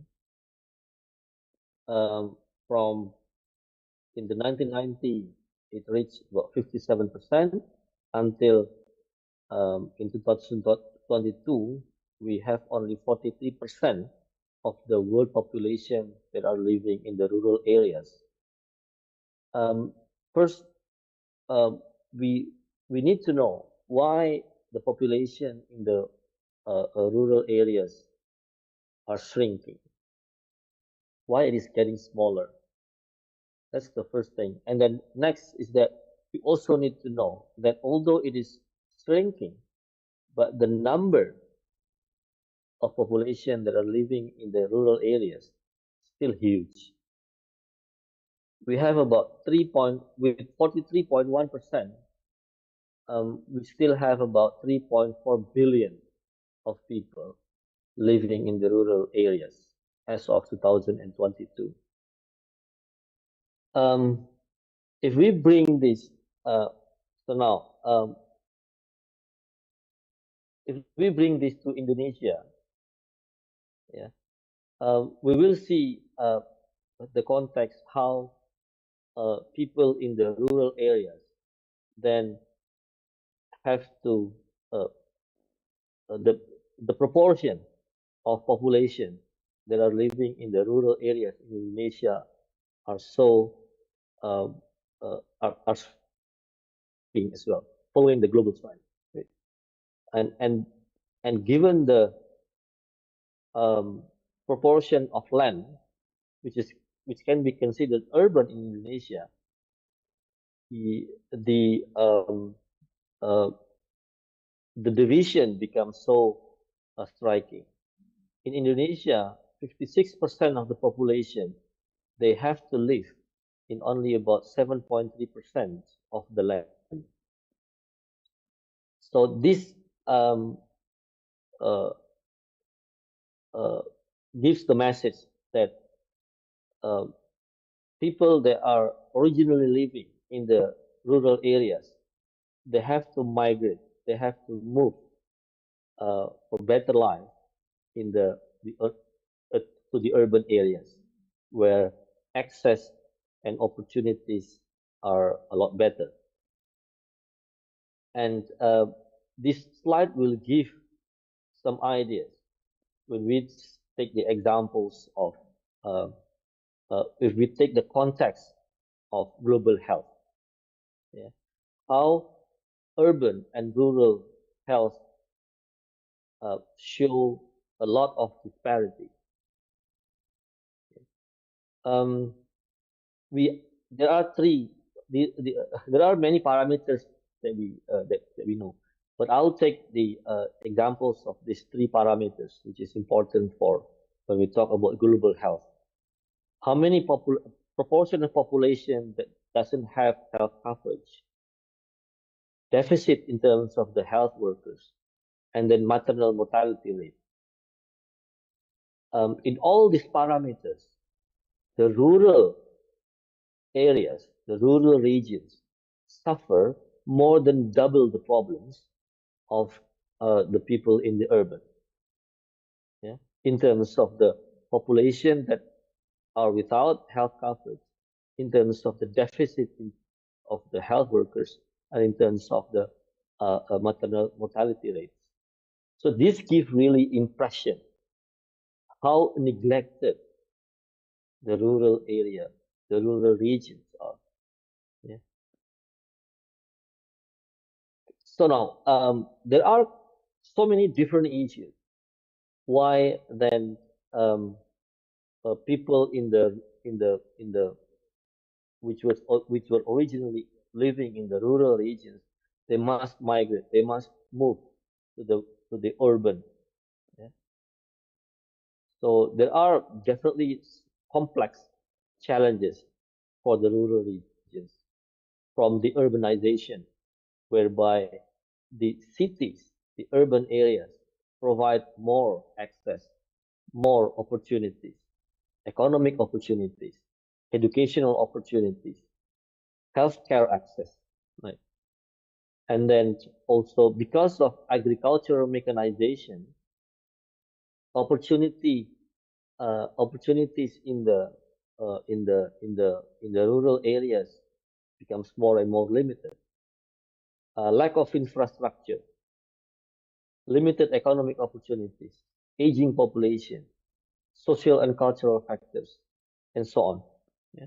So all these complex challenges push people to then move into the rural, into the urban areas without, and then leaving the problems in the rural regions left untouched in terms of, especially what I'm going to stress more in these presentations in terms of the global health.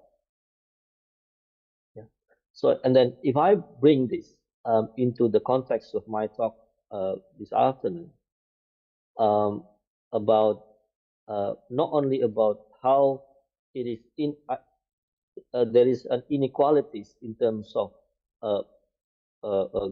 in terms of health parameters between the rural and the urbans, but also we also see here how there is also global inequalities in terms of health research. That this one shows the research outputs from categories of countries in the world. From the blue line reflects the research output from the high-income nations. The orange shows the upper middle income nations, and then until the yellow one shows the lowest income nations. So you can see a huge gap, yeah, between of research output between those that are produced in the high income countries and the rest of the world. Yeah. Now, while research is important, now what we can see here is that while research is important in addressing problems of the rural, and while we also at the same time understand that there are so much still rural areas in the lower income nations, UMIC, LMIC, and lowest income nations, we see still very limited research outputs that address health research, yeah, coming out from the non-high income countries. Yeah. So this shows the gaps, and even and this shows another disparity in terms of the research output and research role in this case. Yeah. So this shows if research are coming from low income nations, low income countries, lower and middle income countries, and also upper and middle income countries, there is still domination of authors from high income countries. Yeah. These countries, LIC, LMIC, UMIC, they do publish. But when they publish, they are still dominated by authors from high income countries. This tells what? Either the ideas might come from those high income countries, or the funding will come might have come from those high income countries, right? And with this slide, I'd like to argue why research is important. So now I have shown that while research is important, research are still scarce that address urban problem, rural problems in our regions. Yeah. Now, this is an interesting story from what happens in one part of Indonesia. This study is funded by Australian National Health and Medical Research Council. This is not a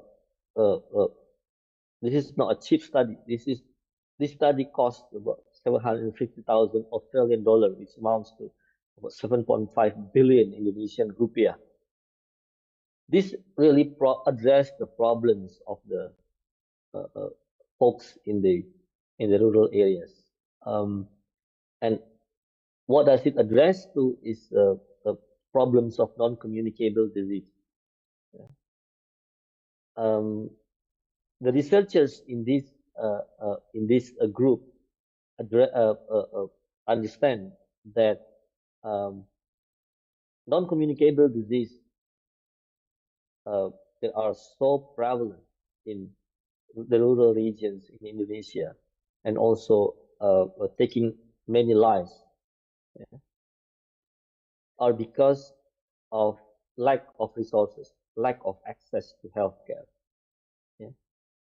Lack of access can be because they cannot be mobile enough to go to the health clinics. They don't have resources to go to the health clinics, or simply they don't have the awareness to comply to the medications. Yeah.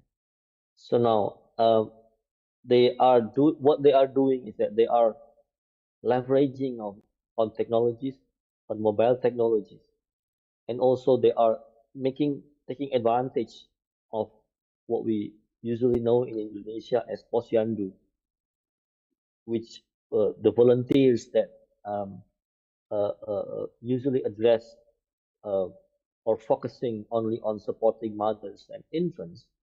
Now they are being empowered, yeah, to also address the problems of non-communicable disease with the help of technologies. So now, the existence of these healthcare volunteers, which is originally serving only posyandu, then they are able to be like an expansion in terms of the arms of the health clinics. Yeah. Health clinics are located for several villages. There's only one health clinic. For several villages, there's only one health clinic. So that makes access to health clinics becomes more difficult in a widespread area of rural regions. Yeah. So at the end of the study, they can see that the difference between village where the intervention was done and village and control village. 57% of the intervention village eventually used the proper medication, yeah, as compared to only 16% in the control village. And above that, more than that, when we talk about non-communicable disease, we talk about multiple metabolic disease. Not only blood problems of hypertension, but also sometimes problem of hypercholesterolemia, high blood glucose, and so on. They have to get a proper combination of drugs. Yeah. Then there is a huge difference between intervention village and the control village in terms of the proportion that eventually can use effective combination of the medication. Yeah. This was done in Malang, in East Java. It was previously just addressing about 4 control village and another 4 intervention village. Time almost finished. 3 minutes later.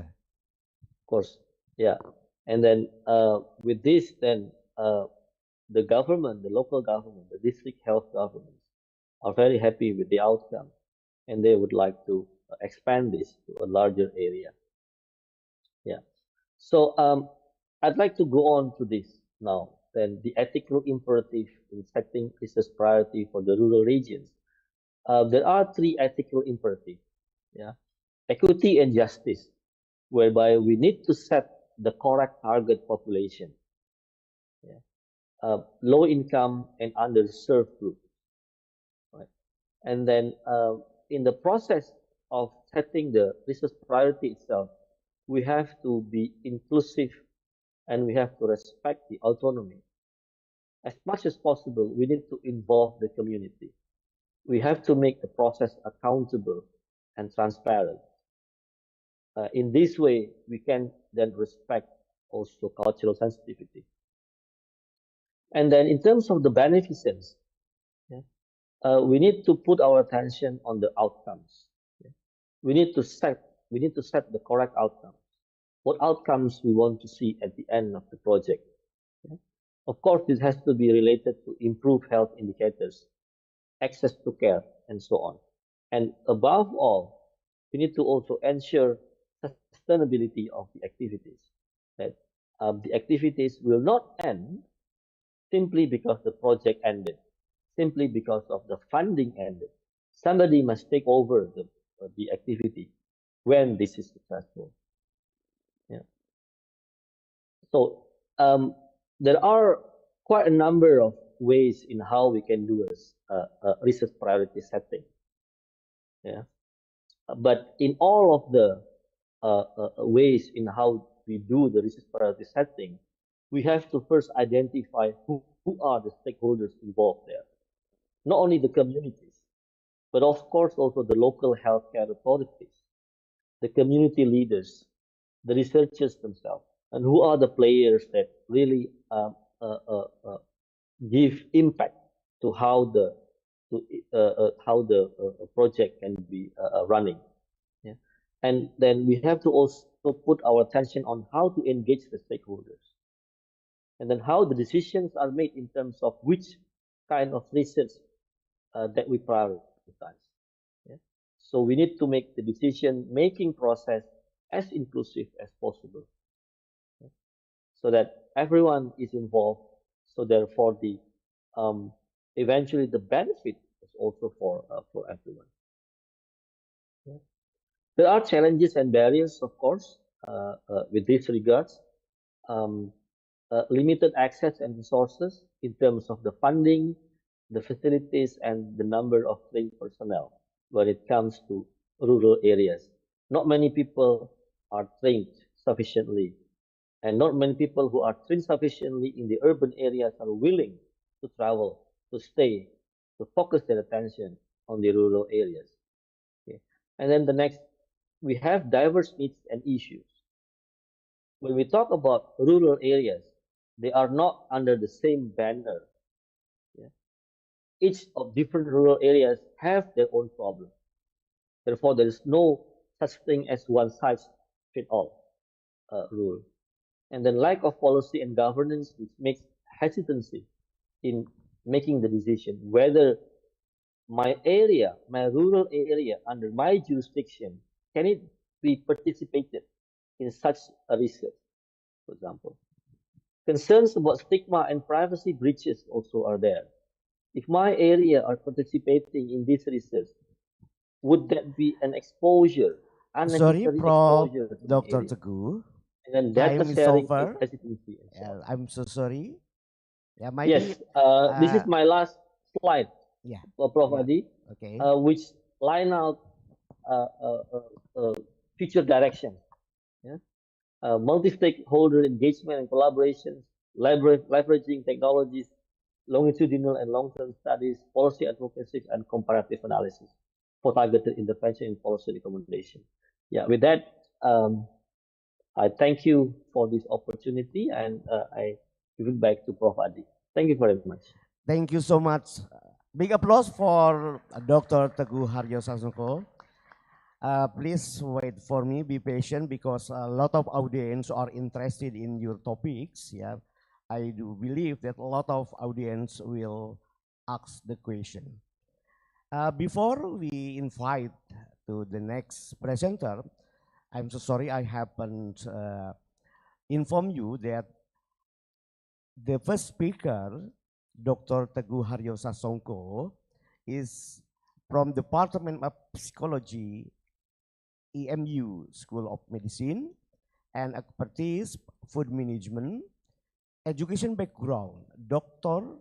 Kobe University, Japan, and research interest, human genetic and genomic research, academic activity, teaching, research, trainer, and scientific reviewer. His position, Deputy Director at IRDI EMU School of Medicine. Thank you. And now, we would like to invite the most energetic speaker and the most beautiful speaker today. Yeah? Please big applause to Ibu Profesor Poppy Asil STP MT PhD. She is a lecturer of Jenderal Sudirman University, and her expertise, food management, and educational background, Dr. University of Adelaide, Australia, and her research interest is food management and academic activity, teaching and education, research and development and community service, and position right now, head of Halal Center.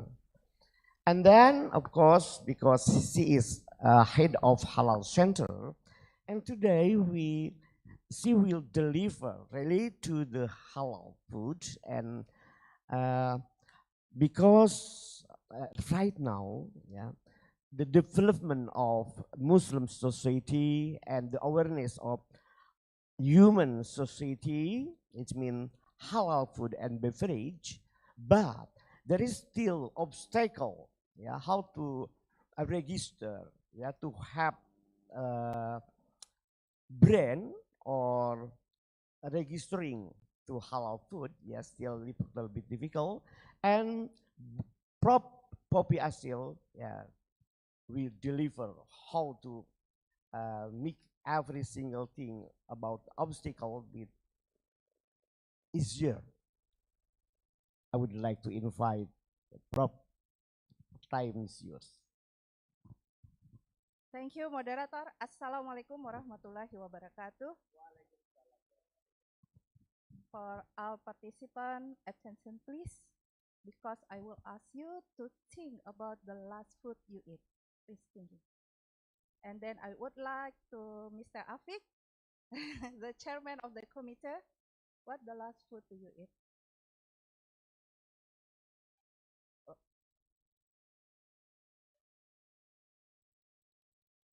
Okay, beef, yeah, rice, beef, and vegetables.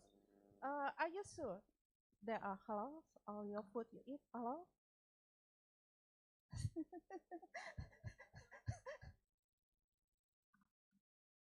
You believe? Okay. Please share my PPT. Okay, I would like to deliver the topic about the framework for the certification-based development for of the halal food service industry. It's very related to our daily life. Next, please. So the outline of the presentation will be divided into three parts. First, the global issue, opportunity, and challenge in the halal trade. And second, the halal certification issue. And the last one is the solution for the problem about the framework for halal certification implementation for the food service industry. Next, please. Do you know that Indonesia is the hidden treasure of halal industry, including the halal food? Why? Because Indonesia is the home for the largest Islamic community globally. In addition, more consumers aware about what they eat, the halalness, the food security, and the others. And the development of science and technology advanced rapidly, making the such as us, the Muslim scholar and the government need to adjust the halal certification standard. And also the halal logo may pose as the barrier for the international halal trade. Next, please. you can see in this picture that Muslim consumer concentrate to South Asia and Asia Pacific, account for 62%. And Indonesia is the larger Muslim country. Therefore, Indonesia has the potential, a huge market for halal food, but also become the leading halal producer in the world. Indonesia has the opportunity for that. Next, please. Concerned about the potential of halal food market, Indonesian government made a very crucial decision, making the halal certification product mandatory rather than voluntary, as stipulated in the law number 33 2014 regarding the halal assurance system. As stated in the Article 4, that all the product entering, distribute, and trade in Indonesia territory should be halal certified. Next, please. The first stage of halal certification obligation start from 17 October 2019 to 17 October 2024. It includes the food and beverage as well as the food service industry, and also for the product and service of slaughterhouses. Next, please. Based on the Islamic Economic Report, Indonesia is the first halal food consumer in the world since 2018. Next, please. And we can see in this data that in 2020, Indonesia is still in the second largest halal food consumer in the world. However, Indonesia is not the top 5 halal food exporter. Therefore, we need to concern about that. Next, please. The interesting fact that I found from the literature by reading some journal, that halal not only mean permissible, but also healthy. For Muslim consumer, they believe that food undergoes the halal certification process to obtain the authentic logo. It means the product has met the requirement set by Sharia law. Therefore, it can calm their heart when consume the food. And then for non-Muslim consumer, they believe that halal logo can represent the cleanness, purity, and healthiness. Therefore, halal logo can be what we say that a phenomenon for the Muslim and non-Muslim consumer, and also a standard of choice. Next, please. Okay, this is the definition of food service that we can refer as the activity, service, and business function in preparing and serving food for people eating away from home. It could be the restaurant, canteen, food truck, and others. Next, please. When we see the data from the LPPOM MUE, there has been 727 halal certified products in the last 6 years, and the number increased significantly during the BPJPH period. However, the halal certified for restaurant and other food service did not increase significantly. For example, in Bandung City, there are 369 restaurants, but only 36 restaurants have halal certified. Next, please. Now we go to the halal certification issue. This is based on our study that we identified the two barriers during the halal certification implementation. Next, please. The barriers come from the external of the business owner and internal of the business. External barrier can be the system for halal management, and then halal certified material, lack of socialization and education, and also regulation, sanction, and reward.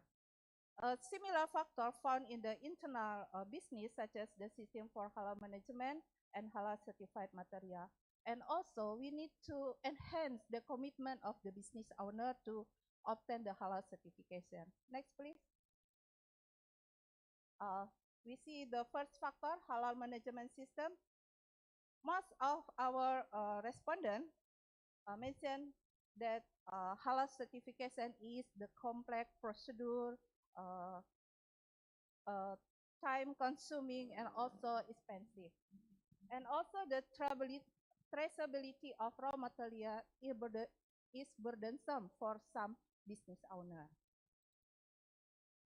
Sanitation hygiene eligible certificate, or we call it a certificate layak higien dan sanitasi, is also challenging to acquire.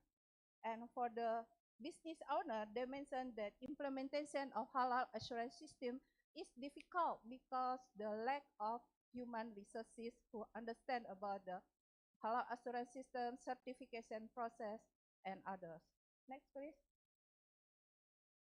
About the material preparation, we still difficult to find the availability or information availability, the slaughterhouses, and also lack of halal certified slaughters.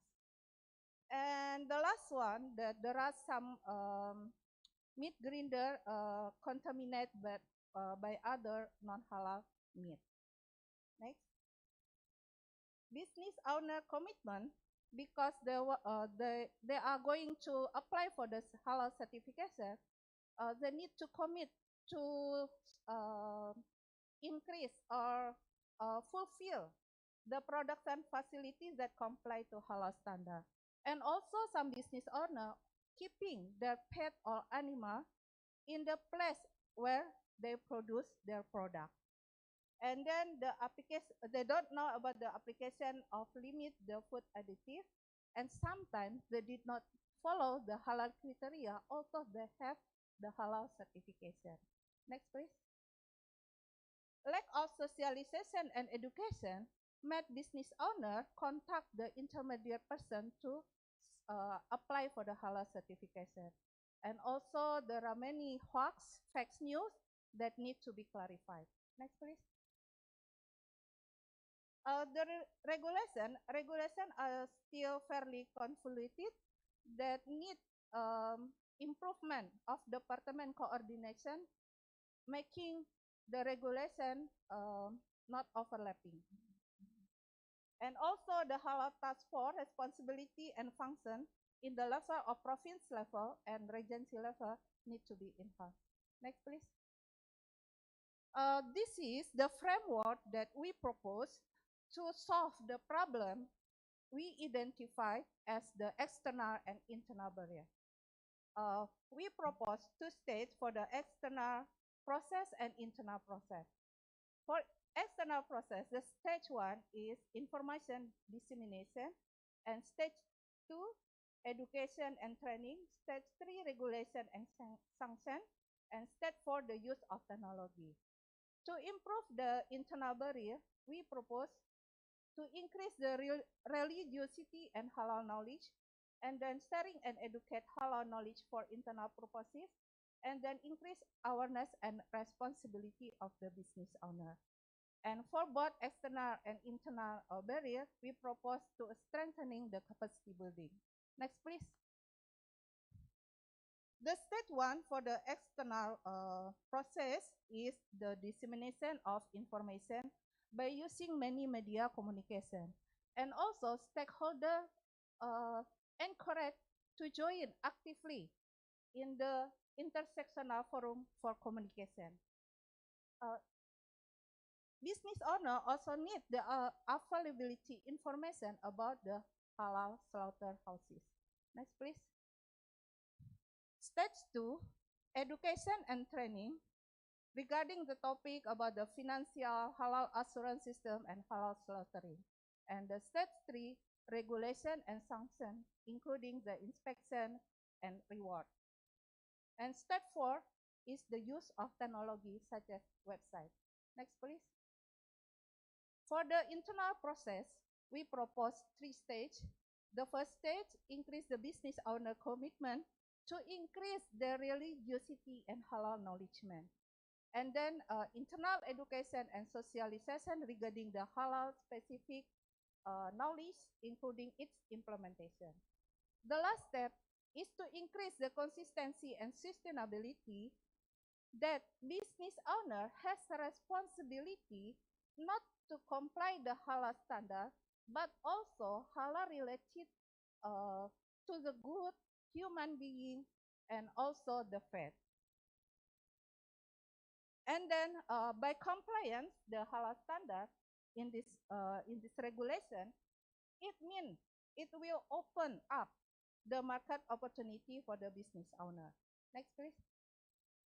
For the external and internal processes, we propose to enhance or strengthening the capacity building.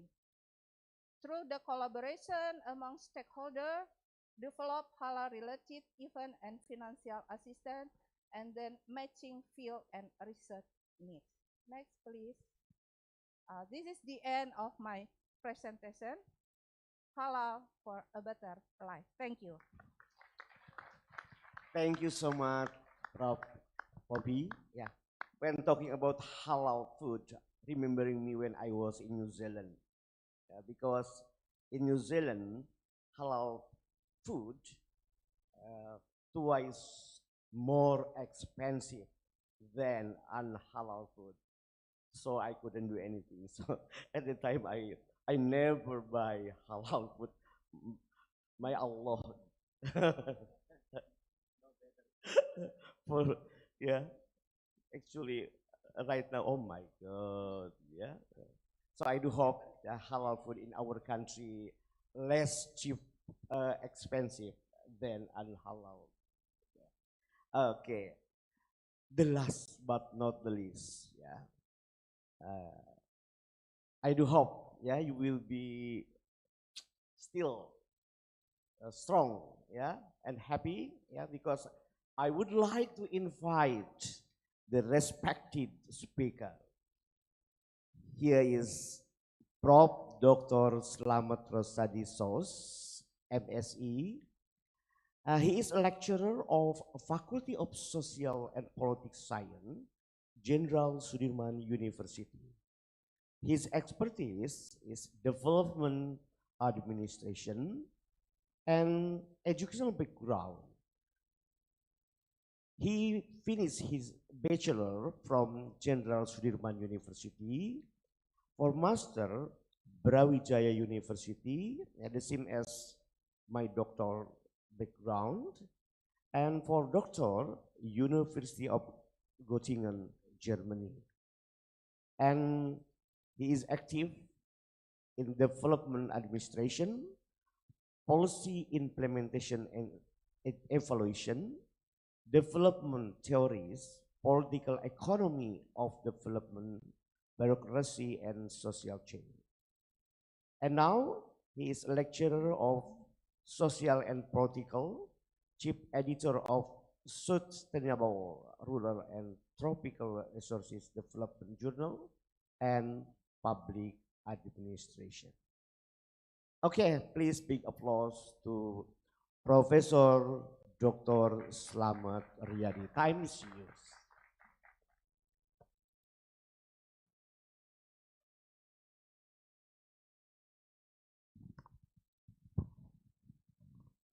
Bismillahirrahmanirrahim. Assalamualaikum warahmatullahi wabarakatuh. Okay, ladies and gentlemen, thank you to still have here because this is the difficult time, yeah, to listen the last presentation because we have a lot of information in our brain, and then you have to process the information, and then if you cannot process it, maybe you can get sleep. Yeah. Okay, I choose to stand here because I have to balance. Yeah, every speaker stand in the right hand, and then I stand in the left hand. Right. Okay. I want to ask you a question because Prof. Poppy also give you a question. Yeah. Okay. I want to know who are living in the village now. Please raise your hand. Who are living in the village? Only one. 1, 2, 3, 4. 4? Only 4. Yeah. Prophet Ranto, you are living in the city, right?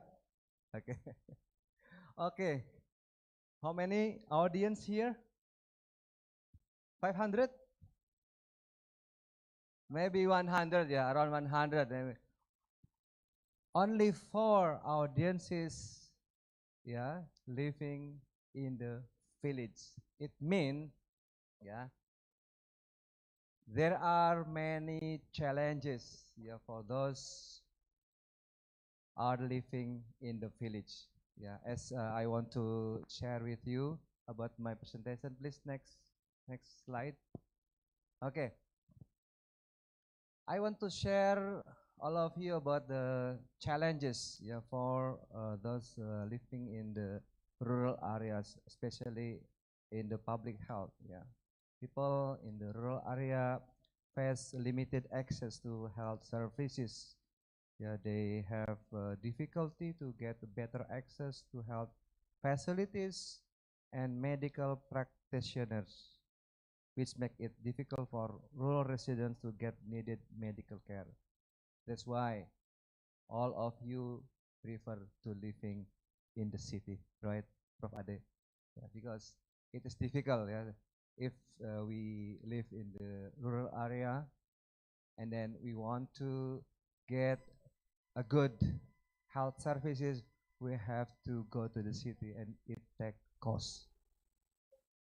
The second one is prevalence of infectious diseases. Yeah, some infectious diseases such as malaria, diarrhea, and vector-borne diseases, like Professor Rajagopal presented that because of global climate change, yeah, so many diseases, and then the rural people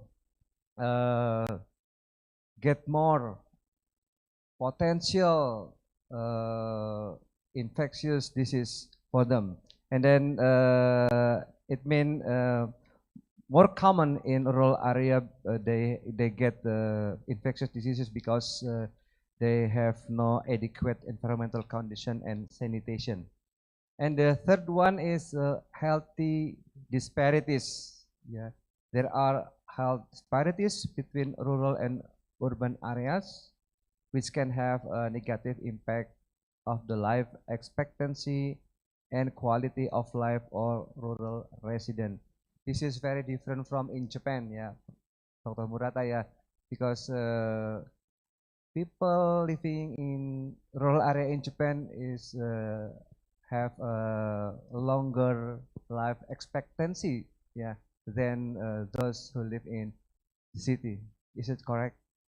Right. Are you living in the city or in village? In city. Okay. And the fourth one is inadequate health infrastructure. Yeah, as we know that many rural areas confront the problem of outdated and inadequate health infrastructure, including healthcare facilities and road networks. As we know that if we live in the rural area, we have no support in terms of infrastructure, like a good road, good facilities, and then it is very costly for rural residents to go to city to get a better health facilities. Next slide. And then what is challenges in achieving sustainable development in rural communities? As presented by the previous presenters, I try to summarize here the first challenge for rural people to achieve sustainable development is poverty and inequality. Yeah, data say that poverty remains a serious problem in rural areas, as well as economic inequality. Yeah, also can be a inhibiting factor to achieve sustainable development. And the second one, limited access to education. Yeah, that's why Dr. Teguh said before, people living in rural area decrease every year because they have no good access, yeah, to education. Quality education is often not available in rural area. Yeah, I have a story from my colleague who have profession as doctors, like Professor Fitranto, yeah, because why many doctors do not want to stay in village because they cannot have good access to having their children to get better school facility. Is it correct, Prof? Okay. Okay, and then the third one is environmental vulnerability. Yeah, as we know, rural areas are often more vulnerable to climate change, natural disasters, and environmental degradation. And these factors can threaten economic and social sustainability. And the last one is limited resources, yeah, clean water, energy, access to information technology is very costly. This is a luxury good for rural people, and then they are very difficult to get these resources. Next. Okay. In my opinion, to handle these challenges, we should apply principles of governance in public health. The first one is strong leadership. Yeah, it is very important to have strong leadership at the government and health agency level, especially to design and implement effective sustainable policies. The second one is transparency and accountability. Yeah. Here, public health system must be transparent in the use of resources and committed to accountability, including performance reporting and evaluation. Yeah. Now we have many NGOs or maybe civil society organization who frequently observe and monitor the performance of public health agency. And the third one is community participation.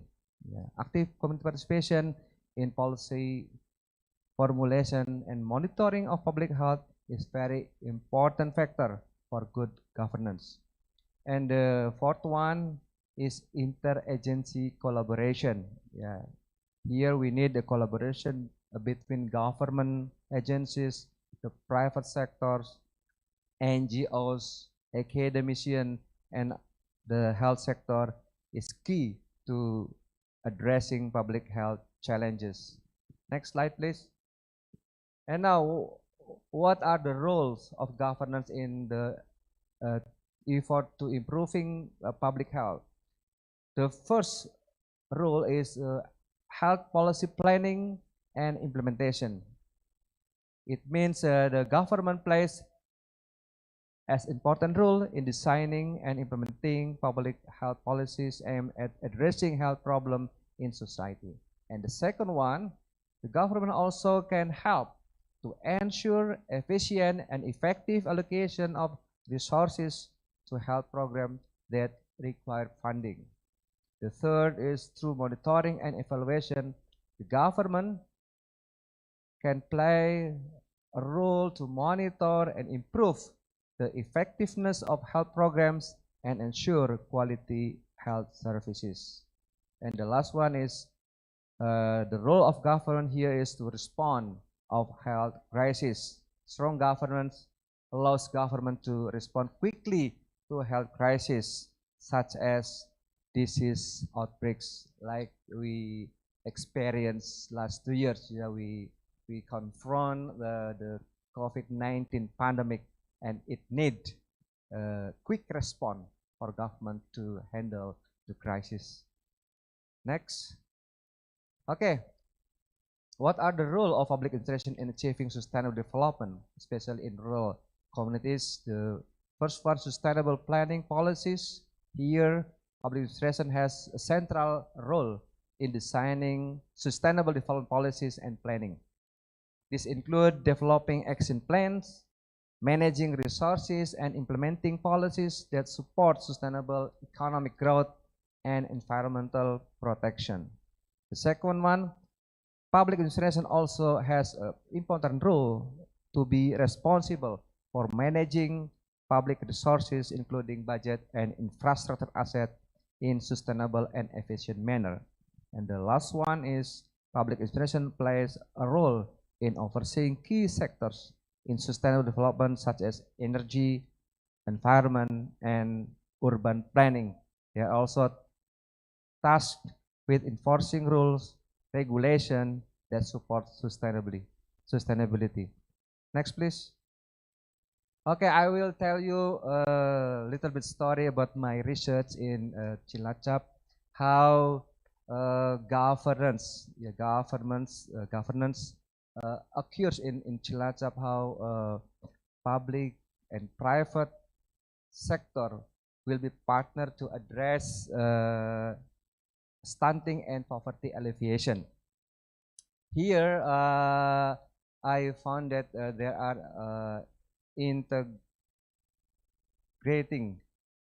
CSR funds with the regional development priorities, especially to handle stunting cases as well as poverty incidents. And in my research, even so huge amount of CSR funds has been allocated to community, but the share of this fund for stunting, handling, and also poverty alleviation, especially in stunting, is quite small numbers. But for poverty alleviation is quite good because the allocation here is to 24%. Yeah, and then why now we have a serious problem about the extreme poverty, because very difficult for government, yeah, to rely on their budget only. The government need contribution also from CSR funds. Okay, next. And the second one is we need innovation, especially in public services, yeah, in health services and rural development. And I saw in Cilacap there are some innovations, yeah, in public services, yeah, and then the innovation in public services has a good effect, because the innovation can improve quality of life of communities, yeah, affected by stunting and poverty, because the innovation provide children nutrition, access to quality education, and better health services. Okay, no worry. And then the second one, the prevention and of reduction stunting, yeah, because one of the main goal of innovation is to prevent and to reduce the level of stunting in children through nutrition program, material education, and better child health care. Third one is economic empowerment. Innovation can help poor communities by providing skill training, financial assistance, and access to better job market. Therefore, they can escape from poverty and increase their income. Next, please. And the Fourth one, improving access to basic services. Yeah, innovation here can ensure that better access for rural people to get basic services like clean water, sanitation, adequate housing, and electricity. And five, one is community empowerment. Yeah, innovation can promote active community participation in planning and implementing programs to deal with stunting and poverty. Therefore, the people can be more empowered, especially their participation in this making process. And the sixth one, increasing efficiency and effectiveness. Yeah, through innovation, public service will be increase in quality because the public services will be efficient, will be effective to handle stunting and poverty management. The innovation will use technology, data analysis, as well as ongoing evaluation to improve their public services. And the last one is innovation can promote better cooperation between public, private, and non-government sectors, as well as between various institutions. This aim to maximize positive impact of stunting and poverty management program. And last slide is conclusion. Nah, okay, conclusion. There are three conclusions. Interagency collaboration. I mean a good cooperation between government agencies, non-government organizations, and the private sector is very essential in advancing public health and rural development. This collaboration can maximize the use of different resources and knowledge. And the second one, the use of technology and innovation can help improve efficiency and effectiveness, especially in the management of health and village development program, yeah, through using information system and communication technology to monitor and evaluate the implementation of public service. And the last conclusion is community participation. Active participation in planning, implementing, and monitoring is very important. Yeah. Therefore, community can have a voice in determining their needs as well as in monitoring and evaluating existing program. Last word, I will give you pantun. Yeah. Yeah. Eating dodol with aura kasih. Cakep. That's all and terima kasih. Big applause for Professor Dr. Slamet Roshadi. Yeah. Okay.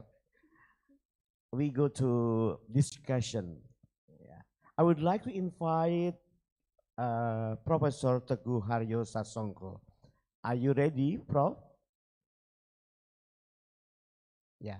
While we are waiting for Dr. Teguh, I would like to invite you all of audience. Maybe you want to ask the question. Yeah. You have to mention to whom. Yeah, you want to ask the question to Prof. Poppy or Prof. Slamet.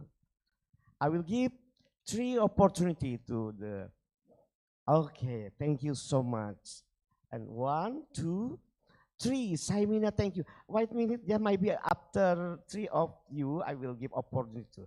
The first, I would like to give opportunity to, please mention your name.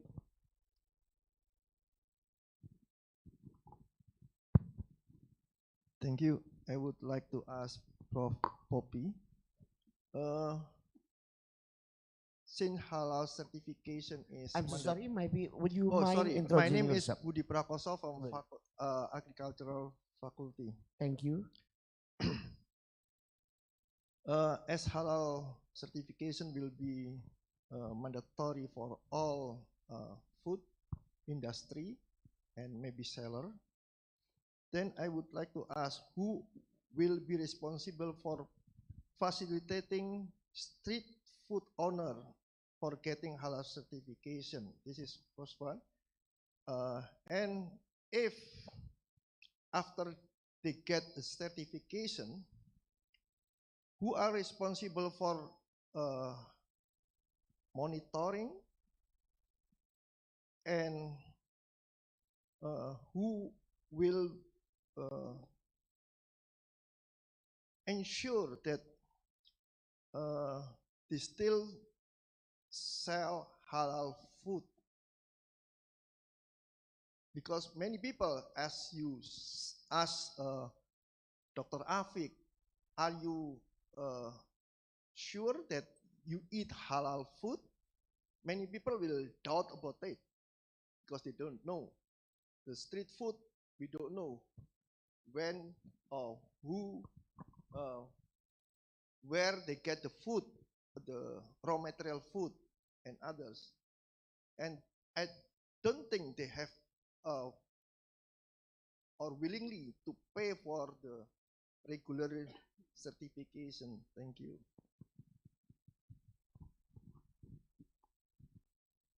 I think it's better for Prof. Poppy directly to answer his question one by one. So, yeah. The second question, who is responsible for the monitoring to ensure that they will still sell the halal food? That's right. Yeah. This is what I identified the barriers from the external aspect. We still don't have a strict regulation about the sanction and the reward and also inspection that need to be enhanced. That I thought in my presentation. It's still a big homework. I suggest that a government should prefer it launch the regulation as soon as they can.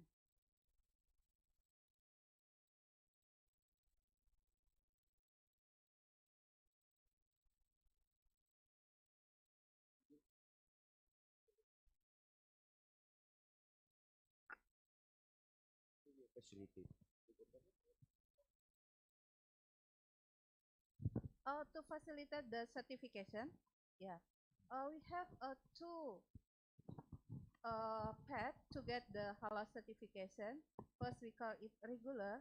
You pay by yourself, and then the second one is the self-declaration certification, and it's free for the small enterprises, but only limited products. Because I asked for the street food.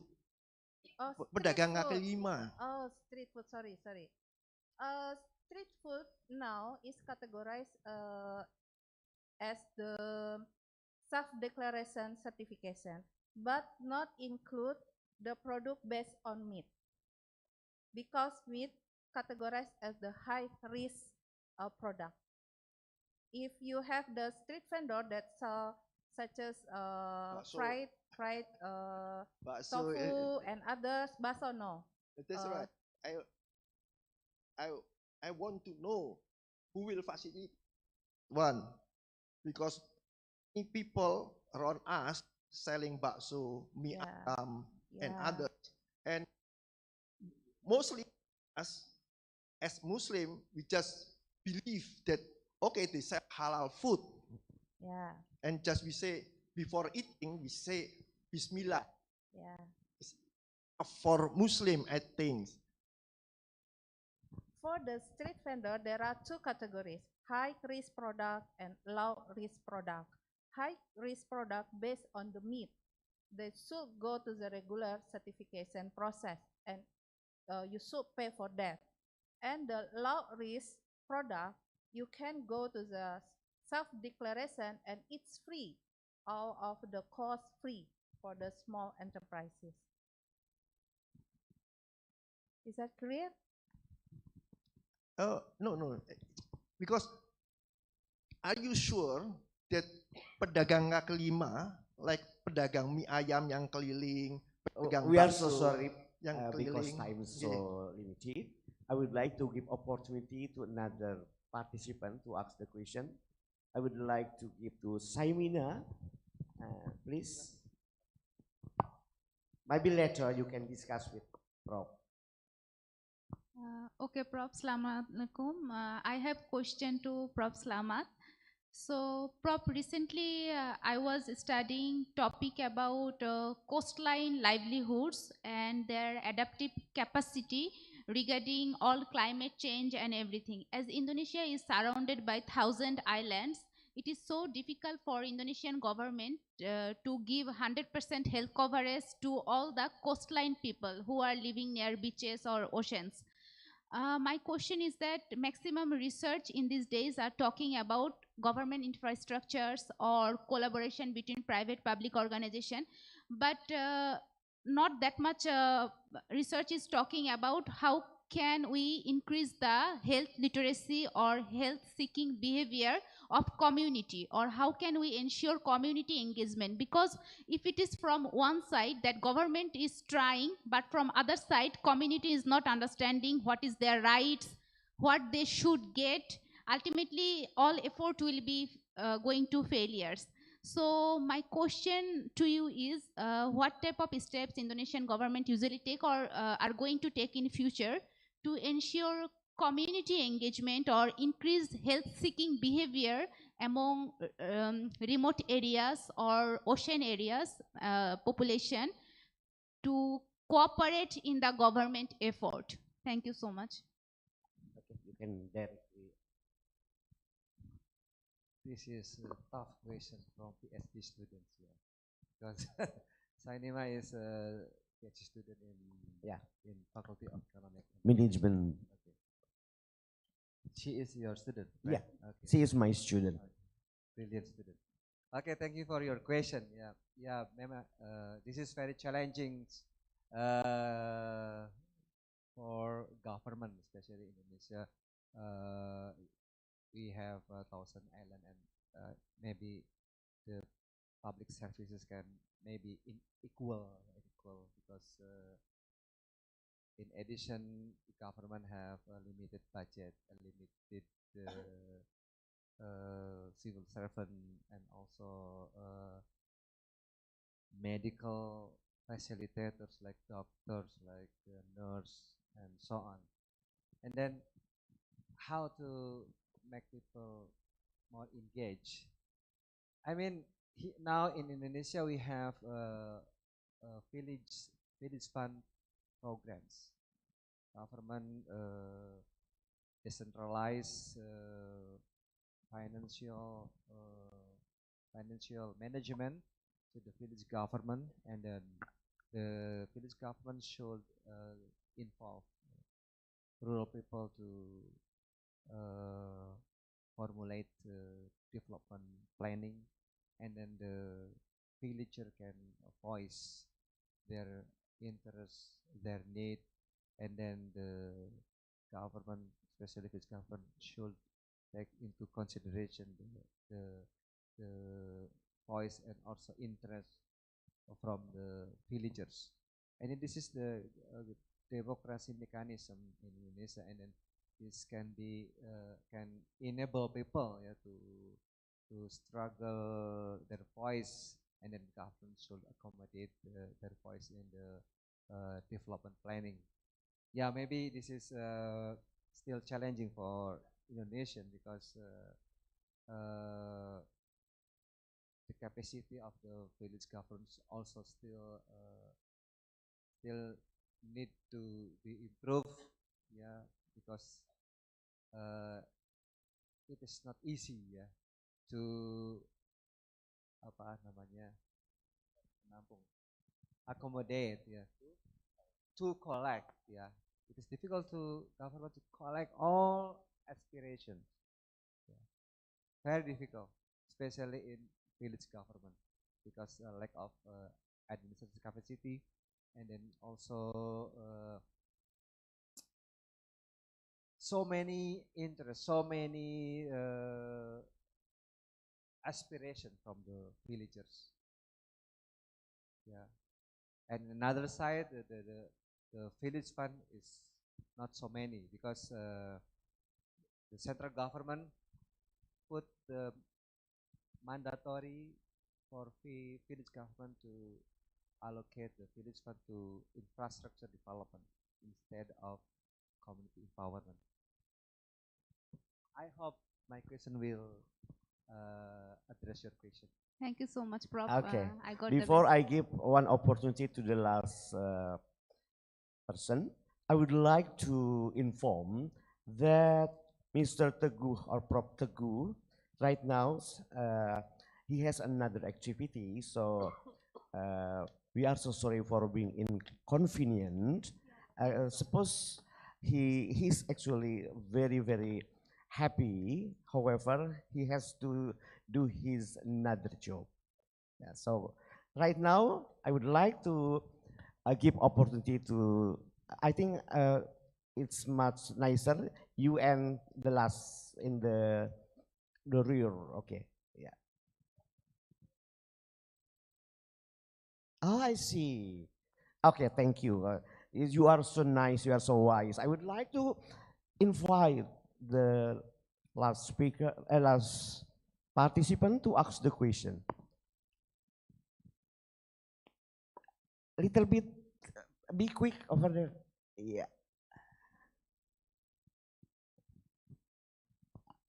Okay, thank you. My name is Fazat from University of Muria Kudus. Actually, most of my question has been asked by previous question. So my question is actually before the small business owner apply for the halal certification, should they have a PIRT certification first or not? Because they will sell the, of course, their product usually white in the white market. So, and the second question is, how long is the halal certification period? If the certification period is forever, how is the inspection will be done? So it's actually the same similar question before. And the third question is regarding the facilitator for the halal certificate. I heard, and also I have friends who become the pendamping halal or the halal guidance for small business and etc. And is the pendamping halal integrated directly to the government or not, or just they become pendamping only? That's my question. Thank you. Okay, from Fajar, from Muria Kudus. PIRT is not compulsory for halal application. Yeah, for the first question. So for the halal certification, we only need an IB. The second question is about the how long is the halal certification last? When the halal, the certification issued during 2022, the certification lasts for 4 hours. But after 2022, the certification is forever. But we still wait for the technical guidance from the BPJPH about the inspection, sanction, and others. Yeah, so the process is still going, and we're still waiting for the regulation. And then the last question about the halal assistant, is the halal assistant is a part of the government? Yeah. Halal assistant is a trained halal assistant that registered in the BPJPH, but it's not a government, only registered. Okay, thank you. Okay, actually, our discussion is quite wonderful. However, yeah, the time is so limited because supposed to be 2:50 and now almost 3 o'clock. Yeah. So of course, I would like to thank to all of audience who are so wonderful. Yeah, until the end of our discussion. You are still here. Big applause for audience. Thank you so much. Of course, because of the wonderful speaker, yeah, Prof. Poppy and Prof. Slamet, yeah. Of course, big applause for both of them. Thank you so much. Yeah. Finally, I would like to thank to all of you, to the committee who has already trusted me as a moderator. Yeah, I would like to ask apology if in leading this discussion I made mistake. Thank you so much. Billahi taufiq wal hidayah. Wassalamualaikum warahmatullahi wabarakatuh. Ladies and gentlemen, please give a round of applause to our speakers and also the moderator of the third plenary session today. In order to express our gratitude to our speakers as well as the moderator, I'd like to invite the head and the secretary of the Institute for Research and Community Service, Professor Eli Tugianti, and also Dr. Sri Wahyu Handayani to present a token of appreciation as well as certificate to our speakers and moderator. Please kindly come to the front of the stage to all speakers and the moderator. Thank you.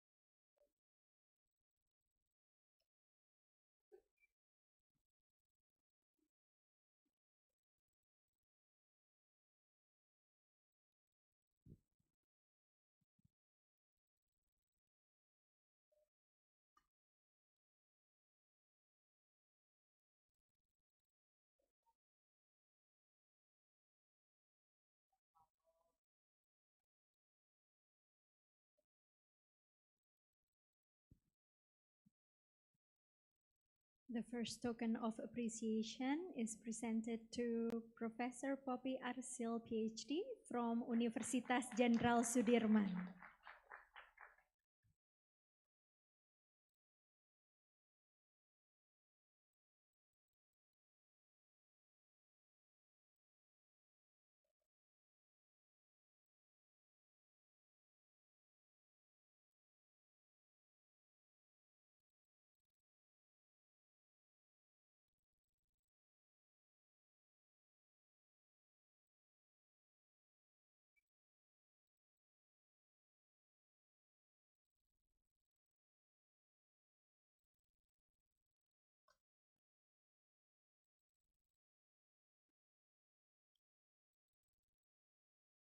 The next token of appreciation is presented to Professor Dr. Slamet Rosyadi from Universitas Jenderal Sudirman.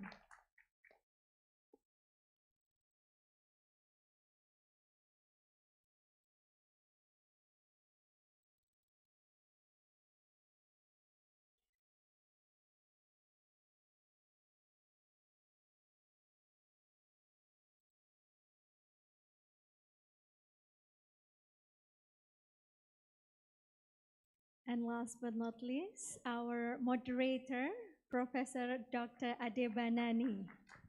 Thank you so much for leading the discussion of the plenary session 3.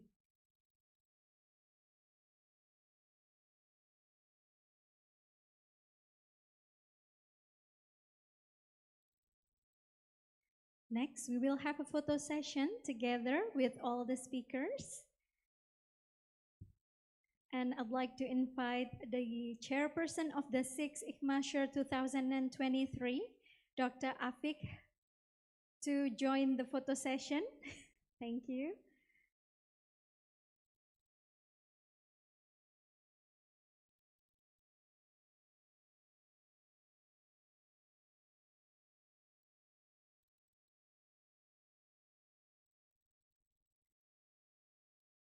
Ladies and gentlemen, please give one more round of applause to our speakers as well as the moderator.